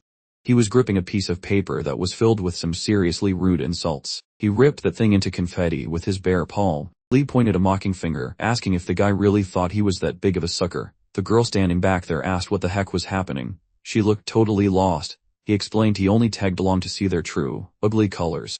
The fellow gave a nasty look. Our hero grinned like a Cheshire cat, and added that he'd known for ages that Shulan was plotting his demise. Since he was too slothful to stay alert, he just dangled some bait to reel him into this spot. Standing right there, he mused that he didn't think catching a traitor would be this effortless. The veteran reached out, calling him a sneaky fox who forgot to hire backup, meaning he'd just buried himself. The youth smirked. Noting the old man's ego was through the roof, he grabbed a musical instrument and pointed out it was just a grumpy senior and a wimpy student. He asked if they honestly believed they could take him and his helper out. Shulan told him to stop underestimating her. The guy stood tall, clarifying that he was the wild card they missed. Putting his hand behind him, he recalled the rumors about Lee being a total softie. He was supposed to cough up the secret moves easily, but instead, he played them like a fiddle. He grinned wide, adding that since he had arrived, Lee's luck had officially run out. The old man smirked, shouting that this little punk had too many tricks and needed a faster now. The lady reached out, asking if they'd lost their marbles and realized how bad this would end. Shulan looked her way, saying it would be dumber to just stand there. As the rival got stronger, they'd kill the kid first and sort out the leftovers afterward. Our hero stood nearby, noting the man was willing to wreck the whole clan just to satisfy his own ego. That fellow extended his palms and barked a command for silence, claiming the fool failed to see the clean Squad's destiny belonged to him. Shilong smirked and joked that being a genius was his only real crime. A sudden blast of magic juice rocketed right toward his face. A lonely shrine sat, perched amidst the peaks, and then some dark voodoo stuff decided to invade our hero. He gave a sneaky smirk and joked about being stuck between a hungry wolf and a cranky tiger, while the lady puzzled over his weirdly high spirits. Shilong launched a mystical power blast directly at the target. That youth strummed his instrument while telling her to stay calm, gripping a tile while mentioning only their enemies were destined for the grave today. Billows of grit surged as the scrap intensified while the rivals loitered within the passage. A senior ground his fangs in bewilderment since he lost their trail, glancing sideways while wondering what dark sorcery Lee used for his vanishing act. The maiden peered out and identified their position, pointing a digit toward the crowd while the spirit embraced Akihita tightly. He stared at the bunch and offered a polite hello. The old man gaped like a fish upon seeing the eternal boss, who laughed and said he was just kidding about having kicked the bucket ages ago. He gave them a critical look and called them impolite, standing tall while advising everyone to stay calm since he was merely a lingering thought. Cao dropped his jaw in disbelief when he spotted the ancient ruler's ghost, who complimented him on actually having a functioning brain. Shyamalan gestured for a beatdown and argued that a fake body was nothing to fear, since smashing this hologram was their golden ticket out of this stone. The boy glanced aside while the man fumbled with his digits only to find his magic was broken. He shut his lids and chuckled about the villain finally catching on, while the girl called them complete morons. Icky had a joke that since they were basically ghosts already, they should strive for better manners in their next life, leaving the group stunned. The old goat's eyes nearly popped out while he hollered about his high-ranking position as the leader of the group. A bead of perspiration rolled down Shanlong's face while he hollered about everyone treating him like a cummy act. Both pairs of jaws hung wide open. Salty water started leaking uncontrollably from the guy's peepers. The maiden gazed at the clouds with a vacant stare. Gooey slime started dripping right out of Shanlong's nostrils. The fellow clutched his mystical lute and reminded everyone that he totally called this deadly ambush from the start. He grinned broadly and mentioned utilizing Ikihita's essence to scrub his kin, whereas Xuan stood behind him noting it was actually the sovereign's power. The ghost lamented she had only seen a tiny glimpse of his true potential here. The students stretched their eyelids to the limit after witnessing that crazy spectacle. The senior stared forward in disbelief and recognized the ancient ruler's energy, as a glowing ghost of the sovereign floated above the shrine. The fellow pressed his palms together and figured the monarch was offering a favor. While the lady spotted her sibling nearby, the other girl remarked she wouldn't be shocked if he was the cause of all this. A tiny nugget of cure power suddenly materialized. The blast sent bits of clothing flying like confetti. While Hom hovered there feeling pretty good about himself, he plopped down and complained about the boredom. So the old man checked his pulse. He scoffed that he was invincible but took the hit just to keep the kids from getting roasted by accident. Shrine students stared in horror and felt responsible for the old man's pain, seeing Xuan twitching on the floor before commanding him to scramble onto his ship and sail away immediately, as they could both simply act as if this entire embarrassing disaster had never actually taken place. That villain ground his molars furiously while sensing the delay was sufficient, guessing his ally had likely wrapped things up by this point. He dropped to one knee and joked about having an off day, promising that their next reunion would be way more painful. He suggested they chat later and told the guy to scram while he still had legs. The fellow looked up in total confusion just as Shalong's floppy corpse hit the ground. His pupils dilated from sheer shock. Our protagonist glided through the clouds way up high, glancing down, while noting that exploiting the mass to command a murder was a crafty play. Every single learner glanced upward toward the famous hero. Lady Dharma gazed ahead while that villain gripped a buckle, boasting of a scheme involving Shalong to finish that guy off. Just as the senior observed a student's soul taking solid shape, proving the boy grew way buff while lurking behind. So that youngster stumped the pavement and aimed a rude gesture toward Shan Hu, commanding that traitor to stay put so the death of Elder Cao could be repaid. Zhuan gaped with utter disbelief, while that man's vision grew massive because he couldn't fathom the ridiculous garbage being spewed. That ancient mentor lingered in the back, questioning whatever the lead guy was implying. With a crumpled forehead, he admitted to practicing inside a lonely, spooky summer house. Waving his limbs all over, he announced he had perfected those half-dozen secret techniques beyond belief. That fellow unlocked courtyard entrances, screaming for the kid to flee since he faced a messy death from those injuries. Shillong blocked the exit, warning the group to avoid even considering a quick getaway. Shrieking like a banshee, he demanded the royal scroll immediately before shooting lasers through the lady and the geezer. Then our hero gasped in total horror as he watched the ancient mentor finally kick the metaphorical bucket. Crimson liquid leaked past those lips, while that fellow pleaded for a monarch who could save his family. Akihita squinted those peepers, suggesting things were perfectly okay. Zero issues here. Glowing power beams surged directly from those sockets. Shalong shrieked with a gaping maw, yelling that life was currently expiring. Li offered up both palms, yelling for the fellow to skedaddle immediately. Approaching the fellow, he explained that the old man traded his life for the family legacy, leaving a debt so massive even a billionaire couldn't settle it. Watching his confused face, I pondered what kind of chaotic mischief this clown was currently plotting. Tishu hollered like a wounded beast about his fallen comrade, reaching out while swearing that John Lu's attempt to flee was irrelevant, since he planned to collect a debt of suffering 100 times larger than the original sin, making sure that coward truly regretted breathing. His eyes popped in protest just before a laser of pure power blasted toward him, leaving him stunned and howling in agony as his jaw hit the floor from the sheer shock. The hero and his lady friend peered upward to spot a fresh intruder, while John Les just heaved like a broken accordion, barely clinging to life. Raising his ancient gaze, the senior citizen realized the uninvited guest had finally shown his face. Enormous palms gripped the vessel as bystanders screamed about the heavenly values emperor appearing, whose glowing projection hovered nearby to clarify he wasn't looking for a global brawl, just heading up some messy family business that didn't involve the rest of the world. Pupils gaped at the sky, wondering why today of all days turned into a supernatural parade, especially as divine symbols started popping up like popcorn at a movie theater. Staring in disbelief, he proposed that backstabbing Shalom deserved a lethal sentence while annoying John Lu warranted a long prison stay, then requested the old man's professional opinion on these harsh penalties. The royal leader pressed his palms together firmly. Reaching forward, he pointed out that Shalom had already kicked the bucket, and John Lu was clearly the sneaky sidekick in this entire disaster. With a shocked expression, he promised to manage the cleanup personally, offering the tribe a vit pass to the spine of science as a way of saying sorry for the mess. This fellow, Tishu, stared blankly while requesting further intel about the infamous, creepy place known as the Ridge of Omens. Both guys locked eyes, one drooling over the potential loot hidden on that mountain while the other begged him to keep his greedy excitement under control for at least 5 minutes. The followers huddled in a quiet group, whispering about the crazy events they had just witnessed. Our main man looked confused, failing to see how this bargain was anything other than a complete rip-off.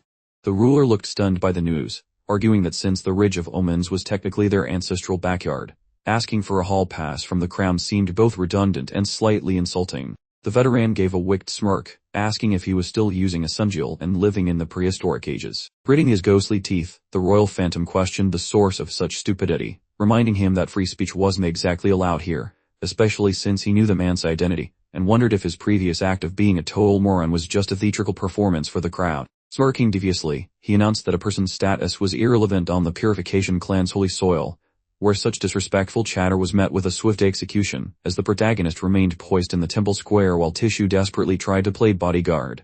Yet the young man declined the help, deciding to handle the situation personally by picking up a zither and nonchalantly inviting Su to perform a lovely tune for the hostile audience. The surrounding crowd stared like deer in headlights, while the spectral king reached out his shimmering arms to seize control. Our friendly jumped upon his giant beastly sidekick. The Jewel Kingdom's monarch stared with massive pupils, failing to comprehend the bizarre sight unfolding before his very nose. Our hero sprinted forward, mocking the man's yellow-bellied nature, while Halb noted the presence of Akihido and Tarmakwan penis celestial strength, though the true identity of the stranger remained a total mystery to everyone involved.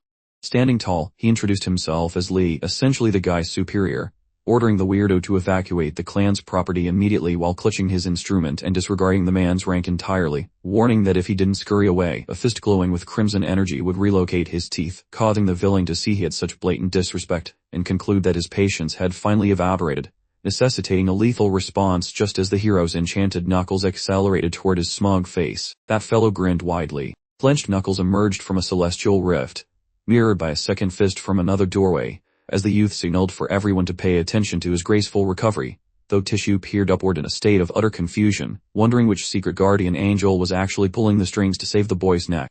The girl observed that 4-fingered hands were multiplying near the gate of 9 holy demons, while deep in the mountain range a massive cathedral echoed with the chilling news that the ancient stone idols had suddenly decided to go for a stroll. That oceanic divinity's carving remained positioned with a palm lifted toward the clouds, accompanied by a figure with a reaching limb, a warrior statue gripping a blade's handle, and a final stone icon that looked like it was screaming at the top of its limbs. Lingering by the bamboo stalks, the man gazed toward the horizon while reminiscing about the hero, as the shattered remains of the Jewel Emperor pondered how on earth they could manage to call forth their protectors from such a ridiculous distance.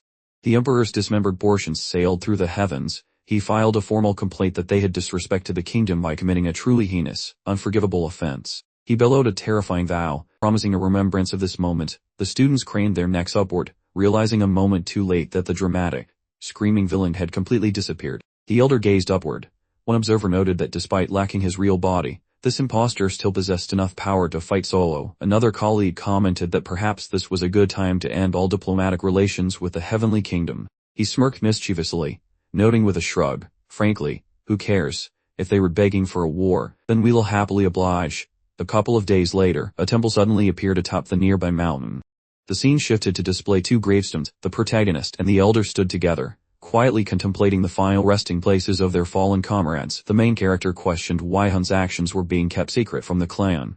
The elder explained that honesty wasn't required, arguing that despite Hun's ambition, his decision to sacrifice himself in the face of danger was ultimately heroic. He gazed at the ground, adding that a tale of sacrifice provided better morale than the true story of betrayal. Squinting, he observed that if Han had actually emerged victorious in that fight, he probably would have gone to ridiculous lengths to acquire even more authority for himself. Han reached his hand out, high above where wispy clouds drifted. The protagonist glanced at him, questioning his apparent lack of confidence. Han turned to him, asking why he'd bring that up. Han explained he'd used the clan for personal gain, yet still risked himself to protect the disciples. The elder, cloaked in a dark aura, dramatically declared the clan's future should be entrusted to him. John Hu quickly grabbed Tish's waist, a young man pointing directly at Han and insisting that everyone would agree he deserved to be Grand Elder. The old man turned his head, noting the young man's flattery was surprisingly generous, a rare occurrence from him, to which the young man replied there were many things the old man hadn't learned yet. The elder pressed him to reveal how he discovered so many of the clan's lost secrets. A girl with fiery red hair interrupted them, announcing the arrival of a special messenger from the Nine Demon Saint Gate. She explained he wanted to thank them for successfully protecting the princess. The guy waved his hand, stating this was definitely not the time for chatting, as he had urgent matters to attend to. He promised to spill all the details eventually. A prominent sign with hieroglyphs adorned the entrance, and several large thrones dominated the center of the room. The man wearing blue robes looked forward and commented on how surprising it was that the Nine Demon Gate sent them gifts. He then mused about why they chose to present them in such a small, unassuming sack, which lay unceremoniously on the floor. The aged, gravel-voiced man gripped his cane tightly, offering a formal greeting to the leaders of the Purification clan. Choizen pressed her hand against her face, utterly baffled as to why he was attempting to appear decent, even if only superficially. The onlookers observed that he seemed to be quite the amusing old fellow. Tisha looked forward, and declared it was a great honor for their clan to host him. The messenger folded his hands respectfully, and revealed a letter from the princess that praised the clan for resolving a complicated predicament, adding that they wanted to thank the ancient Purification clan for safeguarding their princess during the recent turmoil. Lee looked at the girl, and pointed out that she didn't scold him at all. She simply replied that she had no intention of getting into a childish argument with him. The old man casually used his cane to undo the knot on the sack. He then flipped the cane into the air and declared that this was precisely why they'd brought these small tokens of appreciation. The elder's eyes bulged in surprise as hundreds of small vials cluttered onto the floor from the bag. She specified to the elder that there were exactly 108 vials, containing a diverse assortment of potent pills. She added that they truly hoped the clan would enjoy such an extravagant present. The elder's mouth fell open in astonishment, as he suddenly recognized that these particular pills were created by his own hands. He grabbed the vials, immediately sensing the raw energy within them. Realizing no formal inspection was needed, he dropped to his knees, declaring that these pills were undeniably the highest possible rank. Tisha stood before him, thanking the Nine Demon Saint clan for the valuable gifts, but pointed out they couldn't be this generous just for a thank you. The old man closed his eyes in resignation.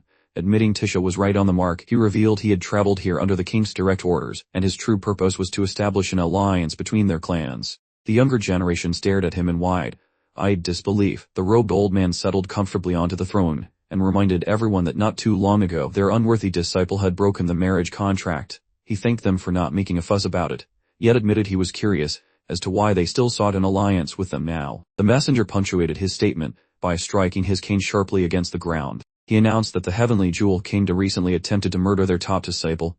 He declared that the Emperor was far too ambitious, spreading chaos everywhere he went. He suggested taking a proactive approach rather than constantly reacting to the Emperor's actions. A small group lingered near the temple gate. He opened his eyes wide and offered to forge an alliance with the explicit goal of destroying the Emperor. High above, clouds continued to drift lazily by.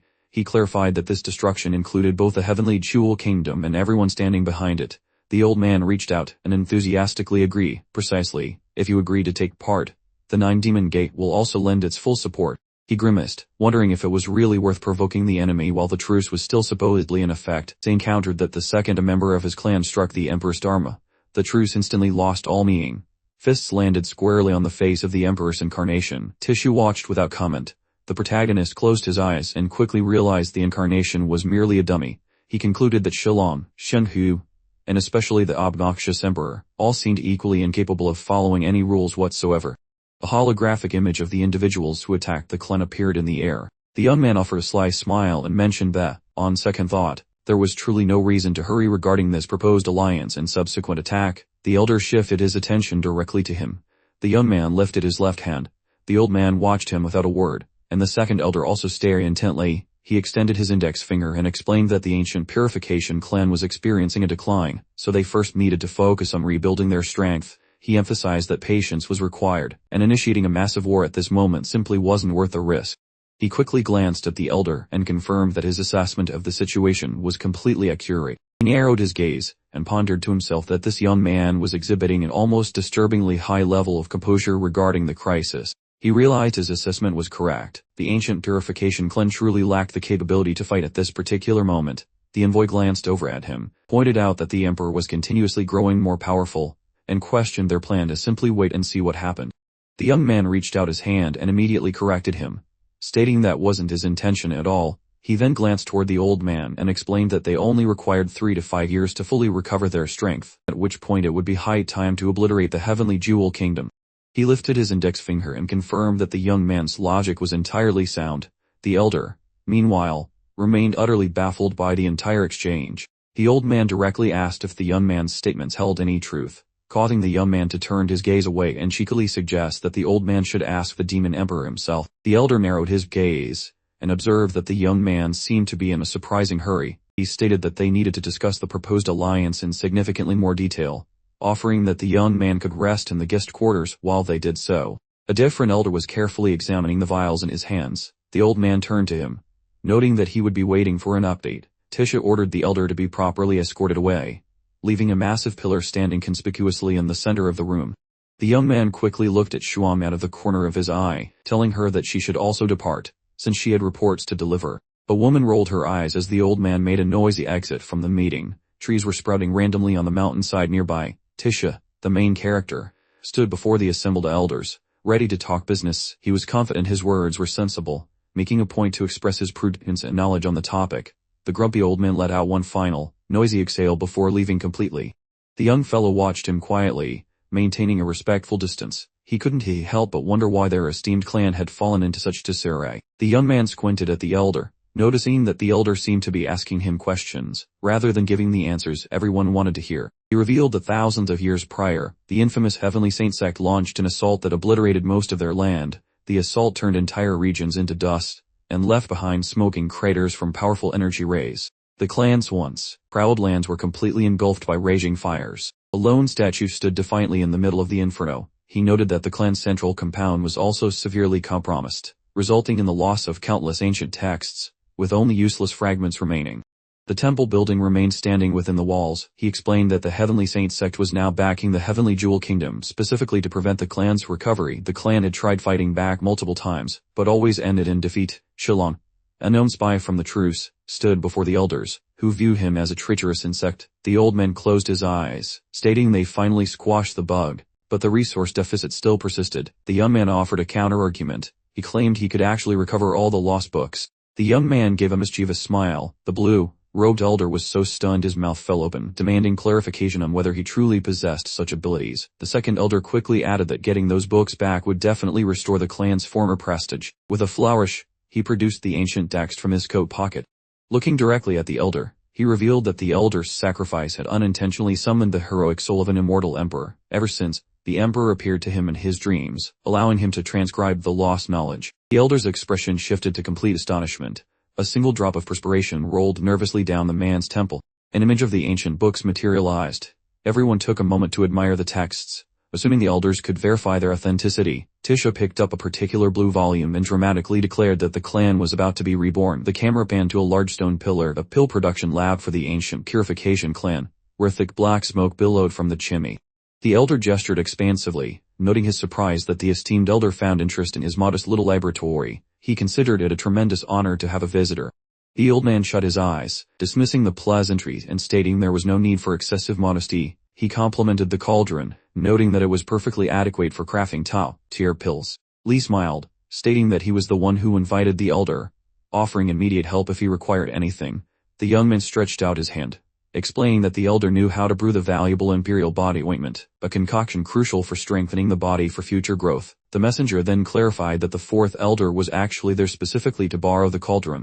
The young man parted his lips slightly, confirming his eagerness to witness the elder's incredible skills for himself. The elder then reached over and pulled open a drawer. He held up the items in his hands, inquiring if the ingredients were acceptable. The old man looked them over, noting that the young man clearly understood alchemy, as making the ointment would be effortless with these components. He then suggested a superior alternative. The old man raised his cane high, declaring he would grant the young man a favor. He held the cane over the ingredients, announcing he would handle them simultaneously. An image of glowing magic cubes suddenly appeared. The elder watched the old man's manipulations with complete fascination. He eagerly stretched out his hands, expressing amazement at the various items provided by the messenger. The young man tilted his head, and sheepishly admitted he couldn't possibly afford to pay for such valuable ingredients. The old man, however, told him to thank the emperor, who apparently had high hopes for him and had requested they offer full assistance.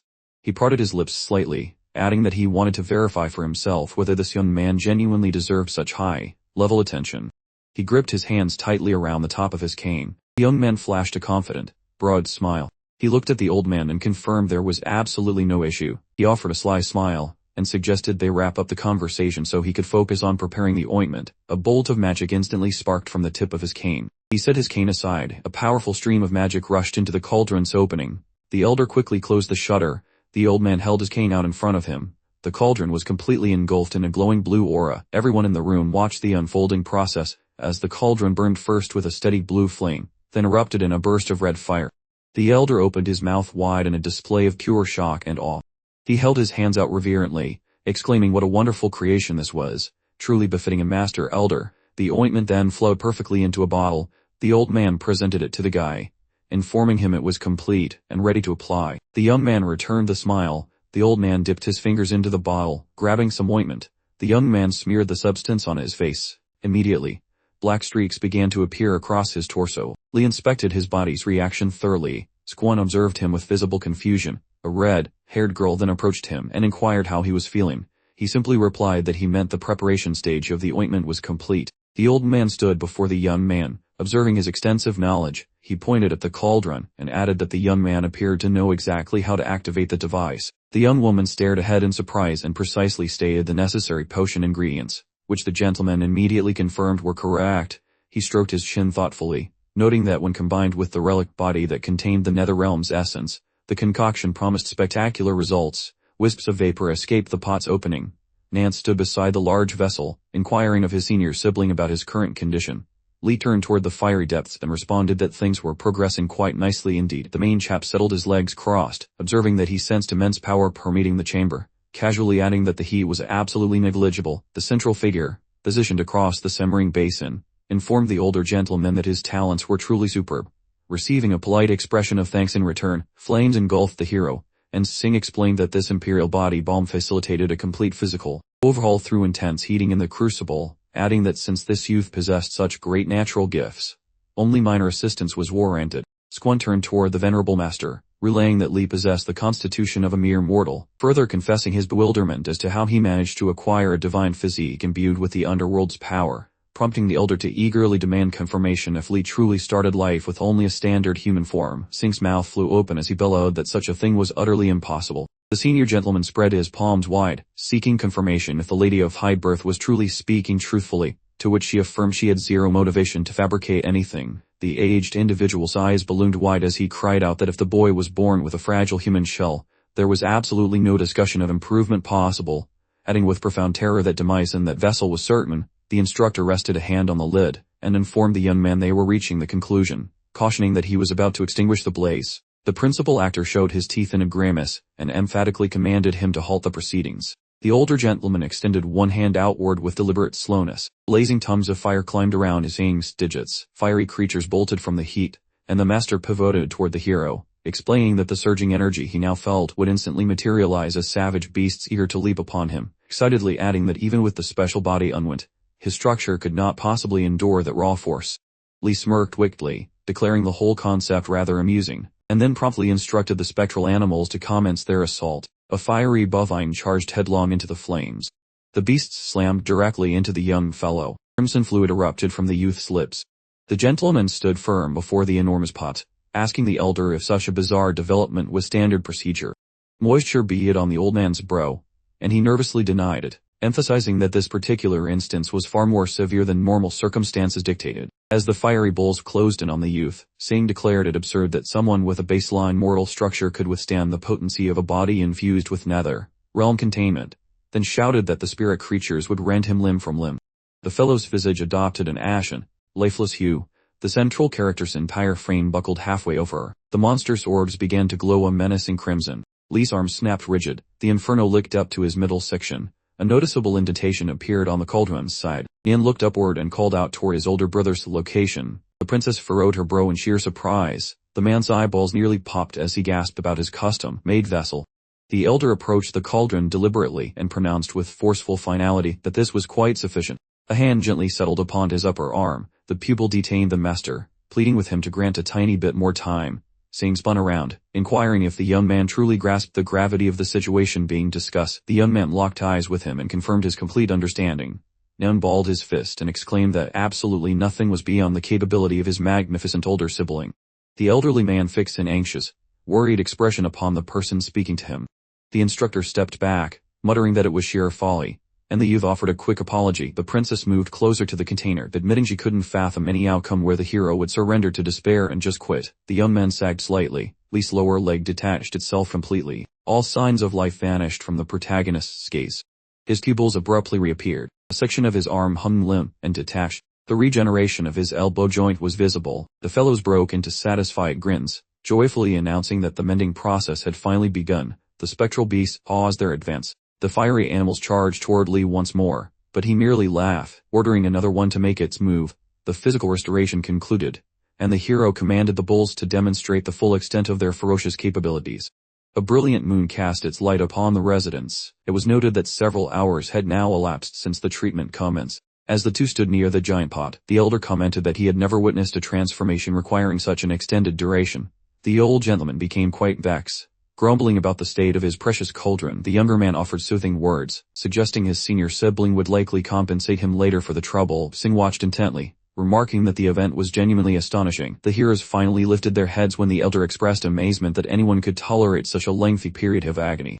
He closed his eyes, recalling a time when a pupil, overconfident in his own might, begged for his expertise, yet ultimately proved incapable of enduring the intense suffering. A person, engulfed in flames, was dramatically leaning out of the portal, declaring his cultivator career decidedly kappa. While mentally benchmarking against the main character, he suddenly grasped how the protagonist navigated that wild forest core, as the royal lady wondered aloud about someone possessing such rock-solid conviction, though Nan countered that this was only when his big brother scribbled down the beginner manual for him. The pupil glanced at the tome, noting had merely skimmed the workout routines, finding a diagram there, and the lad explained that specific move elevated his progress several-fold without any quality degradation.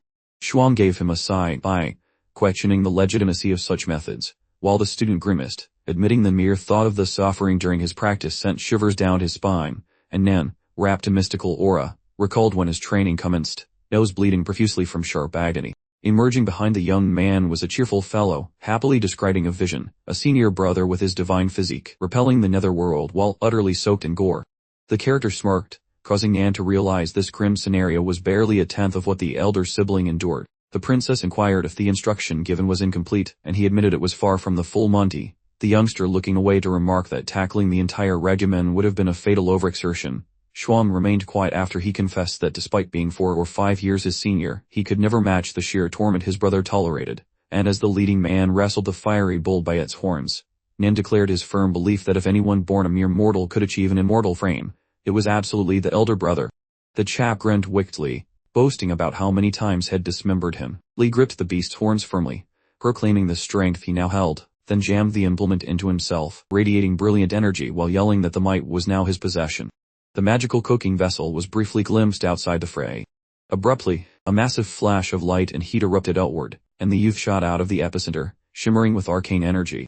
Singh squinted, one eye shut, utterly bewildered, having a sudden flashback to the deities. The aged gentleman covered his face, lamenting his now Missing cauldron. While the apprentice rejoiced seeing his older sibling reappear, Li found himself suspended mid-air, completely devoid of any attire. He flashed a satisfied grin, giving a hearty thumbs up, expressing gratitude to Eldersing for fully manifesting the underworld, resisting immortal body, leaving Shuang slack-jawed, the princess swiftly turning away to plead that he at least cover his lower regions. The elder proclaimed it a genuine, undeniable marvel. Nan hastily scrambled for his garments, admitting his underwear had tragically combusted in the process, and the student dashed back as the hero finally done some dressers. He tugged them into place, announcing he was starving and demanding a whole roasted duck immediately, to which the youngster dryly responded that such extravagance wasn't available here. Shuang folded her arms, contemplating that this young man's cultivation had clearly soared quite high. The protagonist finished dressing, reiterating the lack of roast duck and asking that the grand elder be commanded to prepare one. The princess realized he still had considerable growing to do, mischievously smiling as she dismissed the thought that she, as royalty of the Nine Demon Saint clan, shouldn't allow anyone to outpace her. Singh extended a small satchel, instructing the young man to accept this medicinal supply. He reached out, advising caution against overexertion for the coming week, suggesting one pill daily to firmly set his base, and accepted the pouch from the elder's hand. Li beamed, thanking Singh, stating that since the healer prescribed a week of rest, he would honor that time frame. The young woman fixed him with a stare, posing the question once more, as Nan inquired about his intended destination this time around. The scene shifted to a desert expanse, where the youth explained his need to revisit an ancient location.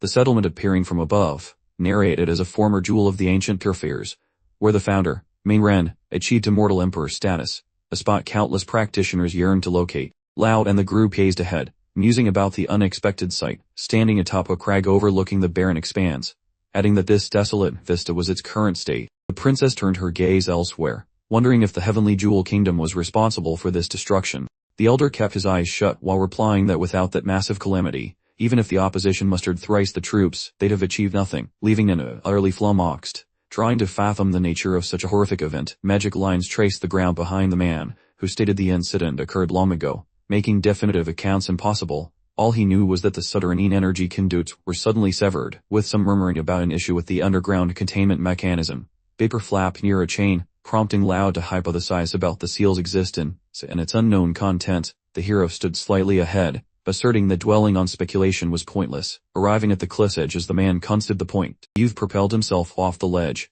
leaping downward. Loud quickly followed, suggesting he scout ahead and report back. The apprentice extended a hand, cautioning his elder brother about the perilous local vapors.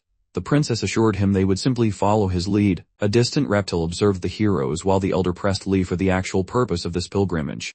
The guy knitted his brow, replying that he was searching for an unspecified item. John peered forward, questioning if whatever he sought might be buried somewhere within this vast arid region. The young man pivoted back, asserting that his quarry wouldn't prove overly challenging to unearth. The fellow stopped before a massive stone plaque, where the hero exclaimed, "This is it," its inscription identifying it as the boundary marker for the city of Quan. The youth expressed surprise that this marked a site of ancient legacy. Behind the slab lay rubble. The student noted the oddity. The surrounding masonry was ruined, yet this marker looked freshly placed. Li offered a silent, knowing smile. He pointed decisively, instructing Nan to strike the slab with his utmost power. The young man raised his hands, hesitating to strike what was clearly an ancient artifact. The girl sprang upward, drawing her shining blade. Nan yelled at her to desist from that action, while the elder watched the unfolding drama in silence. Only text, N. The princess delivered a devastating, albeit entirely ineffectual, punch to the stone slab. The apprentice stood there, completely dumbfounded. Juan furrowed his brow, mumbling, exactly as anticipated. The grinning hero successfully distracted everyone while Lao made some cryptic observations. The stone was completely enveloped in energy, yet the boundary plate was entirely unscathed. The princess then spun around, pointing out that this particular slab had already survived countless millennia of catastrophes, brutal wars, and relentless desert sandstorms. So naturally, a simple punch wasn't going to scratch it. The hero enthusiastically backed up her statement. The young woman gazed at him, asking for a detailed explanation of the situation. He informed her that it was all due to the power of immortal Emperor Mingren. The golden, armored guise then extended his hand, and the main character, wearing a confident smirk, declared that this entire domain was once completely under the Emperor's command. Li gestured toward the boundary marker, explaining that this single slab was all that survived. He then placed his hand on it, adding that its very presence proved the Emperor's foundational power still lingered here. The golden guise stared intently at the speaker, demanding clarification. The young man looked concerned, explaining that the great disaster hadn't arrived from another dimension, but instead had erupted from beneath their very feet. Just then, a large cloud of dust billowed up nearby.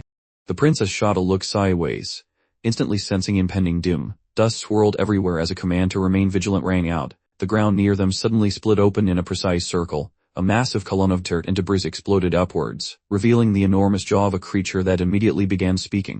The young man folded his arms across his chest, asking if this creature was the infamous villain who caused all this destruction. The colossal beast stared down at them, complaining that they had rudely disturbed its beauty sleep.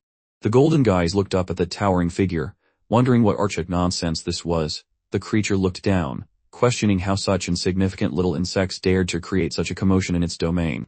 The character clenched his jaw in terror, genuinely questioning if this massive snail actually had the ability to speak. The monster eyed them suspiciously, then turned its gaze aside, declaring that it had ascended into a dragon form. It praised them for having sharp eyes if they could discern its true identity, commending such impressive observation skills for their age. The golden guys looked completely bewildered by the creature's comments. The princess clarified that she didn't understand what observation had to do with anything. The disciple firmly stated that no matter how you looked at it, discerning that it was, in fact, a snail wasn't exactly difficult. The man also pointed out that its swallowing motions were quite disturbing. A strange fluid dribbled from the snail's mouth as the group openly debated whether the creature genuinely believed it was a dragon, or if this was just a really disgusting joke. The monster slammed its body against the earth, shouting furiously that they had better stop mocking it, or everyone would perish. The protagonist landed neatly on his feet, inquiring whether a formal debate was truly necessary before fighting. The monster flew into a rage, bellowing about how conversation was for cowards, and prepared to obliterate them. Lee grinned in response, stating that he'd be happy to test out the results of his new ointment on the monster. Exactly as requested, Lee then sprouted horns, activating an immortal physique capable of suppressing the underworld itself. The young man launched his fist forward, declaring that he was initiating the assault. The young man delivered a devastating strike, successfully connecting with the enemy. He waved his hand and shouted, praising the force of the attack. Now the elder brother could finally utilize the full potential of his immortal body. The elder then noted how terrifyingly fast the young man's progress was, before grinding his teeth as he realized the giant snail's defenses were surprisingly robust. The monster glowed with energy, asking its little friend if they were trying to give it a silly tickle fight. The hero chuckled heartily, agreeing that the monster was far from simple. Zhuang immediately launched herself into the air. The young woman soared, calculating her next move, realizing that brute force was useless against this foe. Divine techniques were clearly necessary for creatures of this magnitude. A magical sword materialized in her hands. The snail opened its mouth wide, demanding to know if she intended to attack it with mere incantations. Rays of light shot out from her sword, riddling the surrounding area. The princess landed next to her, drawing her own weapon and pondering if a giant snail could actually breathe dragon fire. The monster closed its eyes as it easily deflected every single blow from the young woman. The man watched the creature intently as it boastfully declared its invincibility. Lao started to channel his power, stating that the time for games was over and he needed to get serious. Lao made a series of quick motions with his hands, causing stones to rise from the ground in accordance with his energy. The snail watched, clearly astonished by the display. The elder grew tense, noting that this particular technique was strictly forbidden because it caused such widespread destruction. A gigantic earth warrior formed in front of the group, and the monster narrowed its eyes, commenting on the warrior's considerable size. Lao pressed his hands together and ordered the warrior to attack immediately. The enormous warrior delivered a devastating strike against its opponent. The disciple raised his fist in celebration, clearly overjoyed by the attack. Zhuan, however, observed that this creature was far too powerful to be damaged by such a straightforward blow. The giant warrior raised its now severed hand in confusion. The snail retreated into hiding, laughing at the idea that mere sand could ever break its shell. The elder ground his teeth together in frustration.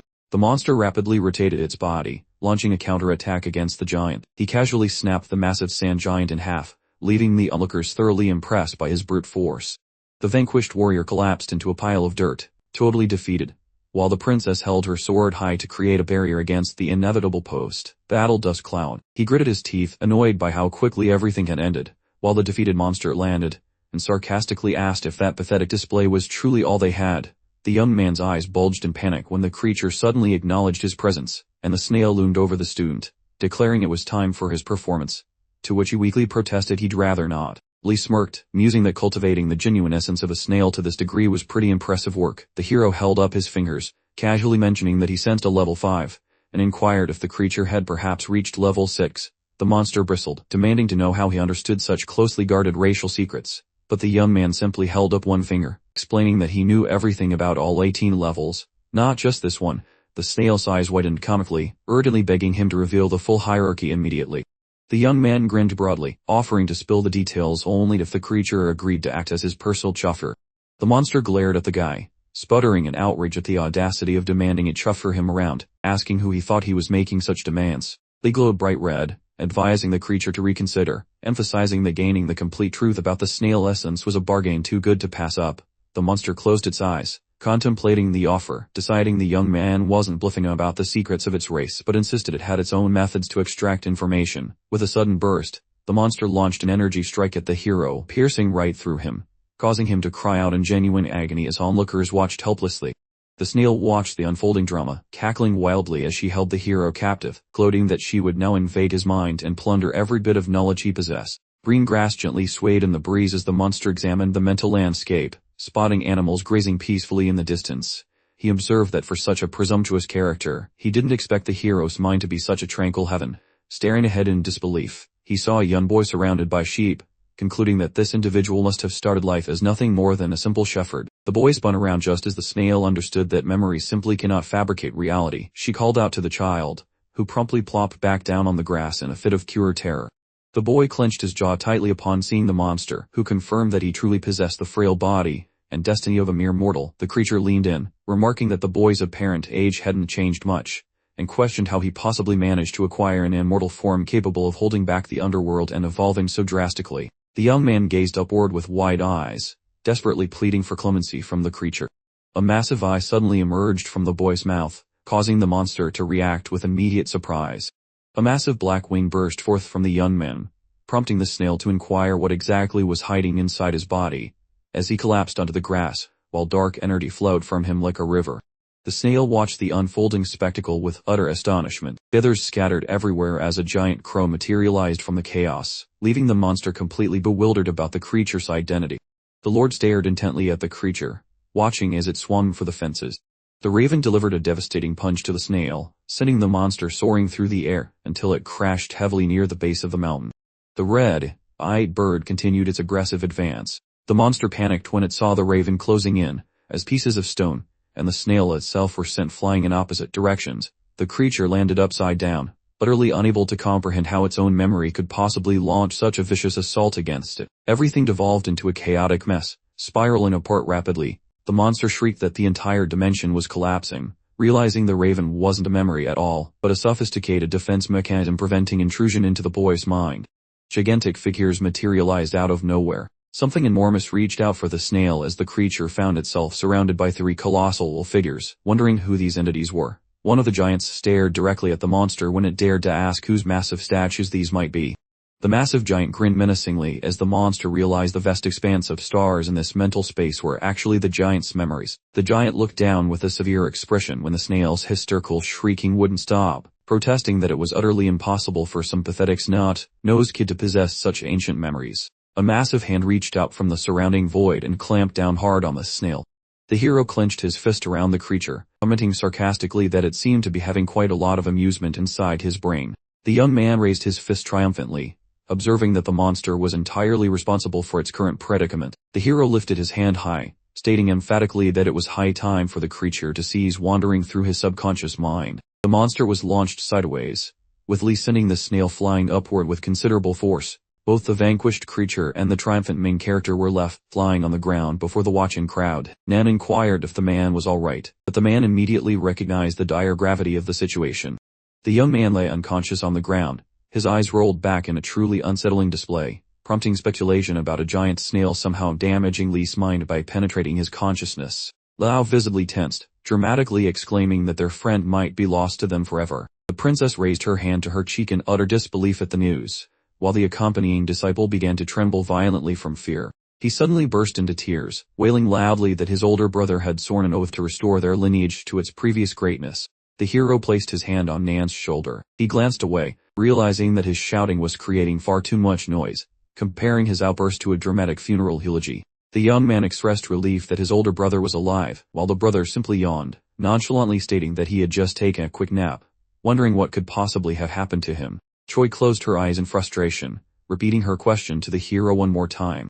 She stared at him intently, asking exactly how he could possibly be certain that his recollections remained completely undisturbed. Lee simply smiled back, inquiring how she could be sure of the precise opposite. The princess gave him a confident thumbs up, announcing that proving his mental state was quite simple, then challenged him to read her personal cultivation methodology out loud. The men just stared back at her, their faces registering complete bewilderment. He became enraged, yelling at her that he wouldn't perform the task, accusing her of obviously attempting to trick him into revealing valuable information. The young woman shrugged, noting that it had been a valid attempt. Xuan gave the hero a knowing wink. Right behind the group of people, the monster suddenly stirred back to life. The disciple nearly jumped out of his skin, exclaiming that everyone had completely forgotten the monster was even there. Li shut his eyes briefly, assuring the group there was nothing to fear, only for the snail to suddenly start violently spitting blood right in front of them. The princess looked shocked, inquiring if the monster itself had actually suffered consequences. The hero simply smiled and replied. The young man then picked up a mushroom, explaining that after forcefully ejecting the snail from his mind, he took a moment to slightly rearrange things in its own head. The monster trembled violently, calling him a wretched scoundrel, before looking confused and asking who exactly it was. Li looked up at the snail, making a proposal. Would it surrender and become his personal mount? The monster scowled, dismissing the offer her as a fantasy, claiming that while it couldn't injure Li couldn't harm it either. The hero stared back at the creature, then began to list rare items: a branch of the iron tree, a shiso flower, sea vinegar, the bones of an azure beast. The surrounding group watched the entire exchange with confused expressions, with Nan asking if Li was performing some sort of strange hex. The snail itself was shaking uncontrollably in fear, wondering exactly what secrets Li had uncovered while rummaging through its memories. The young man's eyes glowed crimson as he explained that even an enormously powerful snail with an allegedly impenetrable shell possessed a vulnerability to such surprisingly simple things. The monster squinted intensely, then suddenly felt itself fading into unconsciousness. The snail collapsed, landing hard face first in the dirt. Drops of cold sweat broke out on the monster's massive body as it cried out in desperation, declaring that it was now ready to serve as a mount. The young man grinned widely, remarking that it had made an exceptionally wise decision. As the group journeyed through the desolate desert, the young man turned to his older brother, pondering the incredible luck that their trip to the ancient land had unexpectedly resulted in acquiring a divine beast mount. The hero then inquired whether the young man believed everything that had transpired was mere coincidence. Riding atop the creature, the young man mentioned that the divine snail race had traditionally served the ancient purification clan. The monster then asked if it was true that with their adaptive skills, they didn't even need to actively move, and if the hero had been expecting to encounter one of them.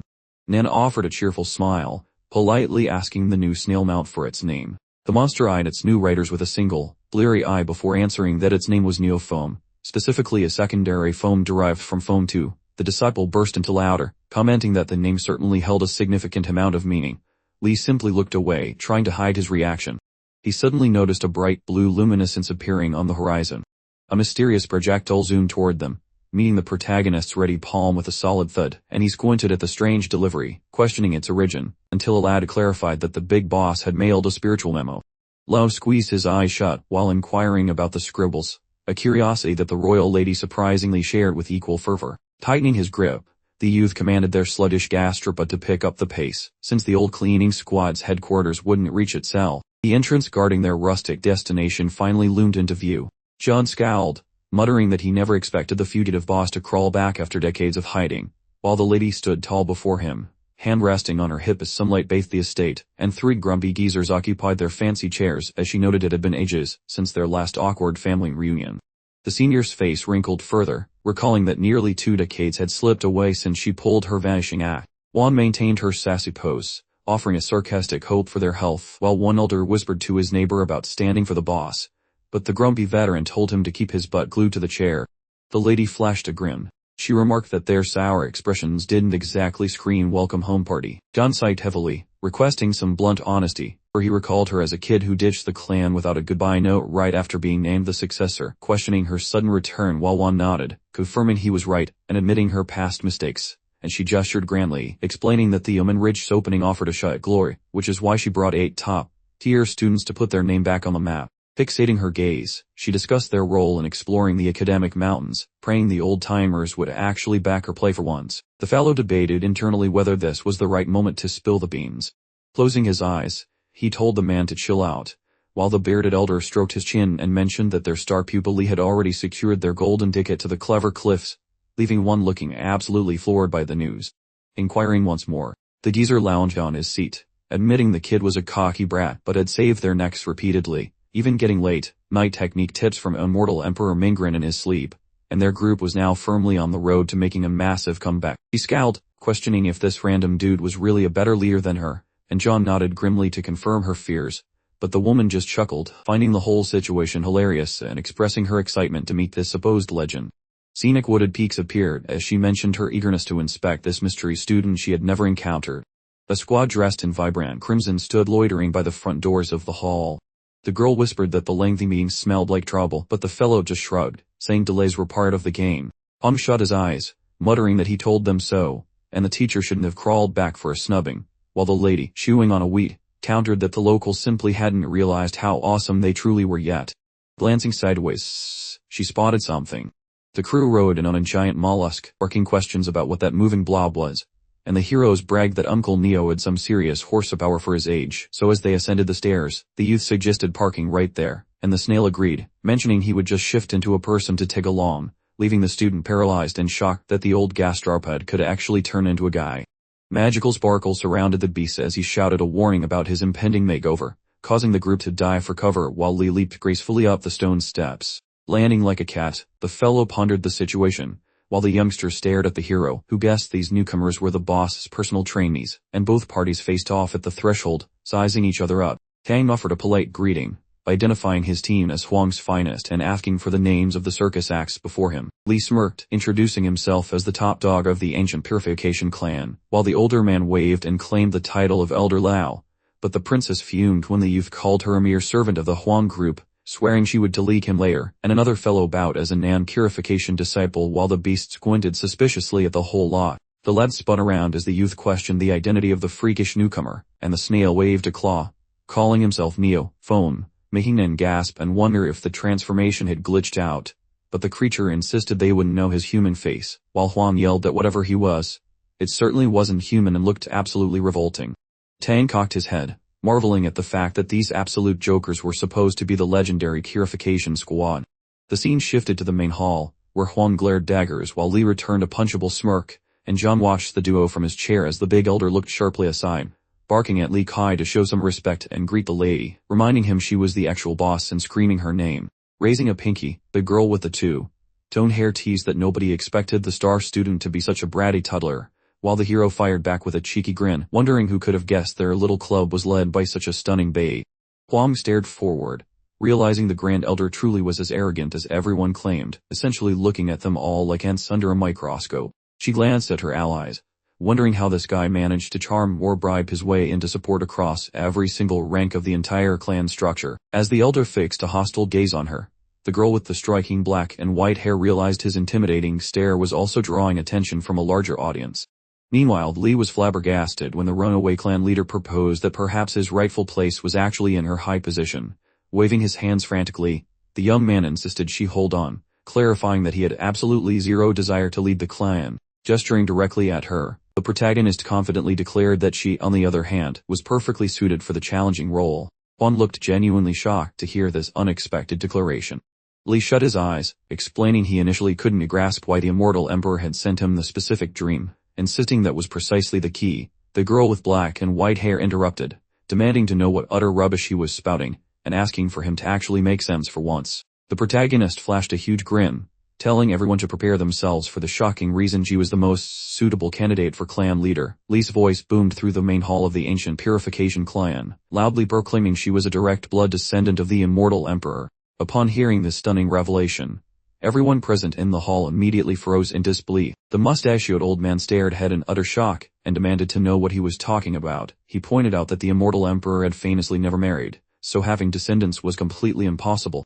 Gritting her teeth in obvious displeasure, the runaway clan leader agreed with the fourth elder's point, demanding to see what concrete evidence he possessed to support such a ridiculous claim. Li pointed dramatically toward the ceiling, reminding them that he had already mentioned the Immortal Emperor sending a dream where he specifically stated that if the elders doubted him, they needed to bring forth his portrait. Shooting him a menacing glare, Huang firmly dismissed his story as utter nonsense, and announced she didn't have time to entertain such fanciful tales.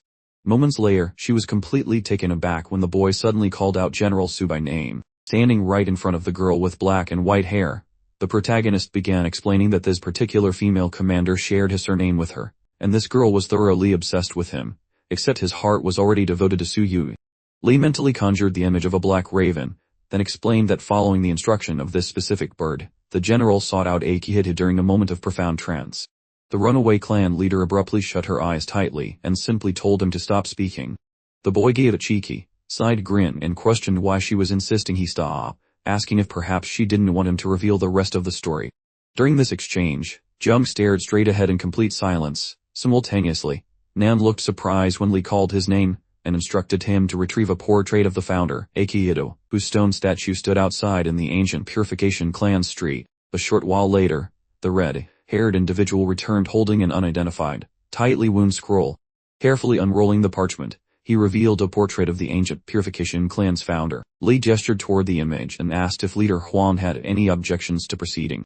Upon hearing this challenge, the girl with black and white hair stared silently forward, lost in thought. Her gaze remained locked intensely on Akihito's portrait. Next, the runaway clan leader closed her eyes, gave an affirmative nod, and then bit the skin on her finger hard enough to draw blood. As she performed this action, she sent a single drop of blood forward, letting it fall onto the portrait of the ancient great emperor. A sudden projection emerged from the picture as yellow energy coalesced into the form of Akihito, appearing before everyone. He instantly reached out to Huan, approached her, and gently patted her head. Closing her eyes in response, the girl with black and white hair acknowledged him as her ancestor.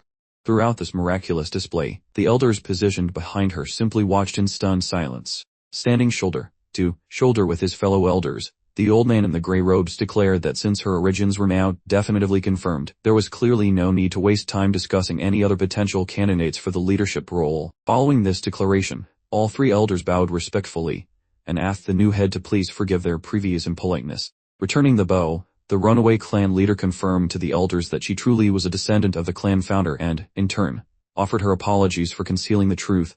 Looking down, Huang explained that she worried using his name for support would grant her too much power, potentially causing arrogance that would ultimately do more damage than benefit to the clan as a whole. Zhang stared in utter disbelief, asking if her mysterious departure was truly motivated by the clan's decline, but she quickly assured him there were more complex reasons. Recalling the ancient Purification Clan's battle arena, the girl with the striking black and white hair declared that their sect was essentially on life support. Its glory days were long gone, the flow of new talent had completely dried up, and in this ruthless world, hoping for a revival was nothing more than a pipe dream. Gesturing toward the disciples behind her, the former leader explained that this was precisely why she spent years training them in secret outside the clan, gathering these 8 exceptional individuals to inject fresh vitality into their fading lineage. The old man in blue shuffled uncomfortably, realizing the clan leader had always been acting in the sect's best interest, which made him feel rather embarrassed by his earlier doubts. Immediately afterward, Huang turned her attention to Licia, acknowledging his presence and stating that his instructions from the divine world made him equally invested in their clan's eventual resurrection. The black and white-haired girl pointed a finger dramatically forward, declaring that once the fabled Omen spine appeared, they would combine their forces to bring the clan back to its former magnificence. Upon hearing her plan, the boy abruptly held up his hand to silence her. With a snide grin, he casually dismissed her concerns, calling the Omen spine a pitiful sign and suggesting she needn't worry about it, because he already had his own dedicated team prepared for the task. The runaway leader internally bristled, concluding that this boy possessed an exceptional talent for getting on her nerves. The scene then shifted to the moment the disciple stood before Huan, who had taken her rightful seat on the throne. Sitting regally, the black and white-haired girl acknowledged that she had been away for years training outside the clan and had failed to fulfill her duties as leader. She turned to the supreme elder beside her, thanking him and the others for successfully managing the clan during her long absence. He replied gracefully, assuring her that it was perfectly fine, as she had always kept the sect's interests at heart. Closing his eyes, the old man remarked that knowing this was the one thing that truly calmed his anxieties. Looking ahead with a cheerful expression, the runaway head of the ancient sect turned her attention toward Likai. She glanced at the people standing behind the boy and asked if this was the best command he had been so confident about. Holding up exactly 2 fingers, he nonchalantly added that, naturally, he still required a few more people to round out the group. At that exact moment, Lao appeared visibly stunned when the protagonist called out his name, specifically requesting him. Zhang glared menacingly forward once Li casually stated that he needed him for the team too. One nodded approvingly, stating that she fully understood his logic. She turned to her red-robed students, gently inquiring about their thoughts on the head student's audacious proposal. The guy turned away with clear displeasure, bluntly explaining that, naturally, He wasn't fond of the idea. The girl also stared ahead intently, noting that she held no resentment toward the elders or this strange master. Looking toward the protagonist's companion, she added that it was unfair to reject them in favor of 3 complete layabouts. Lee grinned mischievously, suggesting they clearly had no idea what his layabouts were capable of, and asked if rushing to judgment was truly wise. Just then, one of the escaped leader's disciples stepped forward, noting they could say the exact same thing about Lee's crew. Since their true strength remained unproven, Lee simply looked forward and agreed with him. Immediately afterward, Tang pointed directly at Luo and issued a formal challenge to a duel, with the losers being forced to stay home. Turning to face his comrades, the protagonist declared that they had received a challenge and asked if they planned to accept it. With a grim expression, Fan declared that he would never back down from a fight, while Nen believed they really had no alternative, and the black-haired girl simply promised to pummel these impertinent individuals until they were thoroughly beaten. The guy in the red robe snapped his fingers with satisfaction, noting that this arrangement was perfect. At that exact moment, Fei Hom glanced sideways when he heard his given name being shouted out. Ziyan also looked over in the same direction, having heard her name called as well. Folding his arms confidently, Tang announced that he and his team were the strongest disciples, personally trained by the head herself, ensuring their victory was a foregone conclusion. A voice from the main hall then boomed, signaling the start of the match. A moment later, a swift punch flew forward. Fan, with a serious face, declared the opponent already defeated. He quickly floored his challenger while shouting something about being the best. Simultaneously, Yan began to cry in fear. Luo haughtily looked down at her defeated opponent, telling him to surrender to avoid accumulating more negative karma. Suddenly, another person fell to their knees. Nan closed his eyes and announced that the fight was over, asking if the challenger was satisfied. Shrouded in a mist of water droplets, Han commented that the speed was absolutely terrifying. Then, Tang burst into tears instantly, yelling for his teacher. Lowering his head, Han realized they had fallen completely for setup. Just then, Yan began to weep from the sheer grief of defeat. All 3 disciples were now kneeling before Huan. The girl with black and white hair waved dismissively, stating that defeat was a necessary part of the journey, and nothing to be ashamed of. Holding a piece of straw in his hand, one of the runaway leader's disciples muttered that they simply couldn't accept losing to the Purification Clan's disciples. Glaring fiercely at him, Huang realized that they didn't even consider themselves disciples of this clan.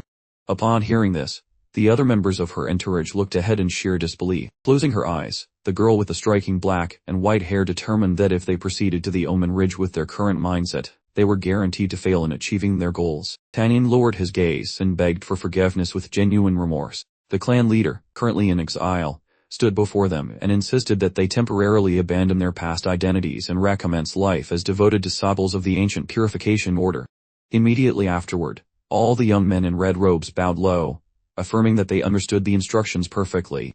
Huang reflected with satisfaction that the clan had strengthened remarkably in just a few short months, attributing much of the success to her exceptionally talented disciple. From atop the giant snail, Nen admired the surrounding scenery, while Lu noted the particularly refreshing breeze. Suddenly, the beast stopped and inquired of Mystery if this was truly the legendary location. The boy smiled faintly, confirming that they had indeed reached the exact place they were looking for. Gazing up at a massive mountain range punctuated by sharp peaks, the protagonist announced their arrival at the Ridge of Signs. A voice nearby immediately chimed in, asking if they realized this wicked place revealed itself only once every 3 centuries. The mysterious individual mentally catalogued the area's riches, imagining rare jewels and exotic herbs, then confirmed that countless immortal crystals and other treasures were scattered nearby. As he visualized the landscape, he also realized that a variety of demonic beasts and a few larger monsters made their home there. A huge turtle hovered near the small stone figure, explaining that whenever the Omen Ridge opened, it attracted powerful factions. He instructed everyone to behave themselves and stay out of trouble, which they agreed to do.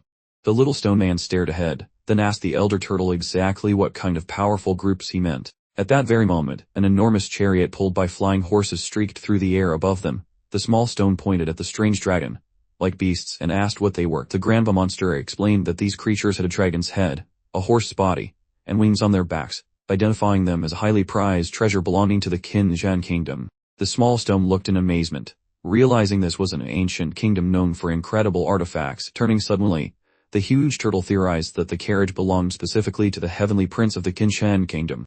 The small stone extended a hand, urging everyone to turn their attention skyward, pointing toward another magical artifact carrying people across the heavens. The stone then turned and inquired of the elder turtle who exactly those people might be. The turtle looked in the specified direction, noting the figures on the flying object. he realized that the rumors of a marriage alliance between the Heavenly God sect and Jade Valley were apparently true. Fearing this development meant disaster for their lands.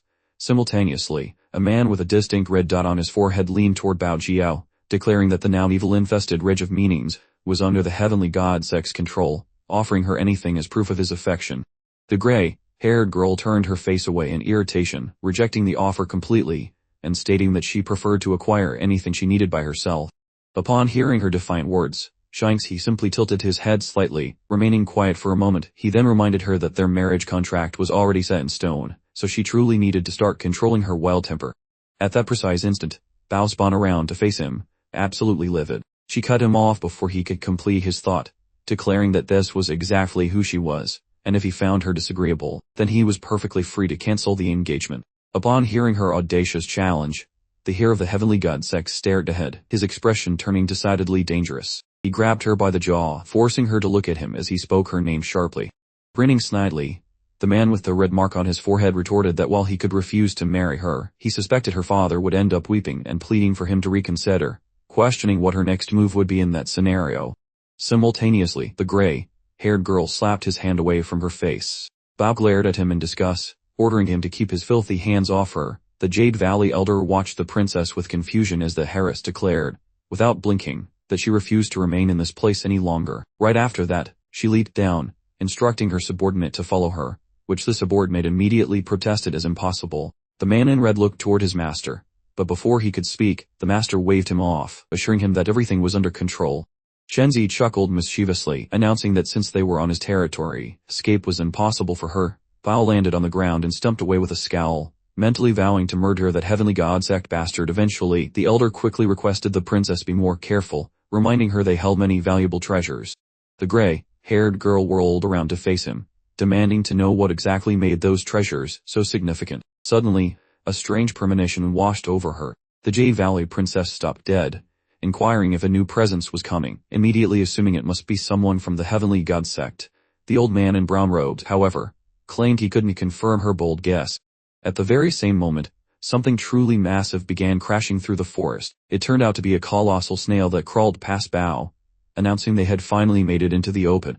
A gray-haired girl nearby stared blankly, asking what kind of monster this thing was. Li glanced sideways and noticed the girl, remarking they had met Dao brothers. He then corrected himself with a wave, noting it wasn't just brothers, but also a rather nice sister, and asked her to join him for dinner. The Jade Valley princess ground her teeth in disgust upon hearing this, wondering what exactly was wrong with the boy. The elder glared menacingly forward and declared that such disrespect would not be tolerated in the presence of his mistress. Immediately, he charged forward at high speed, demanding that Li come down and offer an apology to the princess. Just then, the enormous snail abruptly changed course and moved toward the elder, standing in the path of the Jade Valley servant. Liu questioned how he dared to attack him. Lie. Having confronted the servant, she quickly jumped back to his worried mistress, spreading her arms wide in confusion. Bao asked how he had managed to withstand the elder's powerful blow without injury, calling him a demon. At that exact moment, someone suddenly shouted aloud, asking if the ancient purification clan truly had the nerve to show up. Turning away in surprise after hearing this, the protagonist wondered to himself if another party had arrived. Looking ahead, the Jade Valley elder informed the princess of the newcomer's identity, a person she also recognized. The armored man held a giant blade and demanded they exit the valley ridge, claiming people like them had no business there. Bao instantly recognized him as Lord Jingweihua. A small stone then quickly ran forward, shouting for Grandpa Turtle. The monster questioned the stone, who pointed out another being exactly like him. Immediately afterward, the enormous turtle looked ahead, explaining that he needed to get his bearings.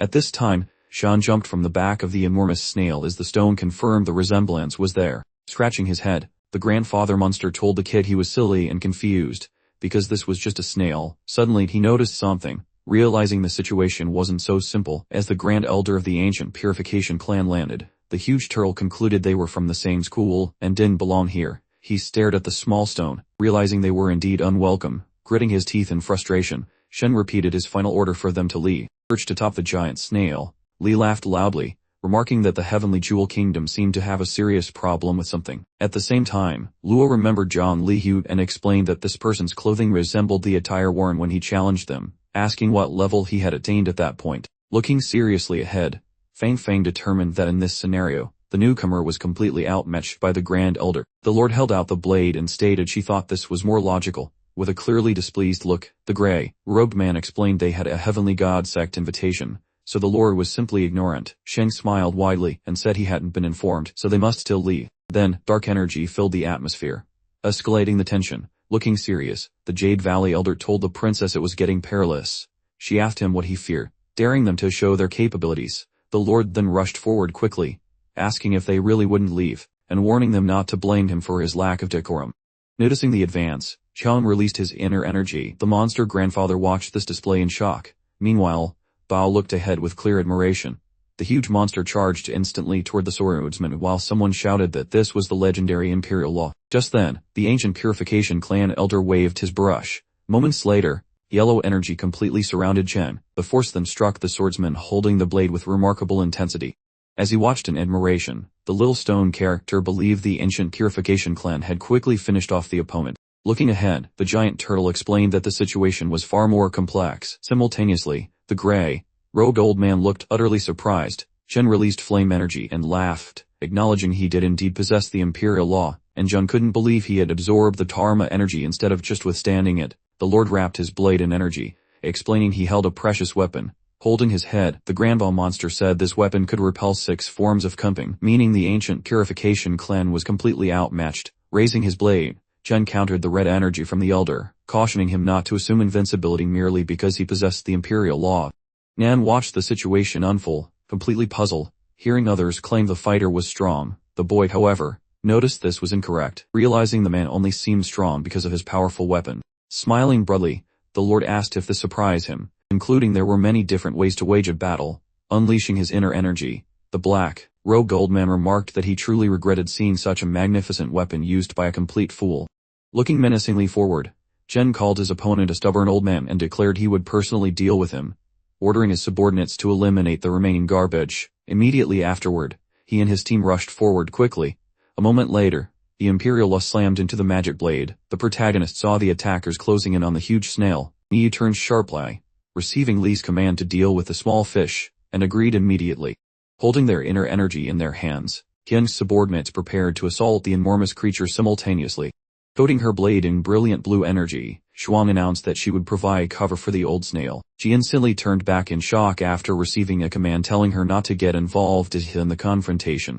A demonic carriage, possibly late for an appointment with Hades, screamed past above. A voice from within declared that the unfolding chaos was completely unrelated to the 9 demon saints' notorious gatekeeping. Lane, having just exited this high-speed nightmare, watched her older brother order her back inside. The young woman in the azure gown stared at him blankly, explaining to her sibling that his assistance was entirely superfluous, a bit like suggesting a parachute during a trampoline competition.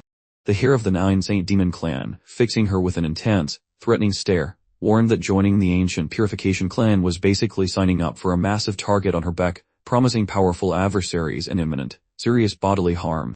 Simultaneously, a barrage of magical energy strikes rained down directly onto the colossal snail. The Lord's friends, beaming with anticipation, realized the large individual presented a simply perfect, stationary target for their shenanigans.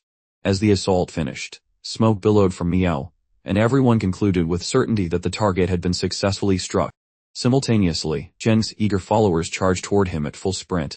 Just then, the enormous snail abruptly opened its eyes and began vacuuming up all its attackers, who shrieked in terror, realizing the monster was very much alive and well. Ling, watching all this from the periphery, she was utterly flabbergasted by the events unfolding before her.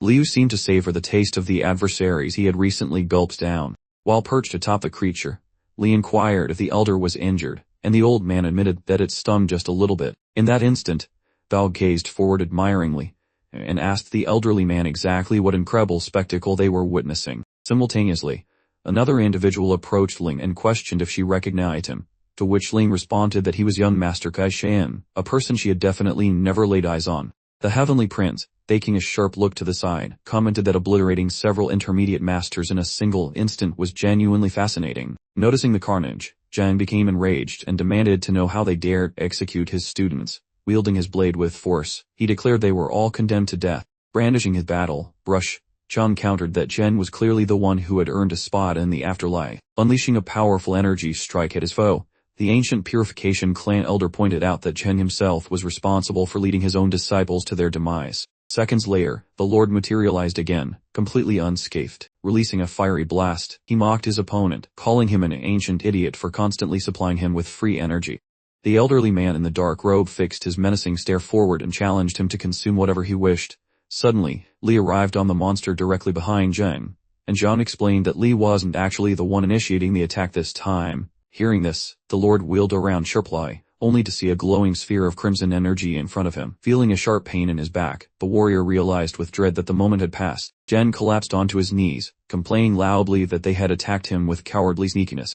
Lab charged his fists with energy, shouting that he wasn't finished yet and was still in the middle of his assault. Simultaneously, all of the young man's allies assembled for the impending battle. Upon witnessing this, the Lord tightened his grip on the hilt of his blade, wondering aloud if they had forgotten who they were dealing with. Releasing a massive burst of fiery energy, the warrior declared his weapon was still fully charged, so a battle to the death was precisely what they were going to get. The red-robed figure adopted a somber expression, warning his students to exercise caution as the assault was imminent. Right after this, Zheng unexpectedly wedged his blade between his legs and propelled himself forward with a huge burst of power, announcing that nobody actually wanted to fight to the death, and instructing them to admire his tactical withdrawal. Stunned as he watched the Lord soar through the heavens on his sword, Yin gaped, wondering precisely how such a thing could possibly be happening.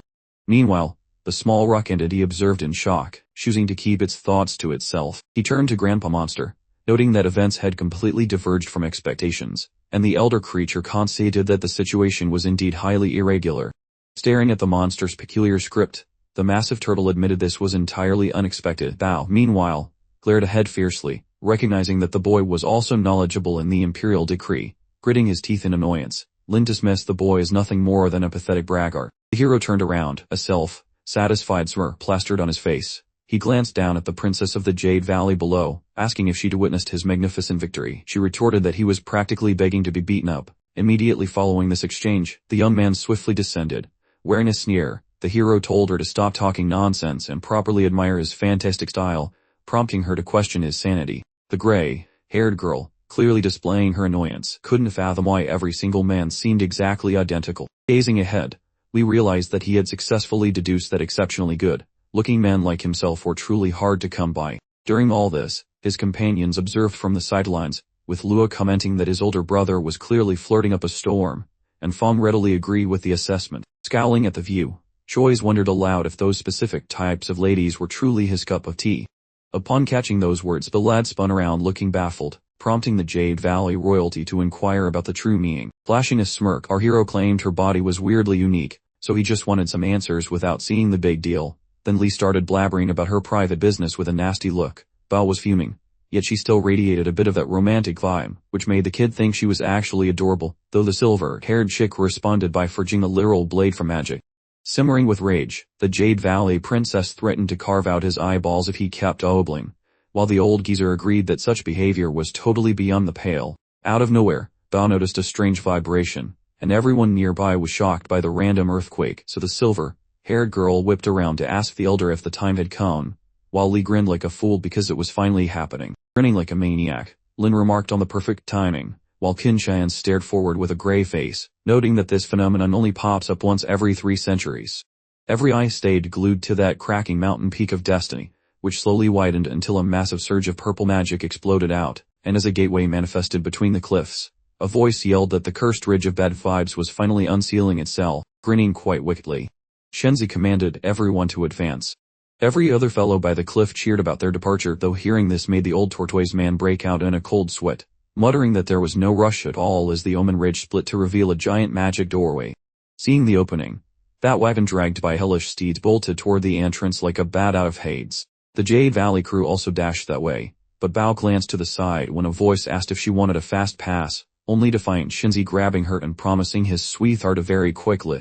Glaring arrogantly, the heavenly god's ex-successor stated he had no plans to release her, regardless of her protests, while the Jade Valley old timer reached for his lady. Meanwhile, a tiny pebble on the beastly elder's palm asked about the lack of speed, so he explained that rushing was pointless since things happen when they happen. Just as the 9 Saint Demon cultists bolted past, blue-skinned warriors on giant pigs also marched toward the cliff, as a massive tortoise noted that all the big families were arriving from every corner of the world. Those mysterious figures in violet cloaks dashed forward, prompting the beastly old man to remark that picking a fight with them would be a spectacularly dumb idea. Wagons pulled by steeds galloped along, while a gargantuan snail plowed through the forest like a race car, causing Lu to complain about the speed while Nan begged Neo to floor it. Staring ahead, the Jingher dude warned that being late would lead to a total disaster, but Lee calmly mentioned that things were actually going swimmingly. The crew rode their oversized mollusk toward the gate, with Lu noting the fierce competition. Then old Neo yelled for everyone to shut their traps and grab something before leaping into the void, shouting that they were officially entering the Science Ridge. Just like that, the gang ended up in a completely weird location, facing a lush valley filled with vegetation that looked like it came from a fever dream. Turning their heads, they spotted a distant edge covered in a bunch of sparkly, rainbow-colored stones. A spooky woods also stood nearby, practically dripping with nasty, sinister vibes. Peering forward, the holy school student wondered what the heck they were looking at, as the big snail crawled along and asked if this was really the Science Ridge, given how huge the area seemed. Right then, the kid informed the Jingher fellow that the cursed peaks only unlock once every 3 centuries, allowing people into this bizarre realm. But John cited that they were in trouble because their ancestors lost all the maps and lore about this weird location. Scared, Lao agreed, because they had no clue where to start, and, all of a sudden, Shuang silenced everyone with her noisy, artificial cough, after which the lady in the blue gown reminded them with a cocky look that the princess of the 9 demon saints was present. Aiming a finger at the horizon, Shuang Gavrila gave the rest of the group a knowing look, gesturing toward the heavens. The blue-clad girl inquired if they noticed that violet star shining right where every other group seemed to be heading. Staring in shock, Nan admitted had totally missed that detail at first, then asked why every single person was flocking toward that specific spot. Looking very serious, Shuang mentioned her master once gave her a tip about this, specifically a guidebook she studied with Wanri that cataloged the whole Science Ridge, visualizing a land of riches. She said the glowing purple mountains to the north were filled with hidden loot and rare beasts that would be quite helpful. She then imagined a cavern of crystals to the east, packed with precious minerals for anyone wanting to craft some legendary magic tools. Recalling the flora, she noted that the western marshes grew the most expensive plants around, which were valuable even if they didn't boost one's progress.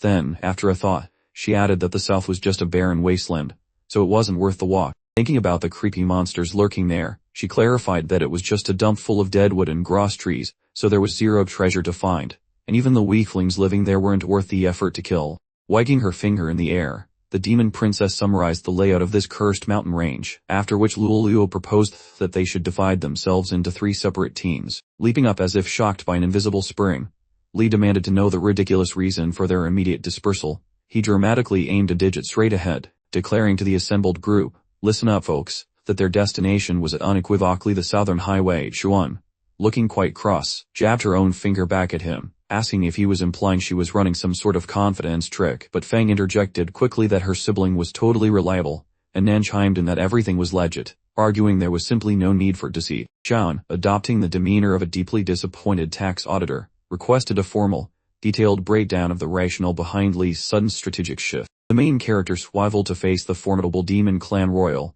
admitting that his tale was 90% accurate, prompting her to inquire why he was issuing specific travel instructions directing their precious hides toward the sunny south. Li, clearly picturing some monumental undisclosed intelligence nestled in his brain, announced confidently that they were heading south, because that was the sole location harboring a mystery that absolutely nobody had ever stumbled upon. Chuz fixed him with a stare of utter astonishment after hearing that magnificent declaration, demanding if he personally possessed any factual evidence whatsoever concerning this alleged enigma. The youth spun around, and yelled something about simply having a pleasant daydream concerning the magnificent immortal emperor, prompting Akiyata to cheekily ask if someone had finally finished weaving his silly pigtails. Following a brief, meaningful eye-roll traded with the esteemed supreme elder, Lao inquired what wisdom he had to offer, to which the elder simply sighed, replying that since the chief student had reverted to channeling the fictional immortal emperor, all attempts at communication were fundamentally obsolete. Moments later, a ridiculously gigantic garden snail slowly sclipped the entire crew directly toward the fiery geography known as the Red Lands, causing John to declare authoritatively that ignoring his navigation and refusing to proceed south was now utterly impossible. The spotlight of the narrative quickly swung over to focus squarely upon the youngsters, having just successfully disembarked from the rickety chariot powered by those highly aggressive, frankly terrifying, equine fins. The slimy amphibian finned, clutching a shimmering crystal like a winning lottery ticket, instructed his youthful superior to observe the trio of incredibly battered gods, excitedly proclaiming that they were instantly millionaires, while Qin Shanlei merely gave the creature superbly condescending side eye. He chuckled, remarking that such trivialities are common in this dump, and Ling mentioned to his sibling that those 3 rocks are basically jackpot loot for that lucky newbie. Suddenly, a tiny winged freak zoomed over, squawking to the boss that the ancient cleaning sect had started moving and wondered where the heck they vanished to. Flapping its pathetic wings, the emerald critter clarified that some guy named Li Qian was leading them toward the dusty southern junk heap. Upon hearing this, the fancy prince of the demon squad looked like he just swallowed a whole lemon in shock. That dude started snickering like a maniac, wheezing that those morons were going to be the literal death of him from laughter, while Qinshan just stared at him with a face that could curdle milk. After a quick bow, Lin said he was sorry, but explained there was really no issue. Then Senior Shuang asked why they were even wasting brain cells on those purification nobodies. Staring at the dirt, that fancy holy court prince just kept quiet. Reaching out, he mentioned that their fresh recruit is a real piece of work, and clearly a lackey for the demon gate, so rumors were definitely flying around his head like annoying flies. This proved he was basically clueless, and Qinshan joked that treasures might be everywhere except in the scorched southern lands. The scene then cuts to a giant snail carrying kids while being stalked by a pack of flea-bitten wolves who looked ready for a buffet. Staring at the hungry fluffballs, the massive gastropod muttered that the place was empty of everything except these annoying spirit mutts. Looking quite grumpy, Shuang explained that spirit wolves are basically bottom-tier holy pets that love biting in groups, and Ling noted her summary was short and sweet. The demon princess glared sideways, worrying that even if they are low level, they are still a royal pain to kick out. Glowing with fighting spirit, Zhang barked that he would handle it and stomped forward to show off. Waving a hand like he was swatting a fly, the kid said there was no need for such drama. Right after that, he gathered some mojo in his palm, claiming he brought some spicy toys along for the ride. A second later, the hero pulled out 2 crusty, old knives and pumped them full of magical juice, making the spirit wolves reconsider their life choices as the light blinded them. While showing off his sparkly aura, the boy asked the mangy dogs if they really wanted to catch these hands. Immediately, the cowards bolted into the trees, and Lei bragged that the dead emperor taught him how to swing these kitchen utensils properly. Keeping up the spooky light show to clear the path, the boy figured this would be plenty of firepower to scare off the local pests. Shocked by the display, Lao gasped that even the other spooky monsters were running for the hills. Glaring ahead, John grumbled that this turf used to be theirs, and the local wildlife still wet themselves thinking about the old emperor's power. As the protagonist's stick energy filled the air, the big snail cheered that things had finally become wonderfully quiet for a change. Thrusting his trusty metal sticks forward, Lise said that with this protection, they should hurry up and keep moving along. Right then, Old Man Niu sprinted ahead like a gazelle, pushing past all the other confused monsters in his way. That massive snail zoomed through the spooky woods, scaring the pants off every creature living there. Even the local birds were having a heart attack watching the chaos unfold from above. All at once, the kid shot a sharp look sideways. Looking at his pals, the leader asked if they were napping on the job, but Fang insisted they were totally focused. Meanwhile, Nan asked with a straight face why they should be scared when their big bro was doing the heavy lifting. A moment later, he felt a weird bump just as he opened his mouth, and then he got yeeted right off the snail's back. Then the Ginger kid took a majestic face, plant into the mud. Dusting himself off, Nan yelled at Old Man Niu for slamming on the brakes, but the terrified snail whimpered that there was some seriously bad mojo just up ahead. Upon hearing that, the Ginger fellow gave a shocked stare. Staring at the dead trees, Nan asked if there was some invisible monster hiding there. Right afterward, some creepy black mist materialized, and she saw it. That student from the cleaning crew was shaking in his boots, wondering what kind of gross, nasty thing was lurking there. Looking quite hungry, Old Man Niu joked that he might just eat them all up. Simultaneously, the crew spotted several hellish spicy bugs galloping toward their position with alarming speed. Visualizing a crispy devil bug, the protagonist joked about the ancient monster belonging in a museum. Scanning the oversized beetle near Nan, the kid figured it was just a giant bug on steroids, hardly worth wetting his pants over. Observing the creature's murderous glare, our hero realized his initial assessment was totally wrong. Inspecting those lethal chompers, he deduced their metallic mandibles could slice through solid steel girders like soft butter. Staring at the bug's exoskeleton, the cleanser noted their shells were tougher than a cheap steak at a roadside diner. Watching the massive swarm rushing forward, the lad guessed even top-tier monsters would soil themselves when these armored goons arrived. While Nan tripped over his own feet and whimpered about what on earth was coming for them. Visibly shaking, the Ginger fellow questioned why the boss godly mojo failed to turn these creepy crawl eyes into submissive pets. Clutching a glowing toothpick, our lead man noted these bugs lacked gray matter to feel fear, prompting the girl to inquire about their backup plan since intimidation was off the table. Wearing a devious grin, the boy remarked that their only remaining choice involved immediate physical combat. Maintaining an intense expression, the girl acknowledged her peers the second they shouted for her. The elderly warrior projected a lethal glare toward the front just as the youngster screamed in his general direction. Leveling his sharp toothpick, our lead hero commanded the group to avoid retreating and instead scorched the enemies. Drenching his body in a puddle, the boy begged his sibling to pause for him.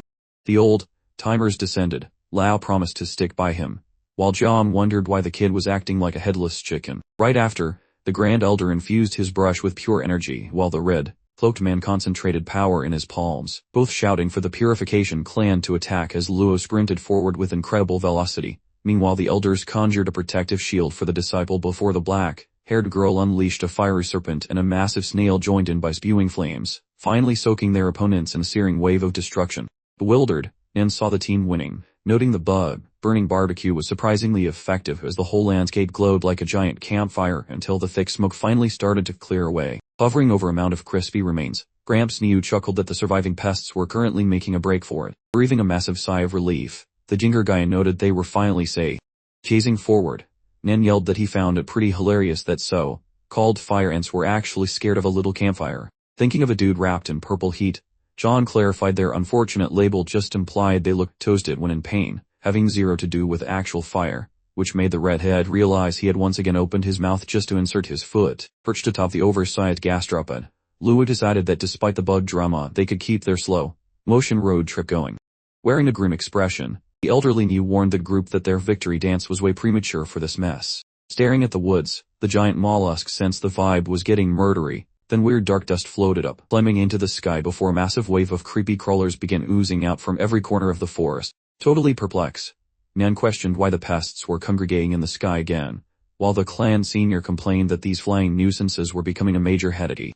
In that very moment, a massive swarm of insects huddled into a pile. Simultaneously, the insects merged into a totally unrecognizable and bizarre silhouette. Seeing the shift, the carrot-topped observer mentioned everything seemed to be falling apart. Eyeing the mega bugs assembled from tiny minions, John noted they formed giant insects, while Nan shrieked for assistance because 4 skyscraper-tall ants were way too many for him to handle. Just then, a colossal crawler stumped closer, and seeing the titans rushing them, the elderly warrior cautioned everyone to watch their heads because the big boys were finally playing for keeps.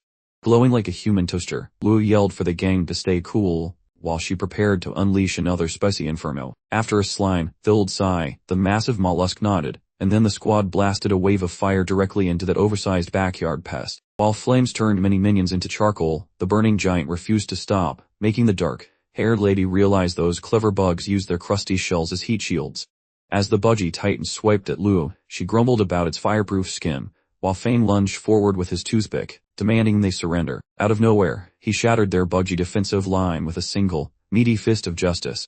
Following that heavy wallop, the creepy crawlies scurried away like kids caught stealing cookies. A few hitchhikers started chewing on his laundry. Meanwhile Fang dove into the bonfire while complaining that life was being quite difficult today. He finally face-planted from the pain, prompting a nervous Shuang to mention that the budgie reunion was back in full swing. Dismissing them with a sassy wrist flick, Shuang launched a strike and politely requested the vermin to kindly buzz off. Her frozen chips sliced right through the exoskeleton of that overgrown picnic ruiner. While soaking his trusty blade in a watery glow, Nan promised his aid, but Kun and Pengjian marched forward to chop the beast into sushi, making Nan realize his help was useless, and at that exact moment, Lao started hoarding pebbles and complaining about his heavy workload, eventually assembling a gigantic rock butler that delivered a crushing blow straight through the opponent. The massive bug quickly patched the gaping hole in its torso like some gross biological magician. A literal army of tiny minions swarmed the wreck left by the old men, acting like a frantic pit crew for their broken boss. Seconds later, the repaired creepy crawler was fully prepared to rumble with the massive rock statue. Clapping his palms together, the guy in the scarlet laundry sighed that this endless bug parade was never going to conclude. Clutching her hand, Fang pleaded for the princess to stay safe since these nibbles hurt like crazy, then got sentimental about their past, while she just wanted to know how to kill things that refused to die. He gestured toward the horizon, though Lai insisted he pay attention to her instead. Gesticulating toward the gargantuan insect idling in the forest, the lad questioned why the beast was acting like a lawn ornament. Giving him a confused glance, the royal demon lady guessed the bug was just a roadblock and suggested they stick to the mission, though our hero suspected she was oversimplifying things. Staring at the lady in the azure gown, Lu pondered if these pests were actually geniuses, as organized blockades seemed way above their pay grade, a thought that hit Shuang like a ton of bricks. Wearing a look of total shock, the raven-haired maiden questioned if some invisible puppet master was pulling the bug strings. Pointing his didit toward the horizon, Li spoke those words. Eyeing the oversized bug amidst the timber, he claimed the monster guarded the hive's brain, which was a bit of a lie, but he was too tired for a lecture. With a quick snap, the kid told his buddies to wait up before leaping onto his flying quimping that zoomed by, and declaring he would hunt the leader solo. The hero vaulted onto his floaty friend, and commanded the beast to fly like the wind. Spotting yet another massive bug ahead, the youth realized that savage beasts were ultimately just brainless critters. Without missing a beat, he whipped out his enchanted glowing daggers. Gripping his gear tightly, our main man shouted for the hidden coward to come out and face him. Closing in on the big bug, he warned the creature that a simple security guard stood zero chance of slowing him down. Right then, the noggin of that oversized crawler started falling apart like a stale biscuit. All of a sudden, a swarm of bugs charged at least solo, leaving the poor kid looking completely baffled. Witnessing the army marching his way, our hero chuckled, realizing he'd have to personally escort these tiny invaders out, a truly monumental task he couldn't quite believe he was undertaking. As he morphed into his battle persona, Li quipped that it was a rather clever ploy, only to be instantly swarmed by ants from every angle, a situation he found quite galling. They were even crawling all over his extremities. The poor chap was utterly cocooned in creepy crawlies. Unleashing his inner might, the hero declared that this was precisely what one expected from the fiery variety of ants. In a flash, he was engulfed in dazzling purple flames, admitting that the searing agony was truly infernal. Taking a knee, Li explained that thanks to the wisdom of Old Man Singh, he had achieved a divine physique embodying the very essence of the underworld. Just as the fiery ants prepared to engage, he added that their nipping held no fear for him whatsoever. Beaming with confidence, the young man proclaimed that any discomfort was well within his endurance. Glaring intently ahead, our protagonist deduced that the true mastermind of this invasion was lurking somewhere beneath the earth. With a sudden burst of speed, Li shouted that they could bite to their heart's content, but they certainly wouldn't deter him, as he then approached a colossal mass of ants. He peered ahead, and the enormous ant instantly fractured into a multitude of smaller ones. Simultaneously, our hero commenced his subterranean excavation. With a sly smirk, he mused that it was now the boss's turn to face the music. In the heart of the shadowy woods lay a vast chasm, opening into the ant colony's underground network. Navigating these subterranean tunnels, Li encountered the ant queen, remarking that it was the matriarch herself transmitting the control signals. Detecting the intruder in her sanctuary, the queen fixed him with a menacing glare and commenced an ominous hiss. Gathering an immense ball of crimson energy, the young men declared that if they seized their assault, he would reciprocate, then surged towards the ant queen, noting with regret that she seemed to be linguistically challenged. His fist rocketed forward with incredible velocity, and a moment later, a thunderous explosion rocked the heart of the forest. Witnessing this spectacle, Fang, Xuan, and Lu were utterly dumbfounded. Nan, gazing with bewilderment, inquired if his senior sibling had located the ringleader. At that very instant, the colossal insect before the stone golem disintegrated. Observing the scene, Lao mused that this seemed to be precisely the case. Watching a massive ant exodus back into the woods, the companions noted that the colonies had devolved into disarray without their leader. Meanwhile, the red-haired fellow spied confidently soaring through the sky, announcing that their elder brother was making his return. The young man landed moments later, prompting Nan to ask if he was hurt. Draped in a peculiar goo, the protagonist requested they not dwell on it, stating that everything felt itchingly unpleasant, and he required a thorough decontamination, a request the red-haired companion readily agreed to, ushering him into a cleansing bath. Donning fresh attire, Li remarked on the good fortune of having a spare robe, while Xuan observed that he constantly found himself in sticky situations and doubted these garments would suffice. The red-haired fellow, however, assured them that as long as it wasn't completely annihilated, it could always be salvaged. The demon princess, with a serious expression, implored him to have faith, as their ultimate goal was within reach. Glancing pointedly at him, the young man inquired if she was curious as to why they were venturing into that particular hole. Gesturing emphatically, the protagonist indicated that the answer lay within. The girl in the blue dress, looking rather perplexed, stated that in that case, they should investigate. Spotting a colossal sail nearby, Li requested it assume a human guise, which would facilitate their journey. Immediately thereafter, the group proceeded towards the desolate woods. Fixing the boy with a disapproving gaze, Joyce remarked, as she had stated previously, that there was nothing there, and questioned the urgency. Picturing a falling leaf in his mind, the protagonist recalled the adage about not seeing the forest for the trees. Turning his back, he added that, conversely, she couldn't see the trees due to being fixated on the forest. Watching Li retreat from her, The demon princess queried the meaning of his words, and he told her not to fret. Abruptly, the young man halted, indicating a nearby dead tree. The protagonist gestured for them to observe it. Seeing just a single piece of paper hanging there, Lee asked if she could examine it. Xuan looked surprised in front of her, and wondered if that was considered unusual. The boy turned to face the tree and instructed her to stay absolutely quiet for a little while. Immediately after, he placed his palm flat against the trunk's surface. The protagonist began channeling his brilliant blue energy. Watching from the sidelines, Lee asked what her older brother was doing, and Xuan replied she had no idea, but that she could feel energy pulsating nearby. The princess of the demonic cult stared dumbfounded at the scene. She assumed he must be performing some sort of obscure ritual, while Lee, completely engrossed, closed her eyes. Suddenly he snapped out of it and started dancing. Xuan noticed this and became quite annoyed, asking what kind of baffling performance this was. Old man Mi looked forward in surprise and told everyone else to stop moving. At that exact moment, new leaves began to appear on the tree. Soon, the entire branch was completely covered in foliage. After a short time, the whole tree returned to life. Grass and flowers burst forth across the surrounding area. A sense of peace settled around the tree, revealing a lovely new clearing. The group immediately looked around in admiration. Fang noted the change, and then realized they were standing in a flowering garden now, while Xuan was left speechless, and Luo said it was quite beautiful. Lee folded his arms across his chest, and asked them what they thought of that, concluding he was right that the immortal emperor's instructions never failed. Old man Yu released some of his internal energy, and noticed how light he suddenly felt. Young glared ahead, suggesting he didn't believe they had come all this way just to resurrect a few trees. The protagonist responded with a snide smile, agreeing that, of course, that wasn't the full story. And then something new happened.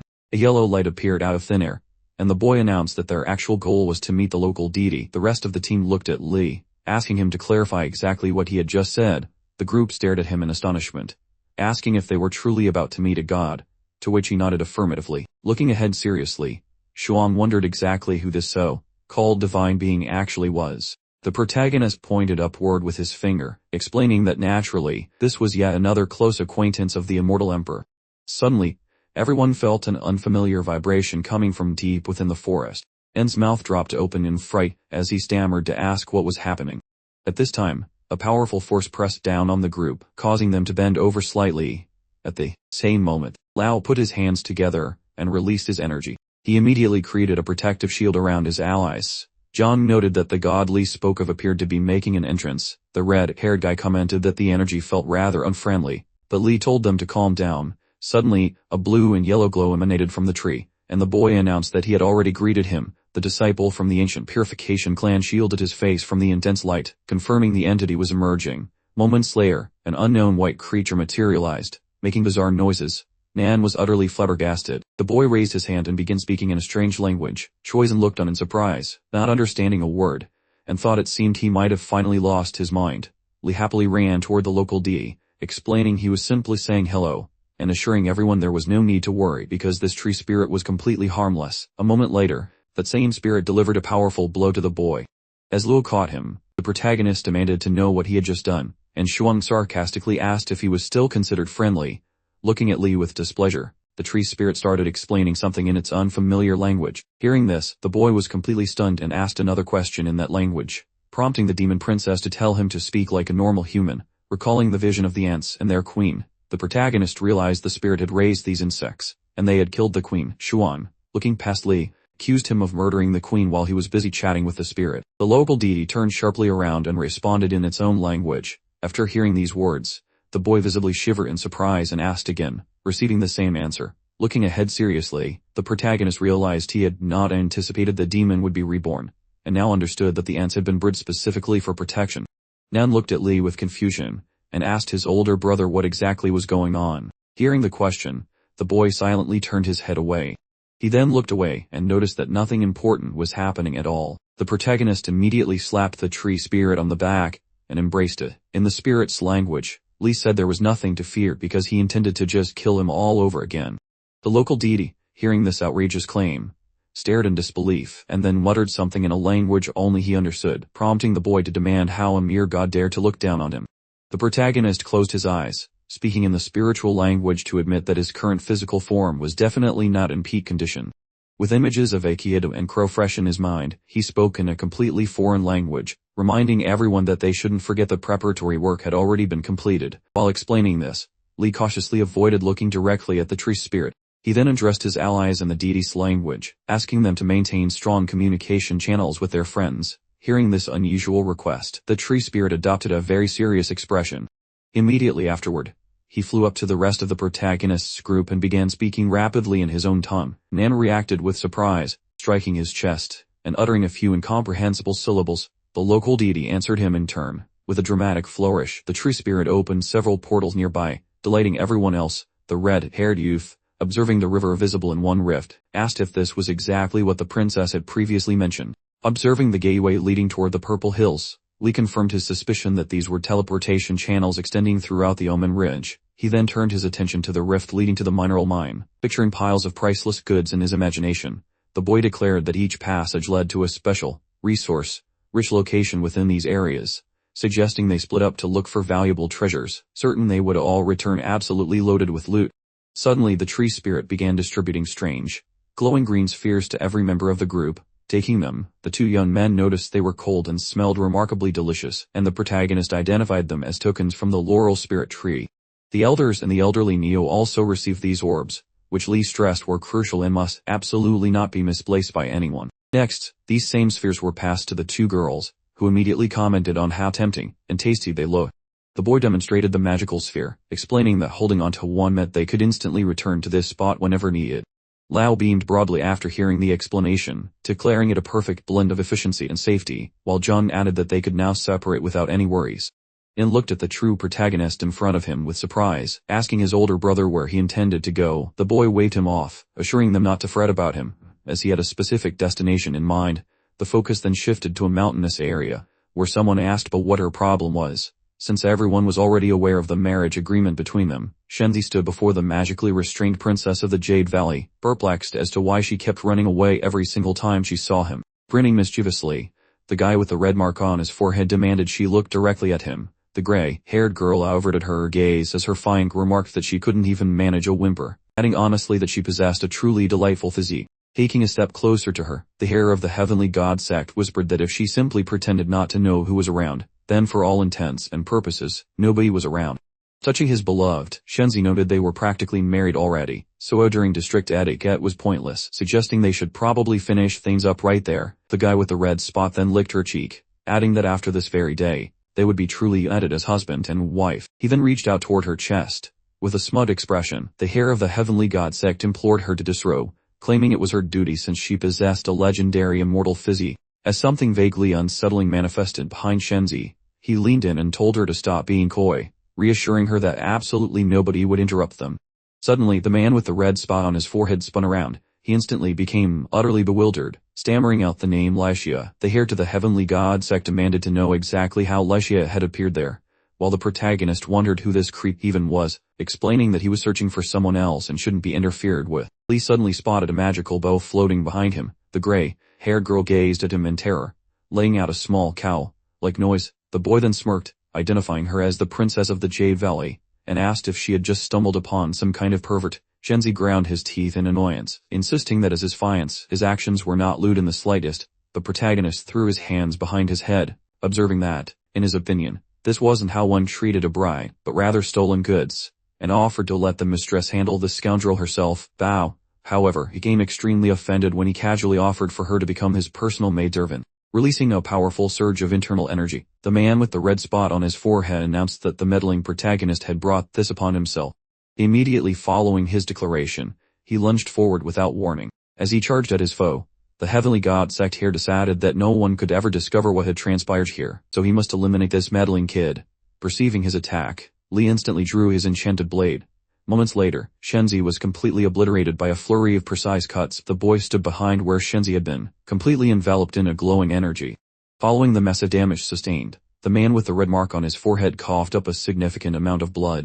Simultaneously, the protagonist landed on the ground near Bao. He walked toward her slowly and asked for her reaction to the situation, inquiring if she might now reconsider his earlier proposal. He glanced at the gray-haired girl, who was shaking with frustration, advising her not to overexert herself, suddenly bursting into tears. The princess of the Jade Valley warned him that he needed to run away immediately. Upon hearing her earnest plea, Li was completely taken aback. In that exact instant, a set of glowing red and yellow eyes materialized out of thin air. A gigantic, intimidating mass then ascended into the air directly above Shenzi's location. Spinning around, the boy questioned whether his opponent hadn't actually expired, noting that he currently looked hideously unattractive. As his body started reassembling itself, the young man with the red mark stated that the unusual sword technique, combined with the power of the immortal emperor, had definitely caught him off guard. The hair of the heavenly god Sek then grinned widely, adding that unfortunately for his attacker, life and death were both firmly within his own grasp. Staring back at his rival, the protagonist remarked that this performance wasn't half bad for a pervert, prompting the pervert to angrily demand that he stop using that word immediately. After setting his overly sure of himself expression straight ahead, Lee confidently suggested he was quite tough against impacts, making him a prime candidate for a human punching receptacle, which Shenzi immediately dismissed as cheeky nonsense. Then, with a sudden spring, he bounded up, demanding a demonstration of his rumored prowess. Concurrently, the young fellow flashed a grin whiter than a politician's promise. Right after that dramatic pause, he unleashed his inner crimson aura and conjured forth little baby Kumping. In a mere tick of the clock, Lee hopped aboard his trusty companion. Simultaneously, several silk strips shot toward him with the velocity of a thrown joke, and the lad, expertly slicing with his edged implements, managed to fend off that swift aerial assault. Our main character proceeded to shred those flying fabrics with a smug little smirk plastered across his visage. Just as Lee neared his adversary, he flipped the switch on the dial of life and death, an action that truly tickled his opponent's surprise bone. At the exact same instant, Shenzi's features smoothed out into a look of absolute emotional zero. Out of nowhere, a shimmering yellow vapor started to materialize throughout the immediate vicinity. After a quick blink, it became obvious these spectral things were constructed of wood, and these newly formed wooden lances immediately hurled toward Kumping with extreme prejudice, quickly completing their deadly delivery run.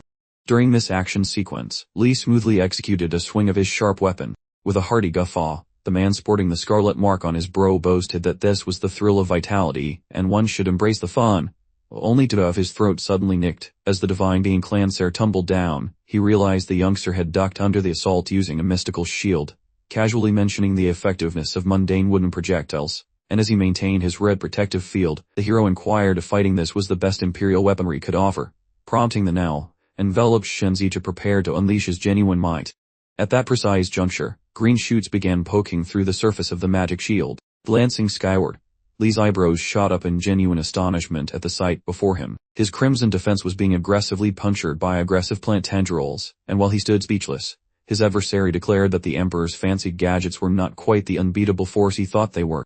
Meanwhile, those enormous root structures kept hammering their way through the enchanted barrier. They swelled in girth and began reaching out specifically for the main character. Noticing this rapidly escalating predicament, Lee slashed his blade, noting dryly that things were getting delightfully intense now. Suddenly, he spotted something peculiar directly ahead of his path. As if by magic, the giant roots dissolved into a puff of violet residue, and the youth queried if this was yet another costume change.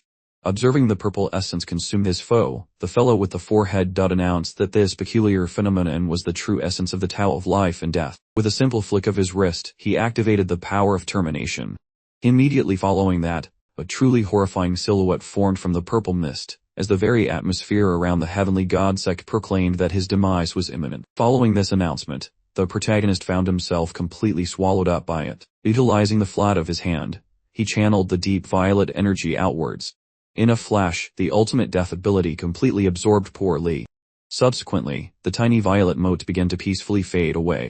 Drifting closer toward his vanquished rival, the gentleman with the red mark cheekily asked if he was already attempting a hasty retreat. At this difficult moment, Bao watched the scene unfold, tears silently streaming down her face. Smirking like a cat that swallowed a canary, the lad claimed he was merely testing the softness of the turf, and gliding toward him, the divine hair decided a quick death was too merciful, preferring to brainstorm some creatively painful ways to ruin the boy's weekend. Towering above the beaten foe, that fancy lord hinted at mercy should the loser disclose his hidden knowledge. Wearing a wicked smirk, the fellow sporting a forehead blemish mentioned that a full confession granted the privilege of picking his own execution. Beaming like he just won the lottery, the hero joked that such kindness was genuinely touching his soul, and scowling, the holy sect prince looked annoyed and questioned if he was actually volunteering for a funeral. Mouth agape, Lee prepared to speak, but a giant glowing sigil suddenly manifested on the soil, and the youth remarked that wasting such an elite spell on a total scumbag was truly a tragic waste of resources.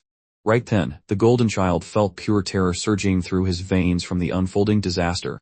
Trapped inside the crimson ring, The dot-headed noble wondered what kind of trap he had stepped into.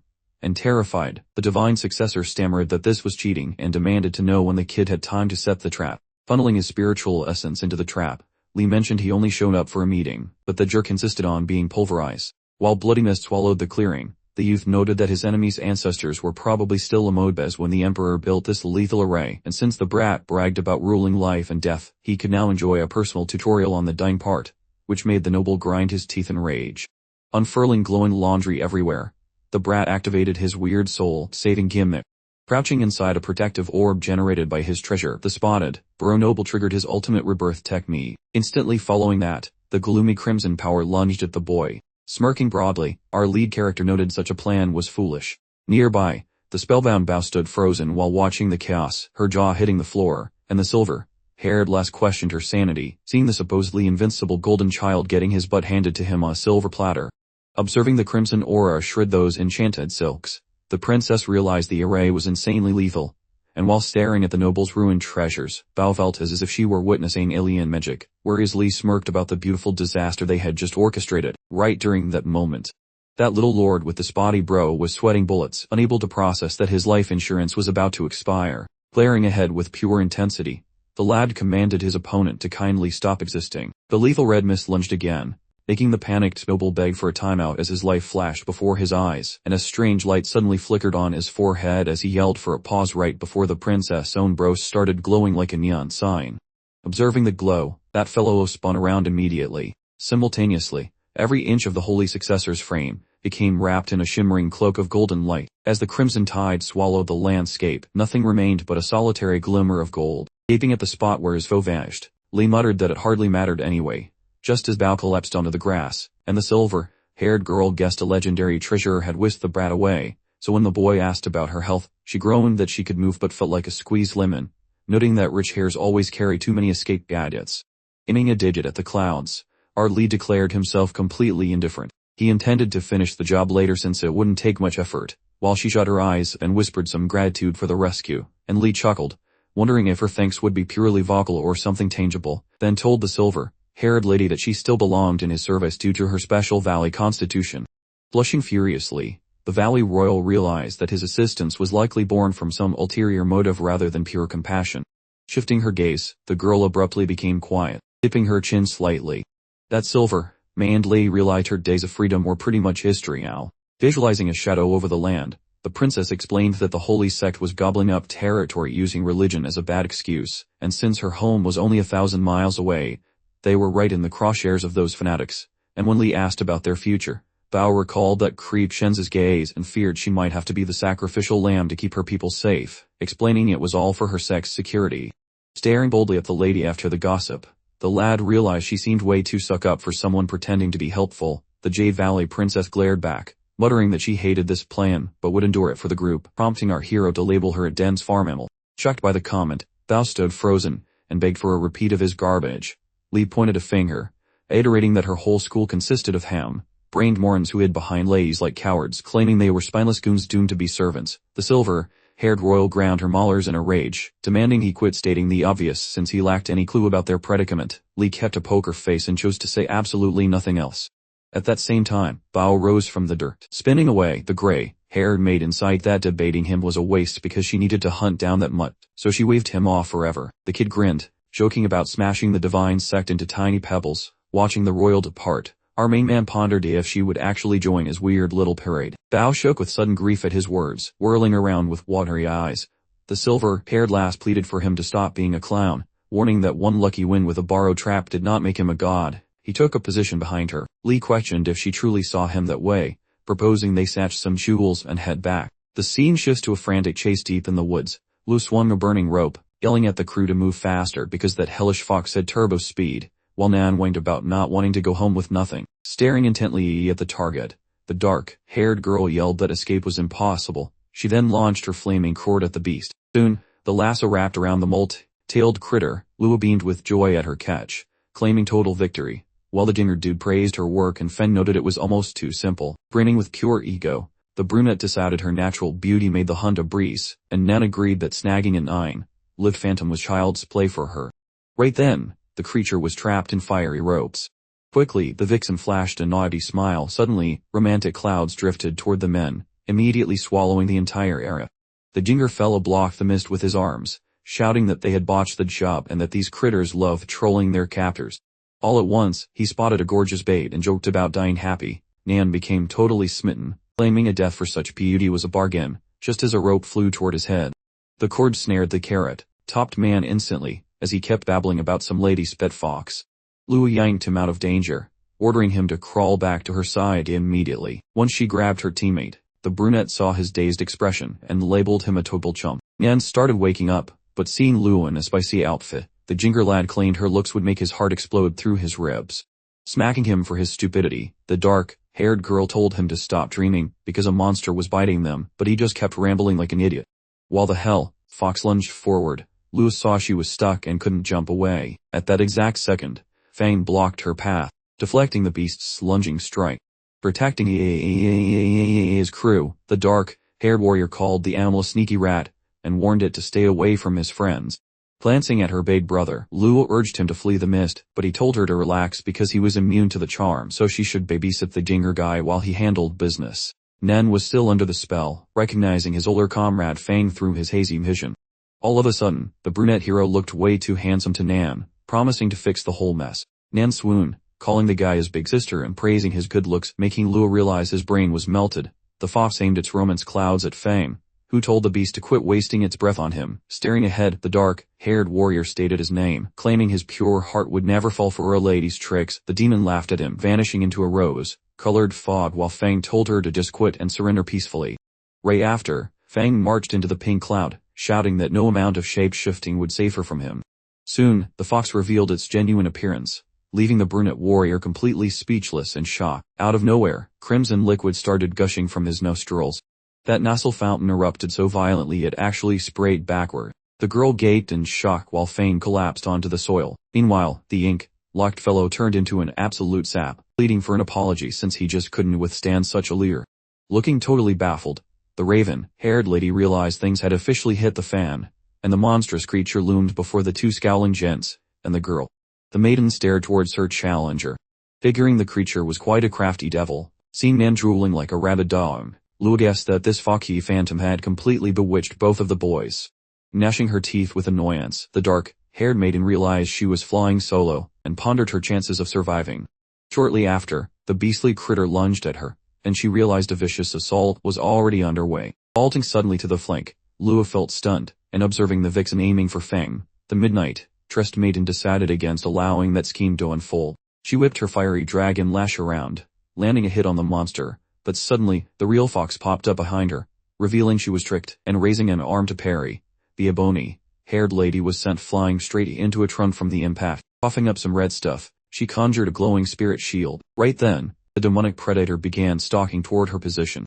The many-tailed beast charged its paw with mystical power, preparing for a lethal slash. Squeezing her lids shut in panic, Lua knew she was too slow to block, but miraculously, a sphere of water trapped the beast, leaving the girl totally flabbergasted. Nan restricted the enemy via sorcery while Fang pounced. Wearing a stern look, the rust-haired warrior mentioned that seductive charms were no hurdle for his concentration, and charging with a polearm, the ink-haired youth decided that guarding his pal beat everything else, and moments later he successfully skewered the wicked vixen directly in the belly. Following that heavy impact, the creature crashed onto the soil immediately. The freak then reverted to its natural shape, bleeding out fast, and scurrying to the fox. Nan checked if his sister was alright, while Fang mentioned their arrival was perfect, and she confessed she thought she was a goner. Beaming widely, the raven-haired lady noted she hadn't expected them to bypass the narcotic vapor, and as the boys walked by, Lua mentioned she felt quite amazed, but then the guys started cuddling a tree and apologizing for terrifying her, and observing this, the sable-haired girl stared ahead in bewilderment. Then, Lua's voice boomed across the glen, frustrated that they were actually still stuck in a trance. Shortly following those events, our tale pivots to the other folks from the ancient cleaning squad hanging out at the base, and all of a sudden, emerald gateways materialized right before Jiang. Then, members of the old spirit cleansing group stepped through, and Lua announced they had returned after bagging a multi-tailed demon, while perched on a massive pile of loot. Li noted they performed exceptionally well, gripping the dead beast carcass. Fang noted that the big bosses and senior brother definitely lived up to the hype, while Nan admitted feeling a bit embarrassed. Then suddenly, another emerald portal popped into existence, and glancing at Zhuang with a start, Luo was thrilled she had also made it back. Throwing a cheeky look her way, the boy pointed out she came back with 0 treasures, and wagging a finger in the air, the demon cult princess claimed she snagged some vital intel, and asked if he was interested. The scene shifts over to a rocky precipice where the ocean waves were crashing, and a gentleman standing on that peak was observing his pupils engaged in a scrap, wondering if the southern lands held such deep secrets, and realized why they traveled there, while the lady asked if he felt like helping them out. The blue-haired geezer looked away, remarking that those kids had it handled, and it was a prime moment for some character building. Eyeing the young lady stationed close by, the big boss of the demon faction suggested that she ought to keep a sharper eye on Li Kaya. Picture a kid with enough eyes to fill a bowling ball, the blue-haired geezer muttered about a gut instinct. Glancing at his boss, the demonic veteran whispered that some scary heavyweights were peeping at them, probably brewing up a giant vat of trouble. Chewing on that spicy gossip, the demon princess found it weird, since her elite radar hadn't detected any creepers lurking in the shadows. Wearing a face like a funeral director, the azure-haired elder noted that secrecy was key since only Li Kaya knew the southern secrets, plus some other mystery. Imagining a massive strobe light in the woods, the demon strategist mentioned that Omen Ridge was vibrating with weird vibes, prompting every local club to pack their bags for the upcoming apocalypse. Dreaming of terrifying critters, the blue-topped grandpa remarked that legendary celestial monsters supposedly treat these deep woods like a 5-star hotel. Shaking in her boots from the tail, Shuang suggested those monsters weren't worth the hassle, then wondered why those crazy cults would gamble their lives. Turning his head, the demon chief blamed that aforementioned mystical power, which left the princess looking like she had seen a ghost. Thinking of a glowing mystery box, the blue-haired fossil clarified that a divine sovereign's treasure was likely waking up from its nap. Shuang beamed like a lottery winner and questioned the catch, then threw her arms out, inviting everyone to crash this godly party. Thang stared intently at the air, discussing the supreme deity before bringing up that legendary shiny trinket. Looking like he expected a jump scare, Lao admitted that guessing the nature of such a tool was basically impossible. Zheng just stood there looking grumpy and quiet, but Li suddenly piped up, suggesting that a divine weapon sounds like a pretty cool toy. Staring straight ahead, the lad questioned why the Gate of 9 Holy Demons would bother fighting on his behalf. Picturing her group leader, the princess described him as a guy who wears 3 belts for safety. Then the girl in blue explained that Omen Ridge was crawling with minions of the rival deity cult, meaning starting a fair fight was essentially suicide. Smirking like he knew a secret, the main man commented on the situation, prompting a confused Zhuang to ask for a translation. Looking absolutely livid, Li declared they were heading in to see what those losers were capable of. Everyone was stunned by his boldness, and the demon princess sighed, thinking he was back to playing the mysterious hero again. Brushing a hand away, the kid asked for more juice on the situation, while Zhuang hummed that everything else seemed pretty boring.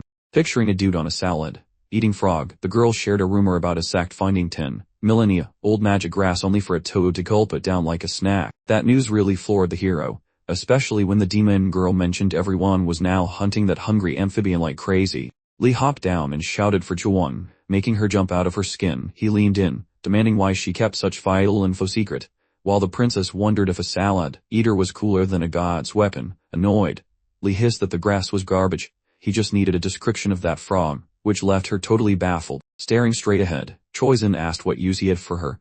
Thinking of a giant warty toad, the blue-clad girl warned that if he expected a magical creature, he would be let down. She pointed up, noting the beast supposedly looked as plain as a potato. Thrilled by the description, the kid realized that this was precisely the creature he had been searching for. Snatching Zhuang's arm firmly, our hero demanded an immediate trip there, hollering at old Niu to wake up since the clock was ticking. The ancient gastropod lazily cracked an eye open at the noise. Right then, the wooden phantom started flailing its limbs, while Laurel used her mojo to tear open a sparkly gateway for the group. Visualizing Aekieto in a frantic frog hunt, Zhuang questioned if some undying ruler had tasked him with catching the slippery hopper. The scene shifts to a rugged woodland peak where a massive snail was zooming through the timber like a slow-motion race car. That giant shell dweller surged ahead, leaving a massive cloud of grit in its way. Staring intently, Li questioned the sighting of the fraud in these parts. Choizin looked confused, confirming the rumor but questioning the toad's identity. The boy pulsed his aura, muttering that Niu wouldn't get it even if he explained the roadside sights, which the princess called total drivel. Thinking of a green leaper, the hero recalled millennia of training, grinning that if the creature showed up now, its running days were over. Out of nowhere, a massive limb slammed down, stopping that giant snail in its tracks. Seeing the blockage, old Niu glared forward at a terrifying, hissing arachnid, wondering aloud if it was some kind of infernal creature.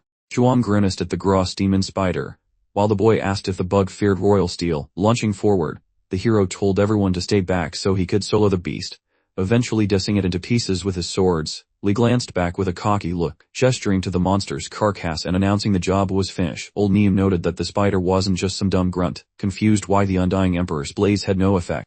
Staring at the mess, the kid guessed the spider wasn't aggressive, just so terrified of something else that it blundered right into them. Suddenly, Qin Shen and Leng materialized, questioning if they were indeed standing before the famous Li Kaya. Extending a palm, the Holy Court's prince shared his name and expressed joy at meeting the legendary master, while Zhuang wondered why he was being nice to a total barbarian. Looking at the destroyed demon spider, Ling demanded to know who gave him permission to steal their dinner, scoffing at his obvious ignorance of hunting regulations.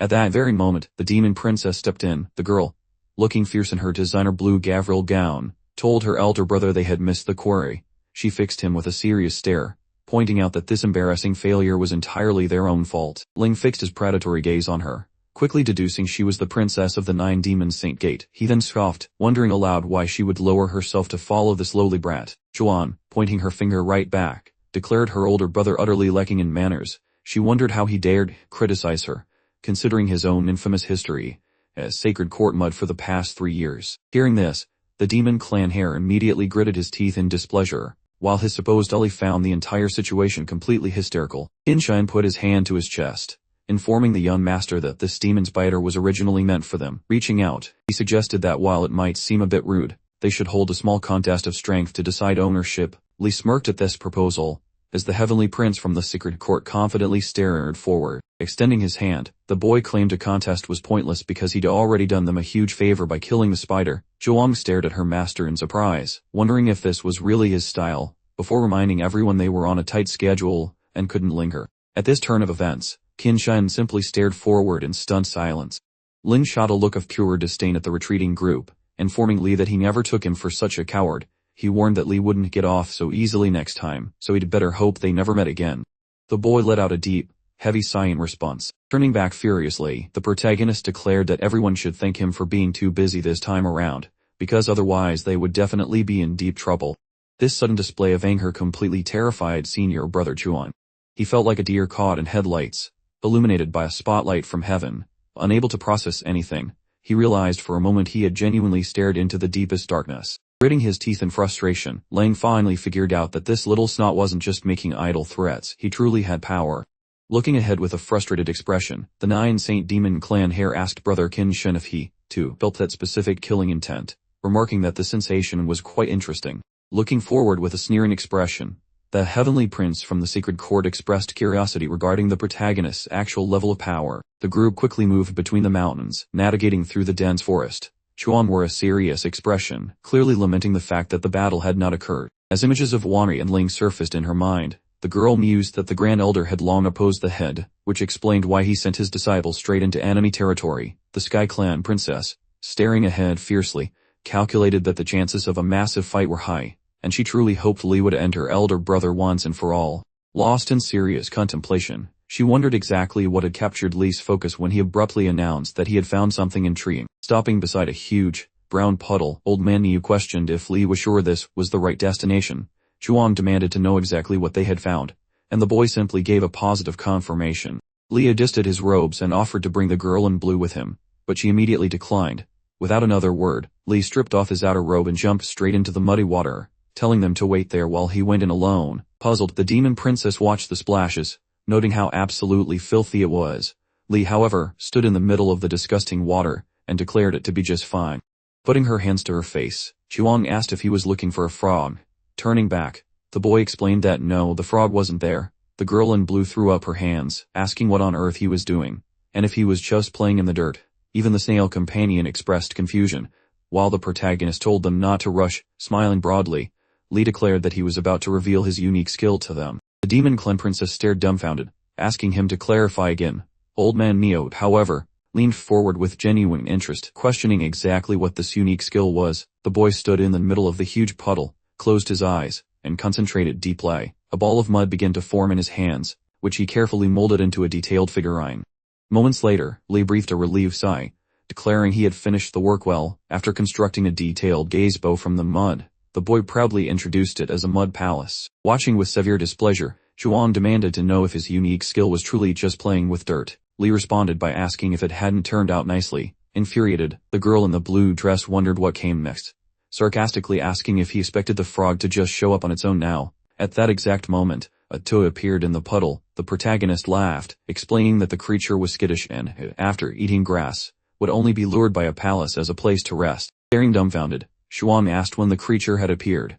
Looking forward in surprise, the huge snail noted that it literally seemed to have materialized out of thin air. Lee pointed to the mud palace, declaring it ready for her entry. The frog, upon hearing the invitation, simply stared silently back at him. The toad then jumped straight toward the mud palace. A moment later, it was securely trapped inside. The boy, having successfully imprisoned the beast, was absolutely delighted by his own success. Smugly watching the frog in its captivity, the protagonist remarks that several million years had passed since he began this chase, but he finally managed to catch this slippery little rascal. Suddenly, he turned back, alerted by an odd, incomprehensible sound from the sky. In the sky, he noticed a horse-drawn cart containing a single man. It was Nantian Hao of the Southern Heaven Kingdom, who haughtily announced that he had finally tracked her down. The massive cart, pulled by demonic horses, hovered dramatically above the mud puddle. Spotting the girl, Lee gave a glare that could curdle milk and said absolutely nothing. That fellow observed the vehicle. Draped in a neon aura, a figure suddenly plummeted from the vehicle towards the dirt below. Dropping down, Hao praised the effort as a solid victory thanks to his assistance. Then the kid demanded some silence. Crashing into the filth, the blue, glowing prince of the southern realm barked that some slimy toad ate their precious magic salad, so the boy better cough up the amphibian right this second before things get ugly. Grinning like a thief, Hao pleaded not to make them resort to common mugging. Staring daggers at his foe, the hero advised the punk to stay put, but the southern noble laughed and asked if this little intimidation act was supposed to actually scare Royal. Noting his fist in azure light, he complied. Then Hao aimed his mojo at the dirt structure, remarking that staying still was actually a fantastic idea for everyone involved. Right then, the toad within appeared to vanish into thin air. Hoisting that messy earthen container, the elite prince of the southern realm questioned why the interior was totally devoid of life. Meanwhile, Lee shifted into a combat stance, insulting the guy by calling him a mangy animal. Zooming ahead like a caffeinated cheetah, he swore to end the brat for his pathetic actions. Staring with shock, Hao queried if the lad truly desired a brawl, while the grinning southern noble commanded his lackeys to beat the hero senseless, a task they performed without hesitation. Smirking, the dark-haired fellow noted the impending doom, while the orange-haired guy realized he was about to get a front-row seat to their special sibling combo strike. Seconds later, those two idiots knocked each other out. Then Lee walked toward Hao, who looked like he'd seen a ghost. Brandishing a knuckle sandwich, the kid declared it was finally his go, while the southern prince hid behind a violet bubble and told himself to keep calm and block. Yet the hero's punch suddenly shattered that magical dome like it was made of cheap, fragile glass. Instantly, the shield disintegrated into tiny, useless bits of junk. Without delay, the fist connected squarely with Hao's surprised face. Taking the hit, he started weeping and spitting red, coming to the conclusion that he was definitely outclassed. Simultaneously, the southern prince got past it against a boulder, while Lee completed his follow-through on that very same strike. Hao gagged on blood with eyes popping out, while the kid glared at him silently. Then the hero noted that it was quite fortunate the guy was still breathing after that collision. Following the chaos, Lee scanned the area with a look that promised pain. Confused by the carnage, Old New remarked that Uncle Lee was a legitimate nightmare when someone actually managed to annoy him. And Shuang mentioned she was getting increasingly intrigued by the nature of that mysterious little green jumper. Right then, the lad leaped up, shouting that he would turn his opponent into a dry, dusty memory soon. Bao wailed from pure terror and begged for some salvation. Short duration afterwards. Opposing mystic forces violently slammed into one another. Royal Hair Mei from the south screamed in absolute horror as the lead character's punch met a thick reptilian carapace. Then the grumpy monster patriarch noted his own venerable lineage and questioned the unnecessary aggression. Meanwhile, other beasts examined Dirt Prince and wondered how the elderly turtle vanished with such surprising velocity. One confused creature even suggested his elder was racing toward a latrine. Finally, the hero confronted the beast and demanded he move aside, but the response was that the chance to slay him had already passed. Scowling, Lee questioned if the oversized reptile thought being big gave him the right to talk down to others, noting that he possessed his own giant monster in the form of Old Man Niu appearing right behind him, so the squinting beast suggested that the hero should probably step aside. That grumpy reptile let out a sigh, lamenting that the dusty old clan was basically begging for a funeral. The crowd sprinted forward while the elder gripped his walking stick, muttering that these fools picked the losing team. Xuan scowled, noting these groups served the divine heavens and had been plotting this scheme forever. As figures soared overhead, A grinning lad yelled that everyone witnessed Lee acting like a total menace. It was shocking that the legendary cleansing group chose such a jerk as their top student, and he grunted that history only remembers the winners while the losers stay villains. Our main hero finally spotted the loudmouth. A mob circled him, hollering that the whole world was watching his downfall right now. Glancing at the bleeding guys, the youth remarked that Lee was caught beating up the Southern Prince and deleting his followers. Staring at the beastly shell, he pointed out that our hero even cracked the shield of the Iron Turtle sect. Wagging a finger, the fighter insisted that Lee needed a heavy fine for being such a cocky brat. Grinning, Lee joked that the chatterbox finally barked, looking like a lonely mud in spring. The stunned rival turned red and shrieked for the hero to shut up before people believed him, blocking their path. Lee confessed he sensed the ambush waiting at the peak of higher learning long ago. With a smirk, he questioned exactly how much this little party would set him back. Eyeing the losers, he asked if the price involved his shiny Emperor blade or that dusty magic manual, perhaps even that old turtle shell. The dude dropped down and told him to stop yapping and get to the point. The confused brawler questioned whether, reaching out, the fellow claimed he was built different than the rest. He felt no urge to play nice for the Divine Heaven Club. The random guy grimaced after hearing that bold statement. Crimson energy swirled around our hero as he told Qin Shan to zip it, because if he craved godlike powers, he better be ready to trade his pulse for them. Looking annoyed, the villain suspected Lee had secret cheats, so he decided to send the weaklings in first. Extending his arm, he roared that they were going all out to turn the protagonist into a total pancake. Blocking the way, Qin Shan noted it was a shame, but Lee was not getting a fair duel today. The hero braced for a sprint, realizing his opponent had zero intentions of playing by the rules. Eyes were glued to him while the lead guy bolted, yelling for the geezer to move his butt because they were leaving. They zoomed off, leaving a massive dust cloud while Niu glanced back, mentioning the angry mob was gaining ground. The fighters chased them while the girl pouted, promising to handle the pests herself. She conjured a frosty snowflake shield as magic ribbons swirled around the attackers, blocking the flow. The goons chatted about her power spike, which was typical for a royal brat. Qin Shan kept pace, mocking that she was still too green to play with the big boys.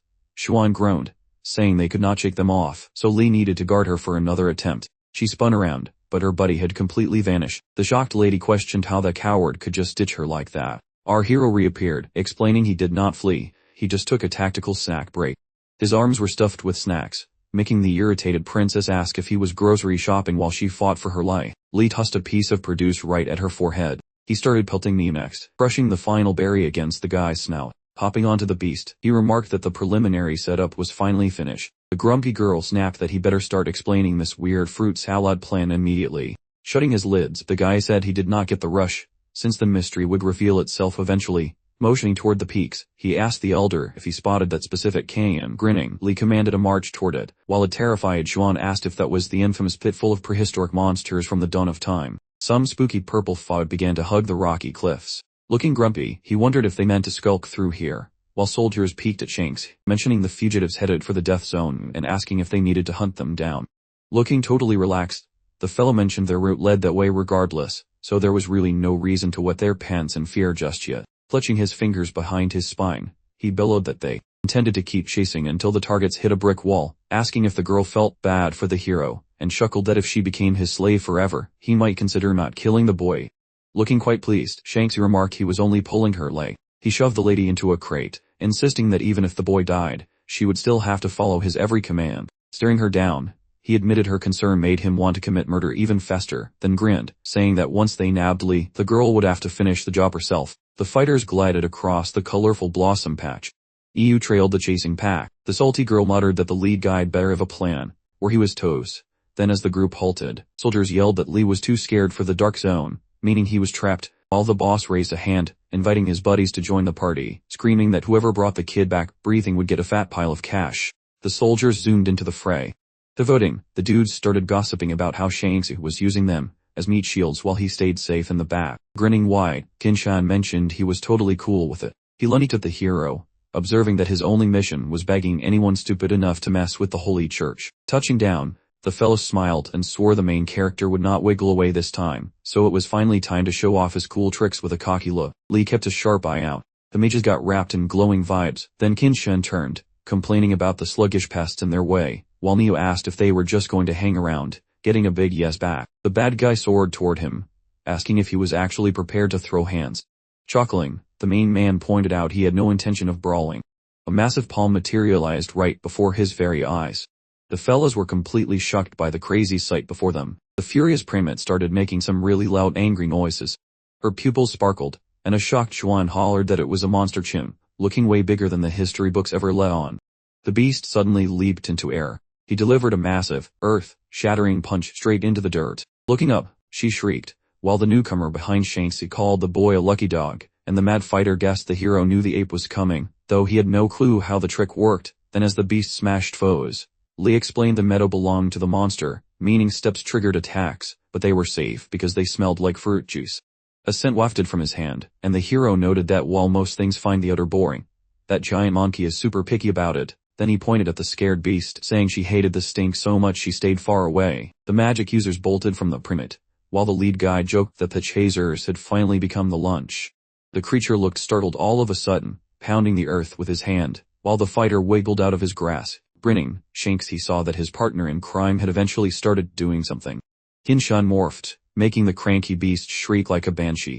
Folks were napping in the dirt, so the lad signaled for the grunts to stop lunging and carry the broken bodies.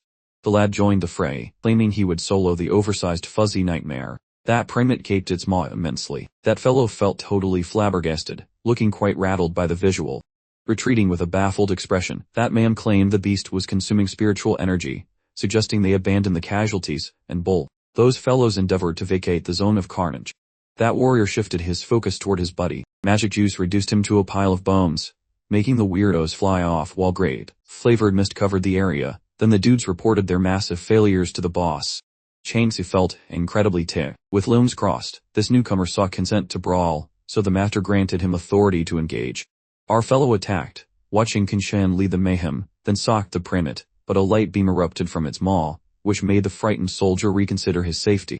The mysterious guy encased himself in a glowing scarlet bauble. Glowy stuff oozed from his digit. He shredded existence where the primate's shoes flowed, making them gawk at the spectacular sight. Grinning wide, Lei mentioned this guy was basically a holy wizard sent specifically to babysit the local failure.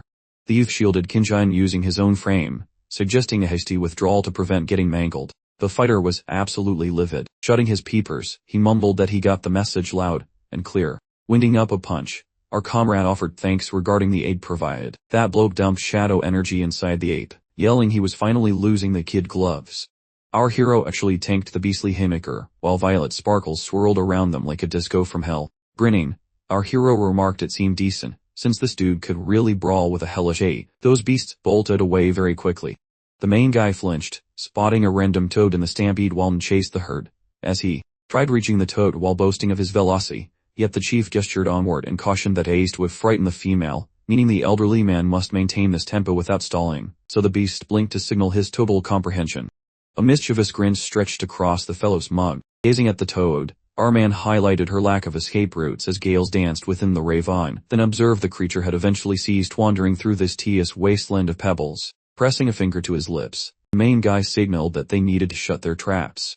Flopping onto the dirt, he insisted they had to craft a fresh prison out of whatever junk was lying around. Testing the dirt, he grumbled about the arid soil while spotting a puddle of goo near his palm, then glancing at Ninio. He figured that sticky snot could actually fix this mess. That fellow started molding a messy ball of sludge. Scanning the scenery, he realized the toad picked a prime real estate spot, an old school war zone where deities and devils used to smack each other around. A shocked lady inquired about those supposedly divine sky beings. Hearing below, they scoffed that those so-called deities were just fancy martial artists, a pack of morons with ego problems. Then he visualized a guy with neon peepers, noting that these fake idols just bully others with weird doctrines and brute strength, smugly concluding that true divinity is a pipe dream, so he crafted a prison and told everyone to shut their traps. Gripping his prize, the hero announced that the fancy mansion was finished, then he informed the croaking critter it had a new mortgage, free residence, prompting her to hop off the stone. The slimy creature hopped toward him as an emerald light flashed in the rear, causing the hopper to vanish into thin air, which led the crew to track the trail. The furious dude slammed that metal birdhouse into the dirt with a temper tantrum. His mug turned purple with bulging veins, and while watching the magical energy flow, he cursed his alarm clock for waking him, all while Shenzi eyed the primate. Wearing a scowl, he pointed out that because of his lackey, they escaped a total financial and physical meltdown.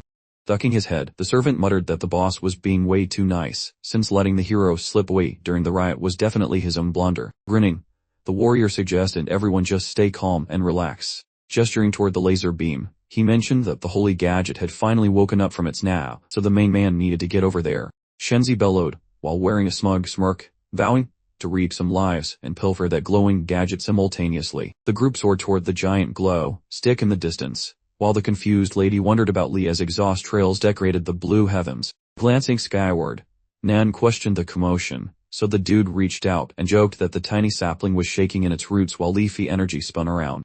A giant boom rocked the area. That ugly beast was playing hide and seek behind a trunk, but the main character teleported in and announced that Daddy was finally home.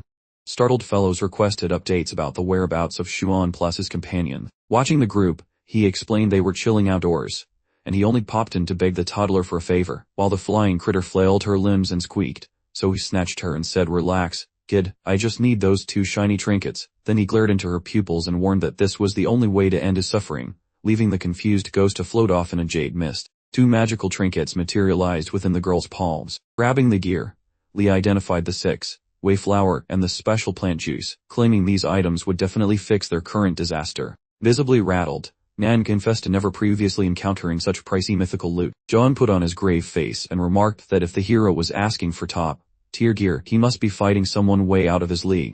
Squeezing his knuckles, the man confirmed that a giant mess was coming. Then standing tall, he told the group to stay calm, because hiding in these specific woods was like being in a bunker. Squinting, the old-timer wondered if the hero was going solo against the chaos again. The pupils excitedly offered their services, but he figured they should stay put. So the smiling guy agreed to wait for updates. Then the youth spun around and noted that too many cooks spoil the broth, suggesting the gramps babysit the kids so they don't do anything stupid while he is gone. Watching him go, John nodded and told him to try not to die, while the ghost pouted with folded arms. Then as he stepped into the wormhole, the hero gave a wink and promised a return, soon popping up on a giant mollusk to steer it toward the bright beacon like a slow-motion chauffeur. Glancing at Chuan, he claimed he was getting everything ready. Then as they entered the woods, the lady mentioned she had no clue what he was plotting, especially since other groups were winning the race. But he just shrugged and said let the suckers take the lead. The hero with flashlight eyes warned her that this jungle was the heart of the scary mountains, where buff monsters don't give free passes. Then suddenly a fighter got snatched by a beast while 6-winged bird started hunting those religious fanatics. That winged beast gaped its maw. Crackling energy surged out of that lady while zapping bystanders. Shensi eyed his lackey, mentioning they should totally ignore the mess, since it won't stall their promotion, and those losers can just handle their own drama. Suddenly, a giant multi-headed noodle serpent crashed the party looking very hungry. The fellow used magic juice, announcing he would handle the situation like a boss. Blue glowy energy wrapped the sword before they turned the beast into keypads.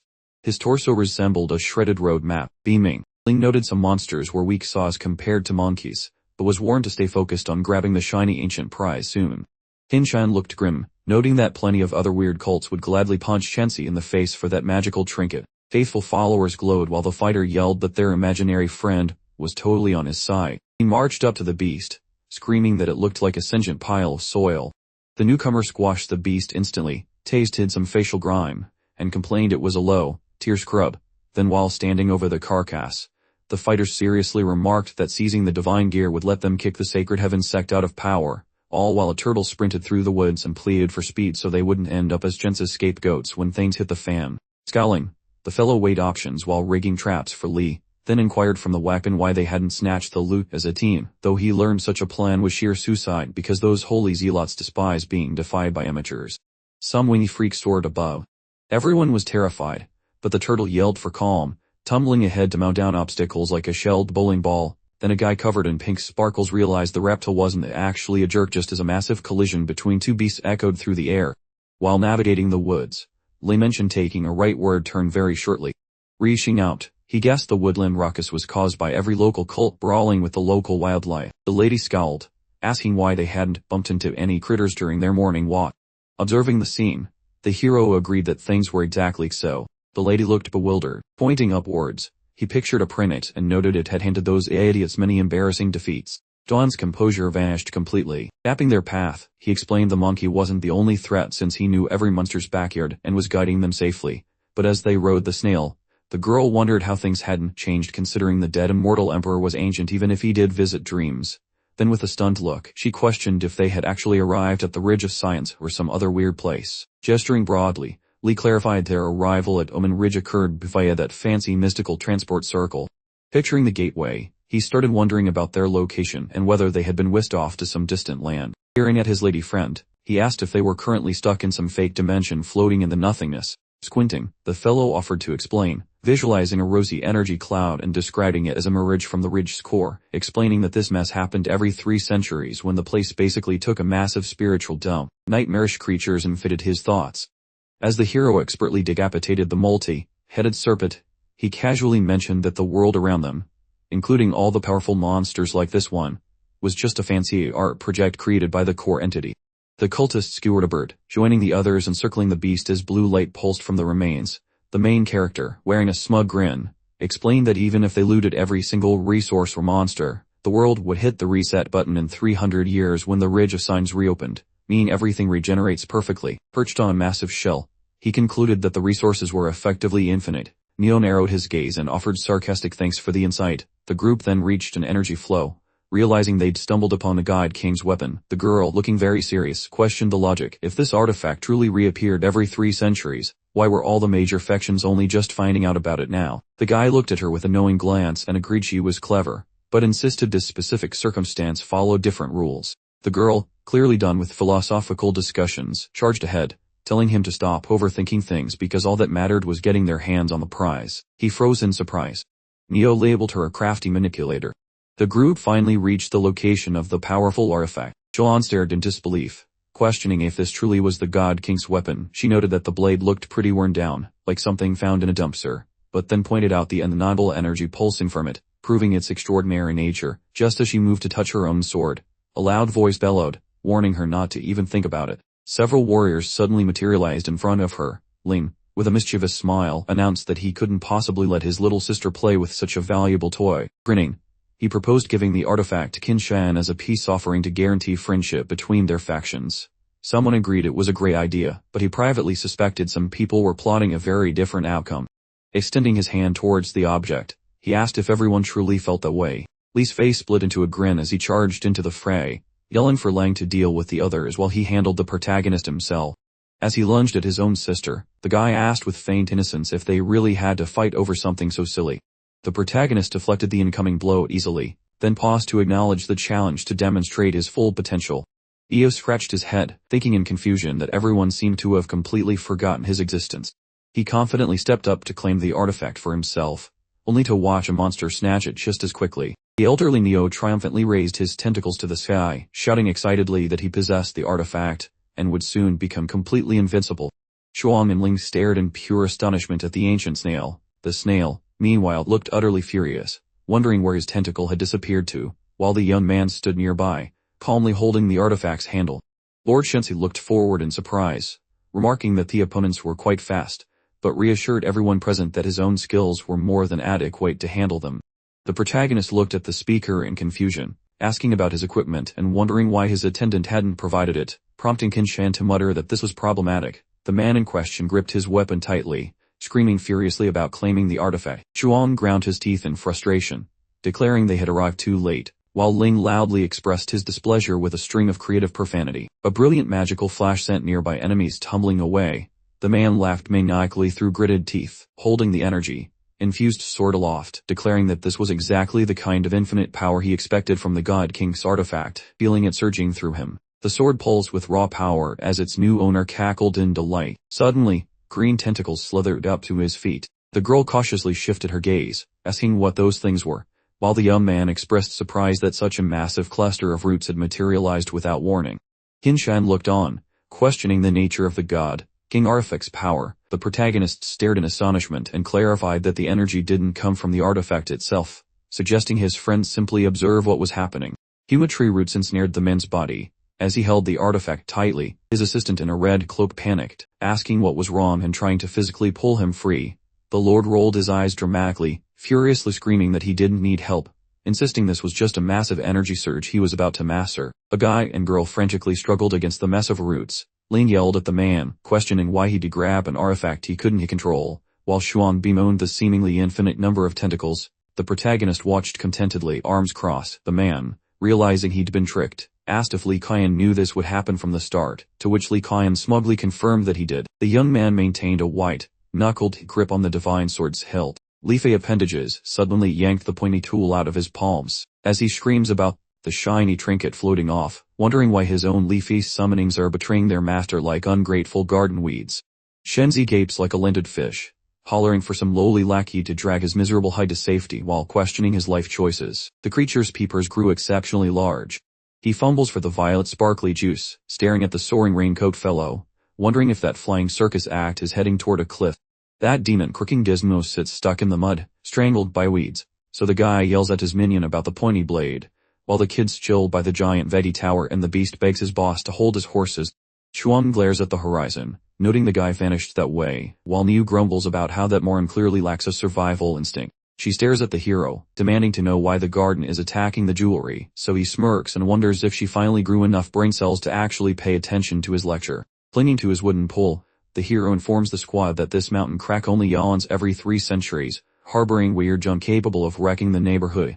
Glaring ahead, he spills the tea that the fancy divine trinket is just a glorified demonic padlock. Qin Shen pokes the greenery, questioning if these vines are actually monster guts, which the lead guy confirms with a nod. A ginger fellow with a big toothpick stands tall over the shrubbery, which turns out to be Ming Ren's old monster leftovers. Near the dark void, folks gossip about how Shanks is taking forever, noting the spooky rumbling and lack of illumination while arguing whether to play hero or just follow orders to sit tight and do nothing. Her Highness scowls, suggesting the guy probably kicked the bucket already, but her babysitter tells her to hush. A fighter collapses by the big hole, lamenting that the boys sacrificed everything to pave the way, yet now they are forbidden from even diving into the pit. The grunt stares at his foe, asking for the lowdown, apparently quite miffed that his holy cult bosses made such a boneheaded executive decision. Clenching his jaw, the fighter repeats his question about what sort of bargain, bin holy organization they are actually running. A massive limb sprouts beside the Pridate, who wonders who the big guy is. This beefy giant with clenched fist glares at the brawlers, announcing that the holy sect is just a bunch of bullies and he is the new boss, while a guy in a grape-colored cape wonders how the statue sneaked up on them. Squinting, he realizes these are the dudes wearing fancy head wraps. Dudes in crimson pajamas bow, and demand everyone hit the floor. While the fighter points out they summoned the big stone body, looking at the glowing palm. The grunt mentions that unless everyone surrenders, they are all basically toast. The violet-clad brawler glances back, claiming Shenchi will come back with the loot, and show zero mercy. Sure stares forward with a serious face, telling the royal lady to watch her step. The big fella hovers a foot over the grunts, calling them idiots for being so pig-headed before suggesting they should probably just expire. Woody vines reach toward heaven while leafy grabbers snag that massive fellow. Those headband-wearing fighters wonder what the heck is going on with that gentleman. The fellow named Manchu got snatched. The Pridate pumps his fist, cheering that the boss arrived, while the caped guy agrees, saying the master grabbed the loot and ordered some heavenly smiting for all the non-believers. That massive fellow dangles mid-air, wrapped up like a Burduan strong garden vines. The royal lady gazes at the big guy with stars in her eyes, wondering about the spooky philosophy of existing and not existing. The big dude's mug starts disintegrating into dust, complaining that those plants are treating him like a battery pack. Those vines drain the statue's juice. A sapphire glow zips into the lantern, and the giant asks his fan club to excuse his tactical escape. The guy in the headcloth observes the madness in total shock, calling for his sir. He asks Manchu how to proceed, while the violet-clad guard makes a fist, and tells Shenchi they will handle everything. A certain fighter observes the current events while appearing totally flummoxed. That beastly thing dangles messily in the sky, skewered by the plant's woody fingers. The lonely grunt plops down, begging the kid to finally quit it, while a giant plant stands tall in the crimson canyon. The main dude looks down at his boots, mentioning that his name is actually Pooh, Emo. He adjusted his scowl, and dropped the bombshell that this monstrosity was just a big plant. It possessed an absolutely absurd amount of life force, utilizing its roots and branches as specialized energy, absorbing straws for survival. Chuan, staring anxiously at the behemoth, declared it even more terrifying because Puno's growth had no upper limit. Diction shut his eyes, warning everyone that if they didn't deal with this monstrous plant, it would just continue its murderous rampage and expand indefinitely. Niu stared intently at the verdant killer, while the entire plant drifted through endless space, completely wrapped in its tendrils.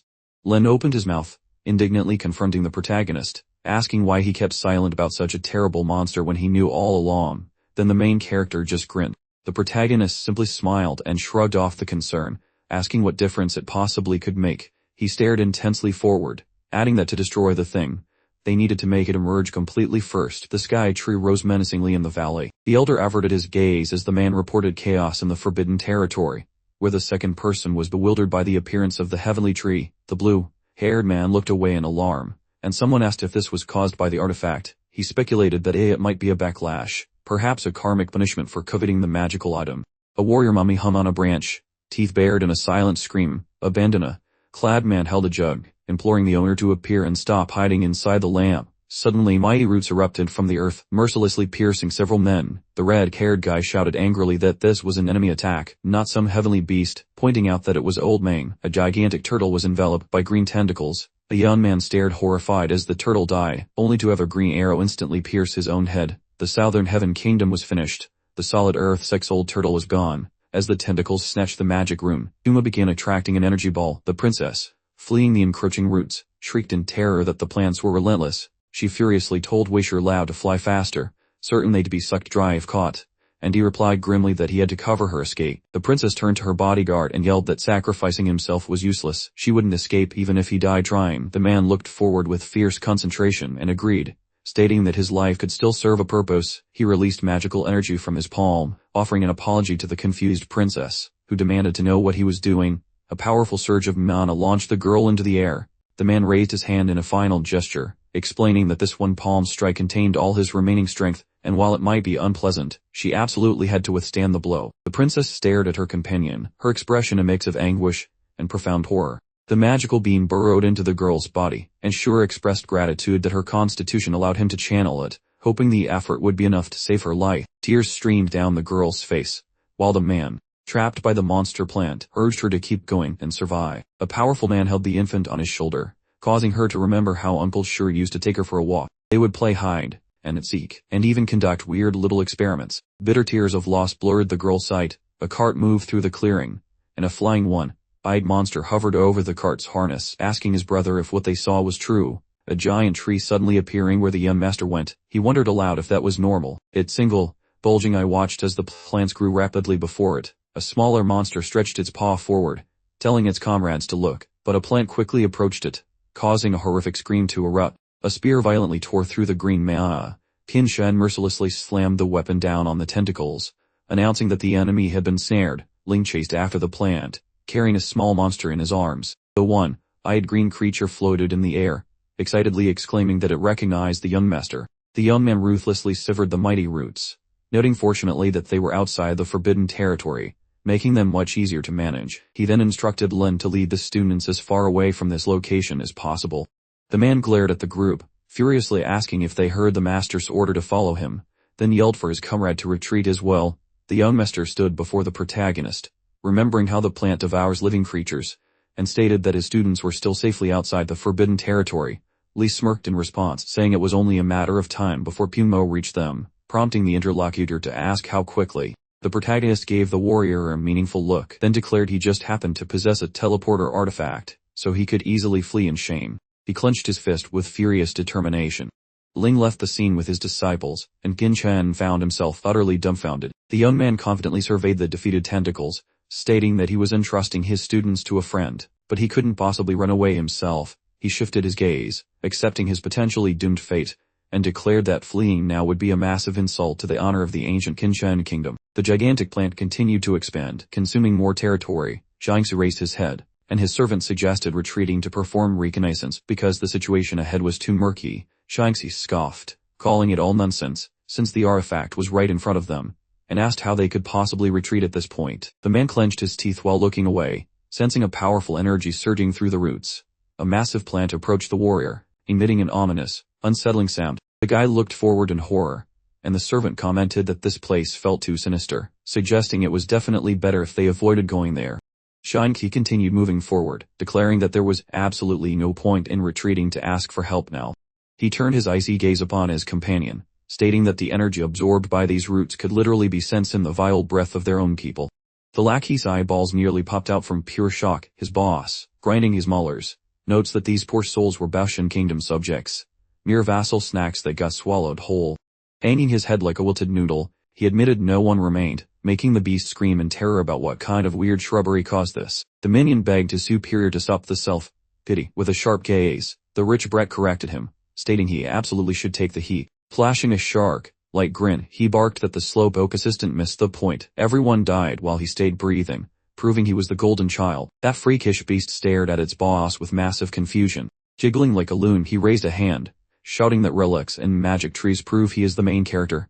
He cupped his ear, claiming the wood was gossiping, then asked for its secrets. Spraying spit everywhere, he ranted that finding the relic would make the magic plant his obedient slave. The helper tried to offer a tiny warning. The master glared at the beast, ordering silence during his plant chat. He looked at the hero, whose friend pointed out Li Kai, while the hero joked that Shensi had lost his marbles. Li viewed the boy with total revulsion, deciding to keep his distance, so he wouldn't catch the crazy. The man looked scoured, commanding his minion to delete the hero. The beast lunged forward. Our guy pointed at the portal, suggesting this spot was too cramped, then invited the attacker for a scenic detour. The glowing gate flickered, while the rich brat told his pet to be brave and stop the runner. The teleporter drifted above the grass. The bully tossed the boy and the henchman like garbage. The creature scrambled upward, wondering aloud where the protagonist was leading him on this mystery trip. Squaring his fists, the boy told the beast to guess the destination.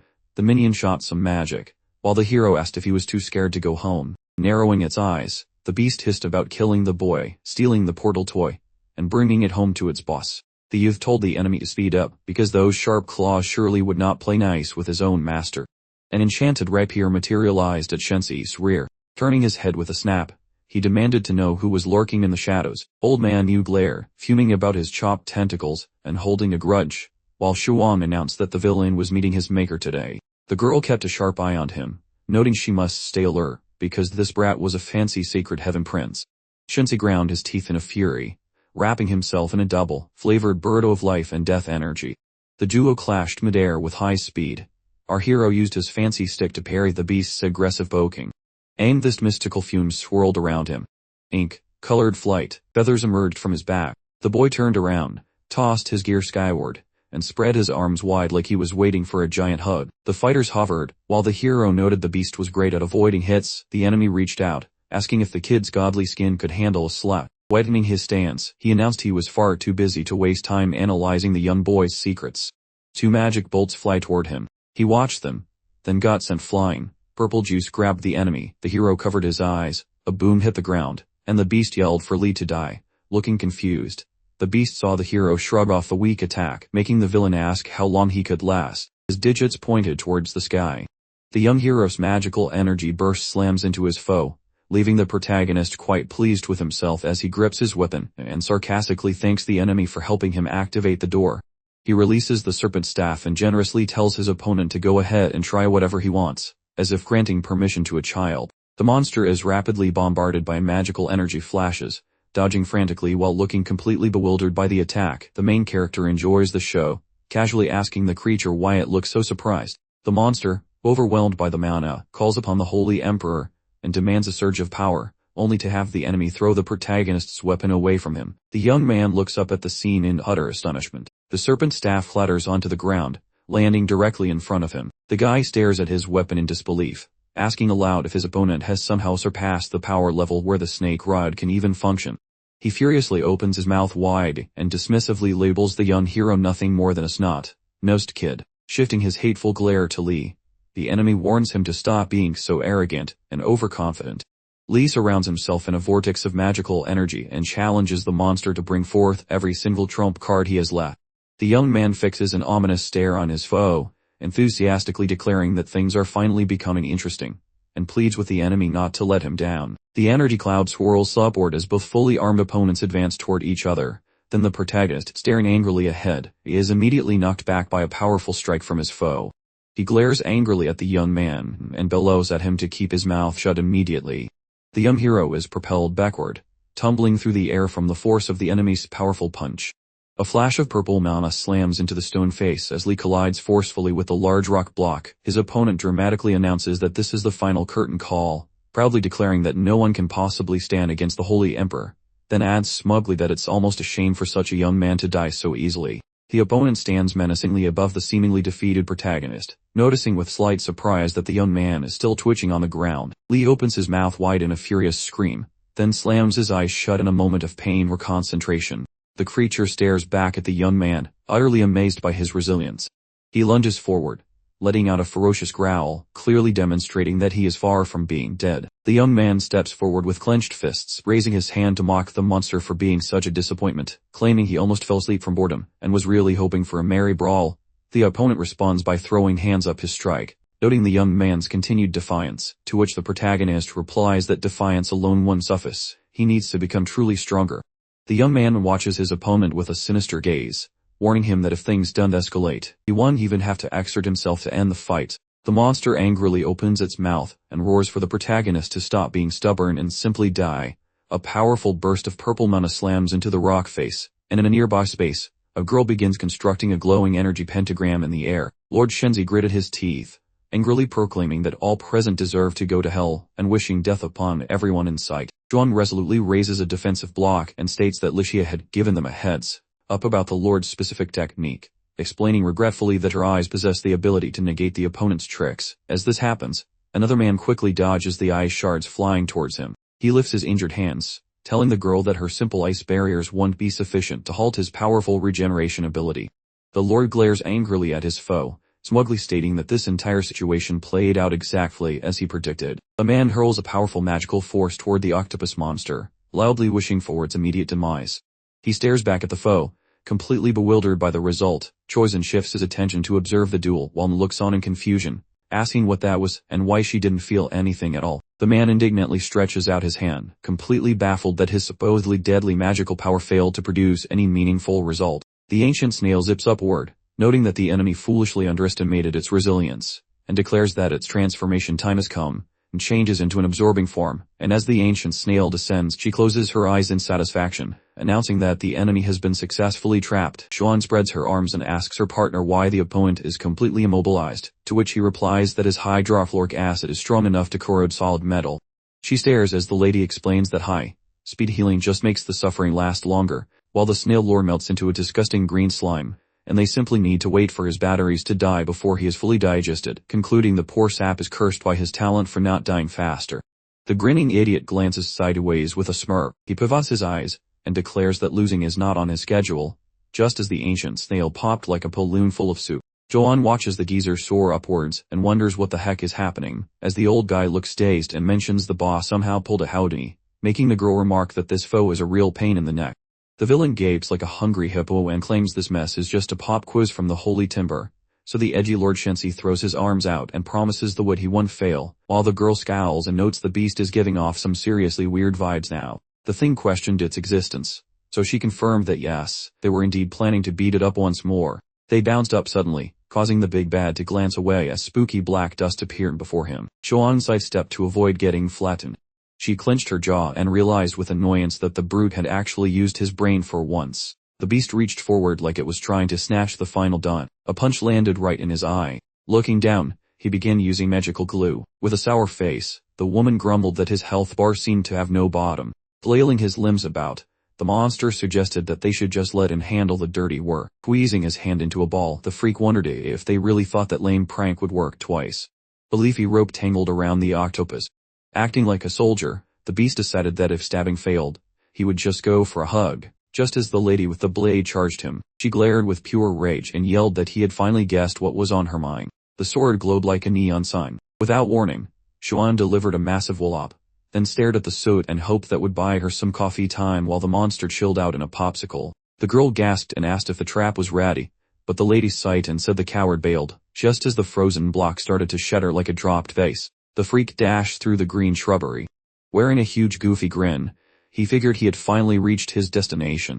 People dangled from branches like weird ornaments. A giant piece of broccoli appeared, and looking down, the girl declared she was done with this nonsense. Bright light streaks from the impact started decorating the atmosphere. The guy sheathed his metal toothpick.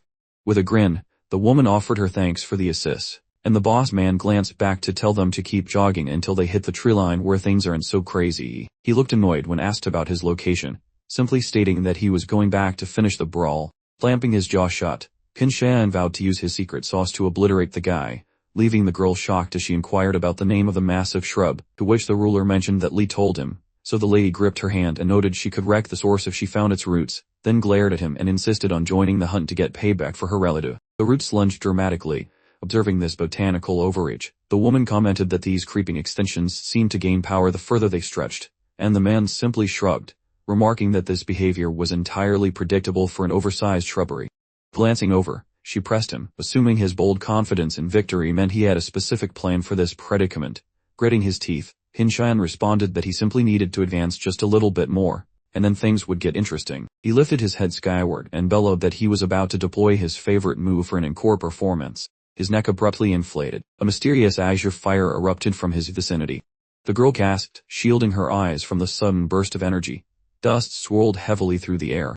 Standing nearby, the peculiar entity explained that this secret green flame wasn't just hot, it also disrupted magic and energy flow. The burned plant fragments littering the ground suggested the fiery branches would be out of commission for a while. The emperor, looking a bit exhausted, admitted he couldn't keep up the green inferno much longer, so he commanded the man to draw his proper weapon. The woman agreed readily.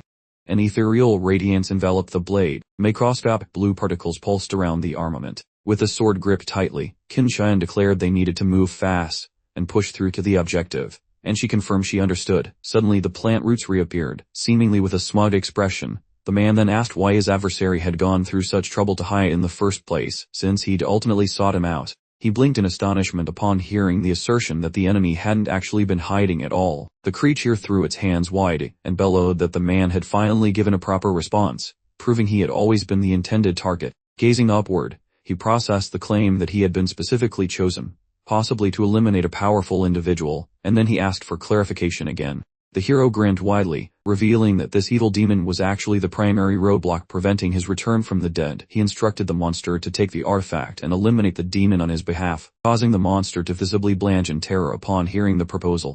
With a wide grin, he declared he had no need for anyone else's directions. The creature grasped the artifact in its hand, stating that it intended to take possession of it all on its own.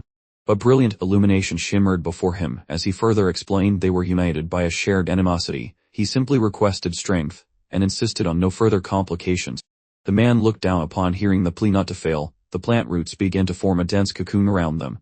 Raising his hands toward the sky, he vowed that he would never let the other down. The swordswoman watched him carefully, musing to herself that perhaps he was simply having a conversation with nobody but himself. Standing beside her, Miu anxiously asked what their next move should be since the artifact had fallen back into his hands, to which she questioned if he was speaking to the enemy directly. The monster looked ahead and challenged them, asking what they could possibly do now that he was invincible. Frowning, the lady insisted there must be a solution, prompting the monster standing behind them to inquire about specifics. Shuam clenched her jaw, realizing that he had indeed located their position, but the monster they were dealing with remained. Standing right there on top of the plant, she realized it hadn't moved. Spinning around, the girl questioned whether this entity might be a mere imitation. The doppelganger offered a wide grin and yelled that it was time for them to take the initiative. The roots quickly stretched out, coalescing into an enormous, solid sphere. Hugh gripped the artifact firmly, proclaiming that this was the source of its immense power. He then heard a voice mention that mastering it required significant effort, and also that this wooden sword was impressively oversized. Extending his arms wide, he added that this was merely the beginning. Once they were eliminated, Li would be the next target on his list. More branches appeared. A voice interjected that they could still prove useful. Gritting her teeth, Shuang noted that these new branches differed significantly from the earlier ones and possessed incredible power, prompting Niu to reply that he would handle things. Without warning, he expelled a spray of poison, but a voice noted that even the corrosive liquid failed to dissolve the Tao plant matter. The creature smiled, remarking on their futile attempt to challenge the artifact itself. Raising its eyebrows in mock surprise, it reminded them that they were considered important hostages, promising that if they simply stayed put, they wouldn't suffer any harm. Frowning deeply, the girl declared the situation utterly repulsive, leading the old man to respond that hope was now a luxury they couldn't afford. The plant then extended its tongue in a cheeky gesture, stating it already knew they wouldn't listen anyway. That clawed freak snatched the limb. Bowing slightly, the lass inquired about those intentions, yet Niu called that move scandalous. While spreading a claw, the freak demanded appreciation, because those tips prevented everyone's certain doom. Gazing forward, the fellow quipped about keeping a pulse while losing all other possessions. That blade, expert gnashed those molars upon hearing how much she resembled an adorable button. Scowling deeply, the girl commanded that such mental images were strictly forbidden. Frost coated every twig while that shrubbery flicked a tongue, wondering. Perched on the dome, the creep whined that the weather was absolutely nipple-chilling. Glaciers engulfed the subterranean parts, turning his holy timber prison into a popsicle.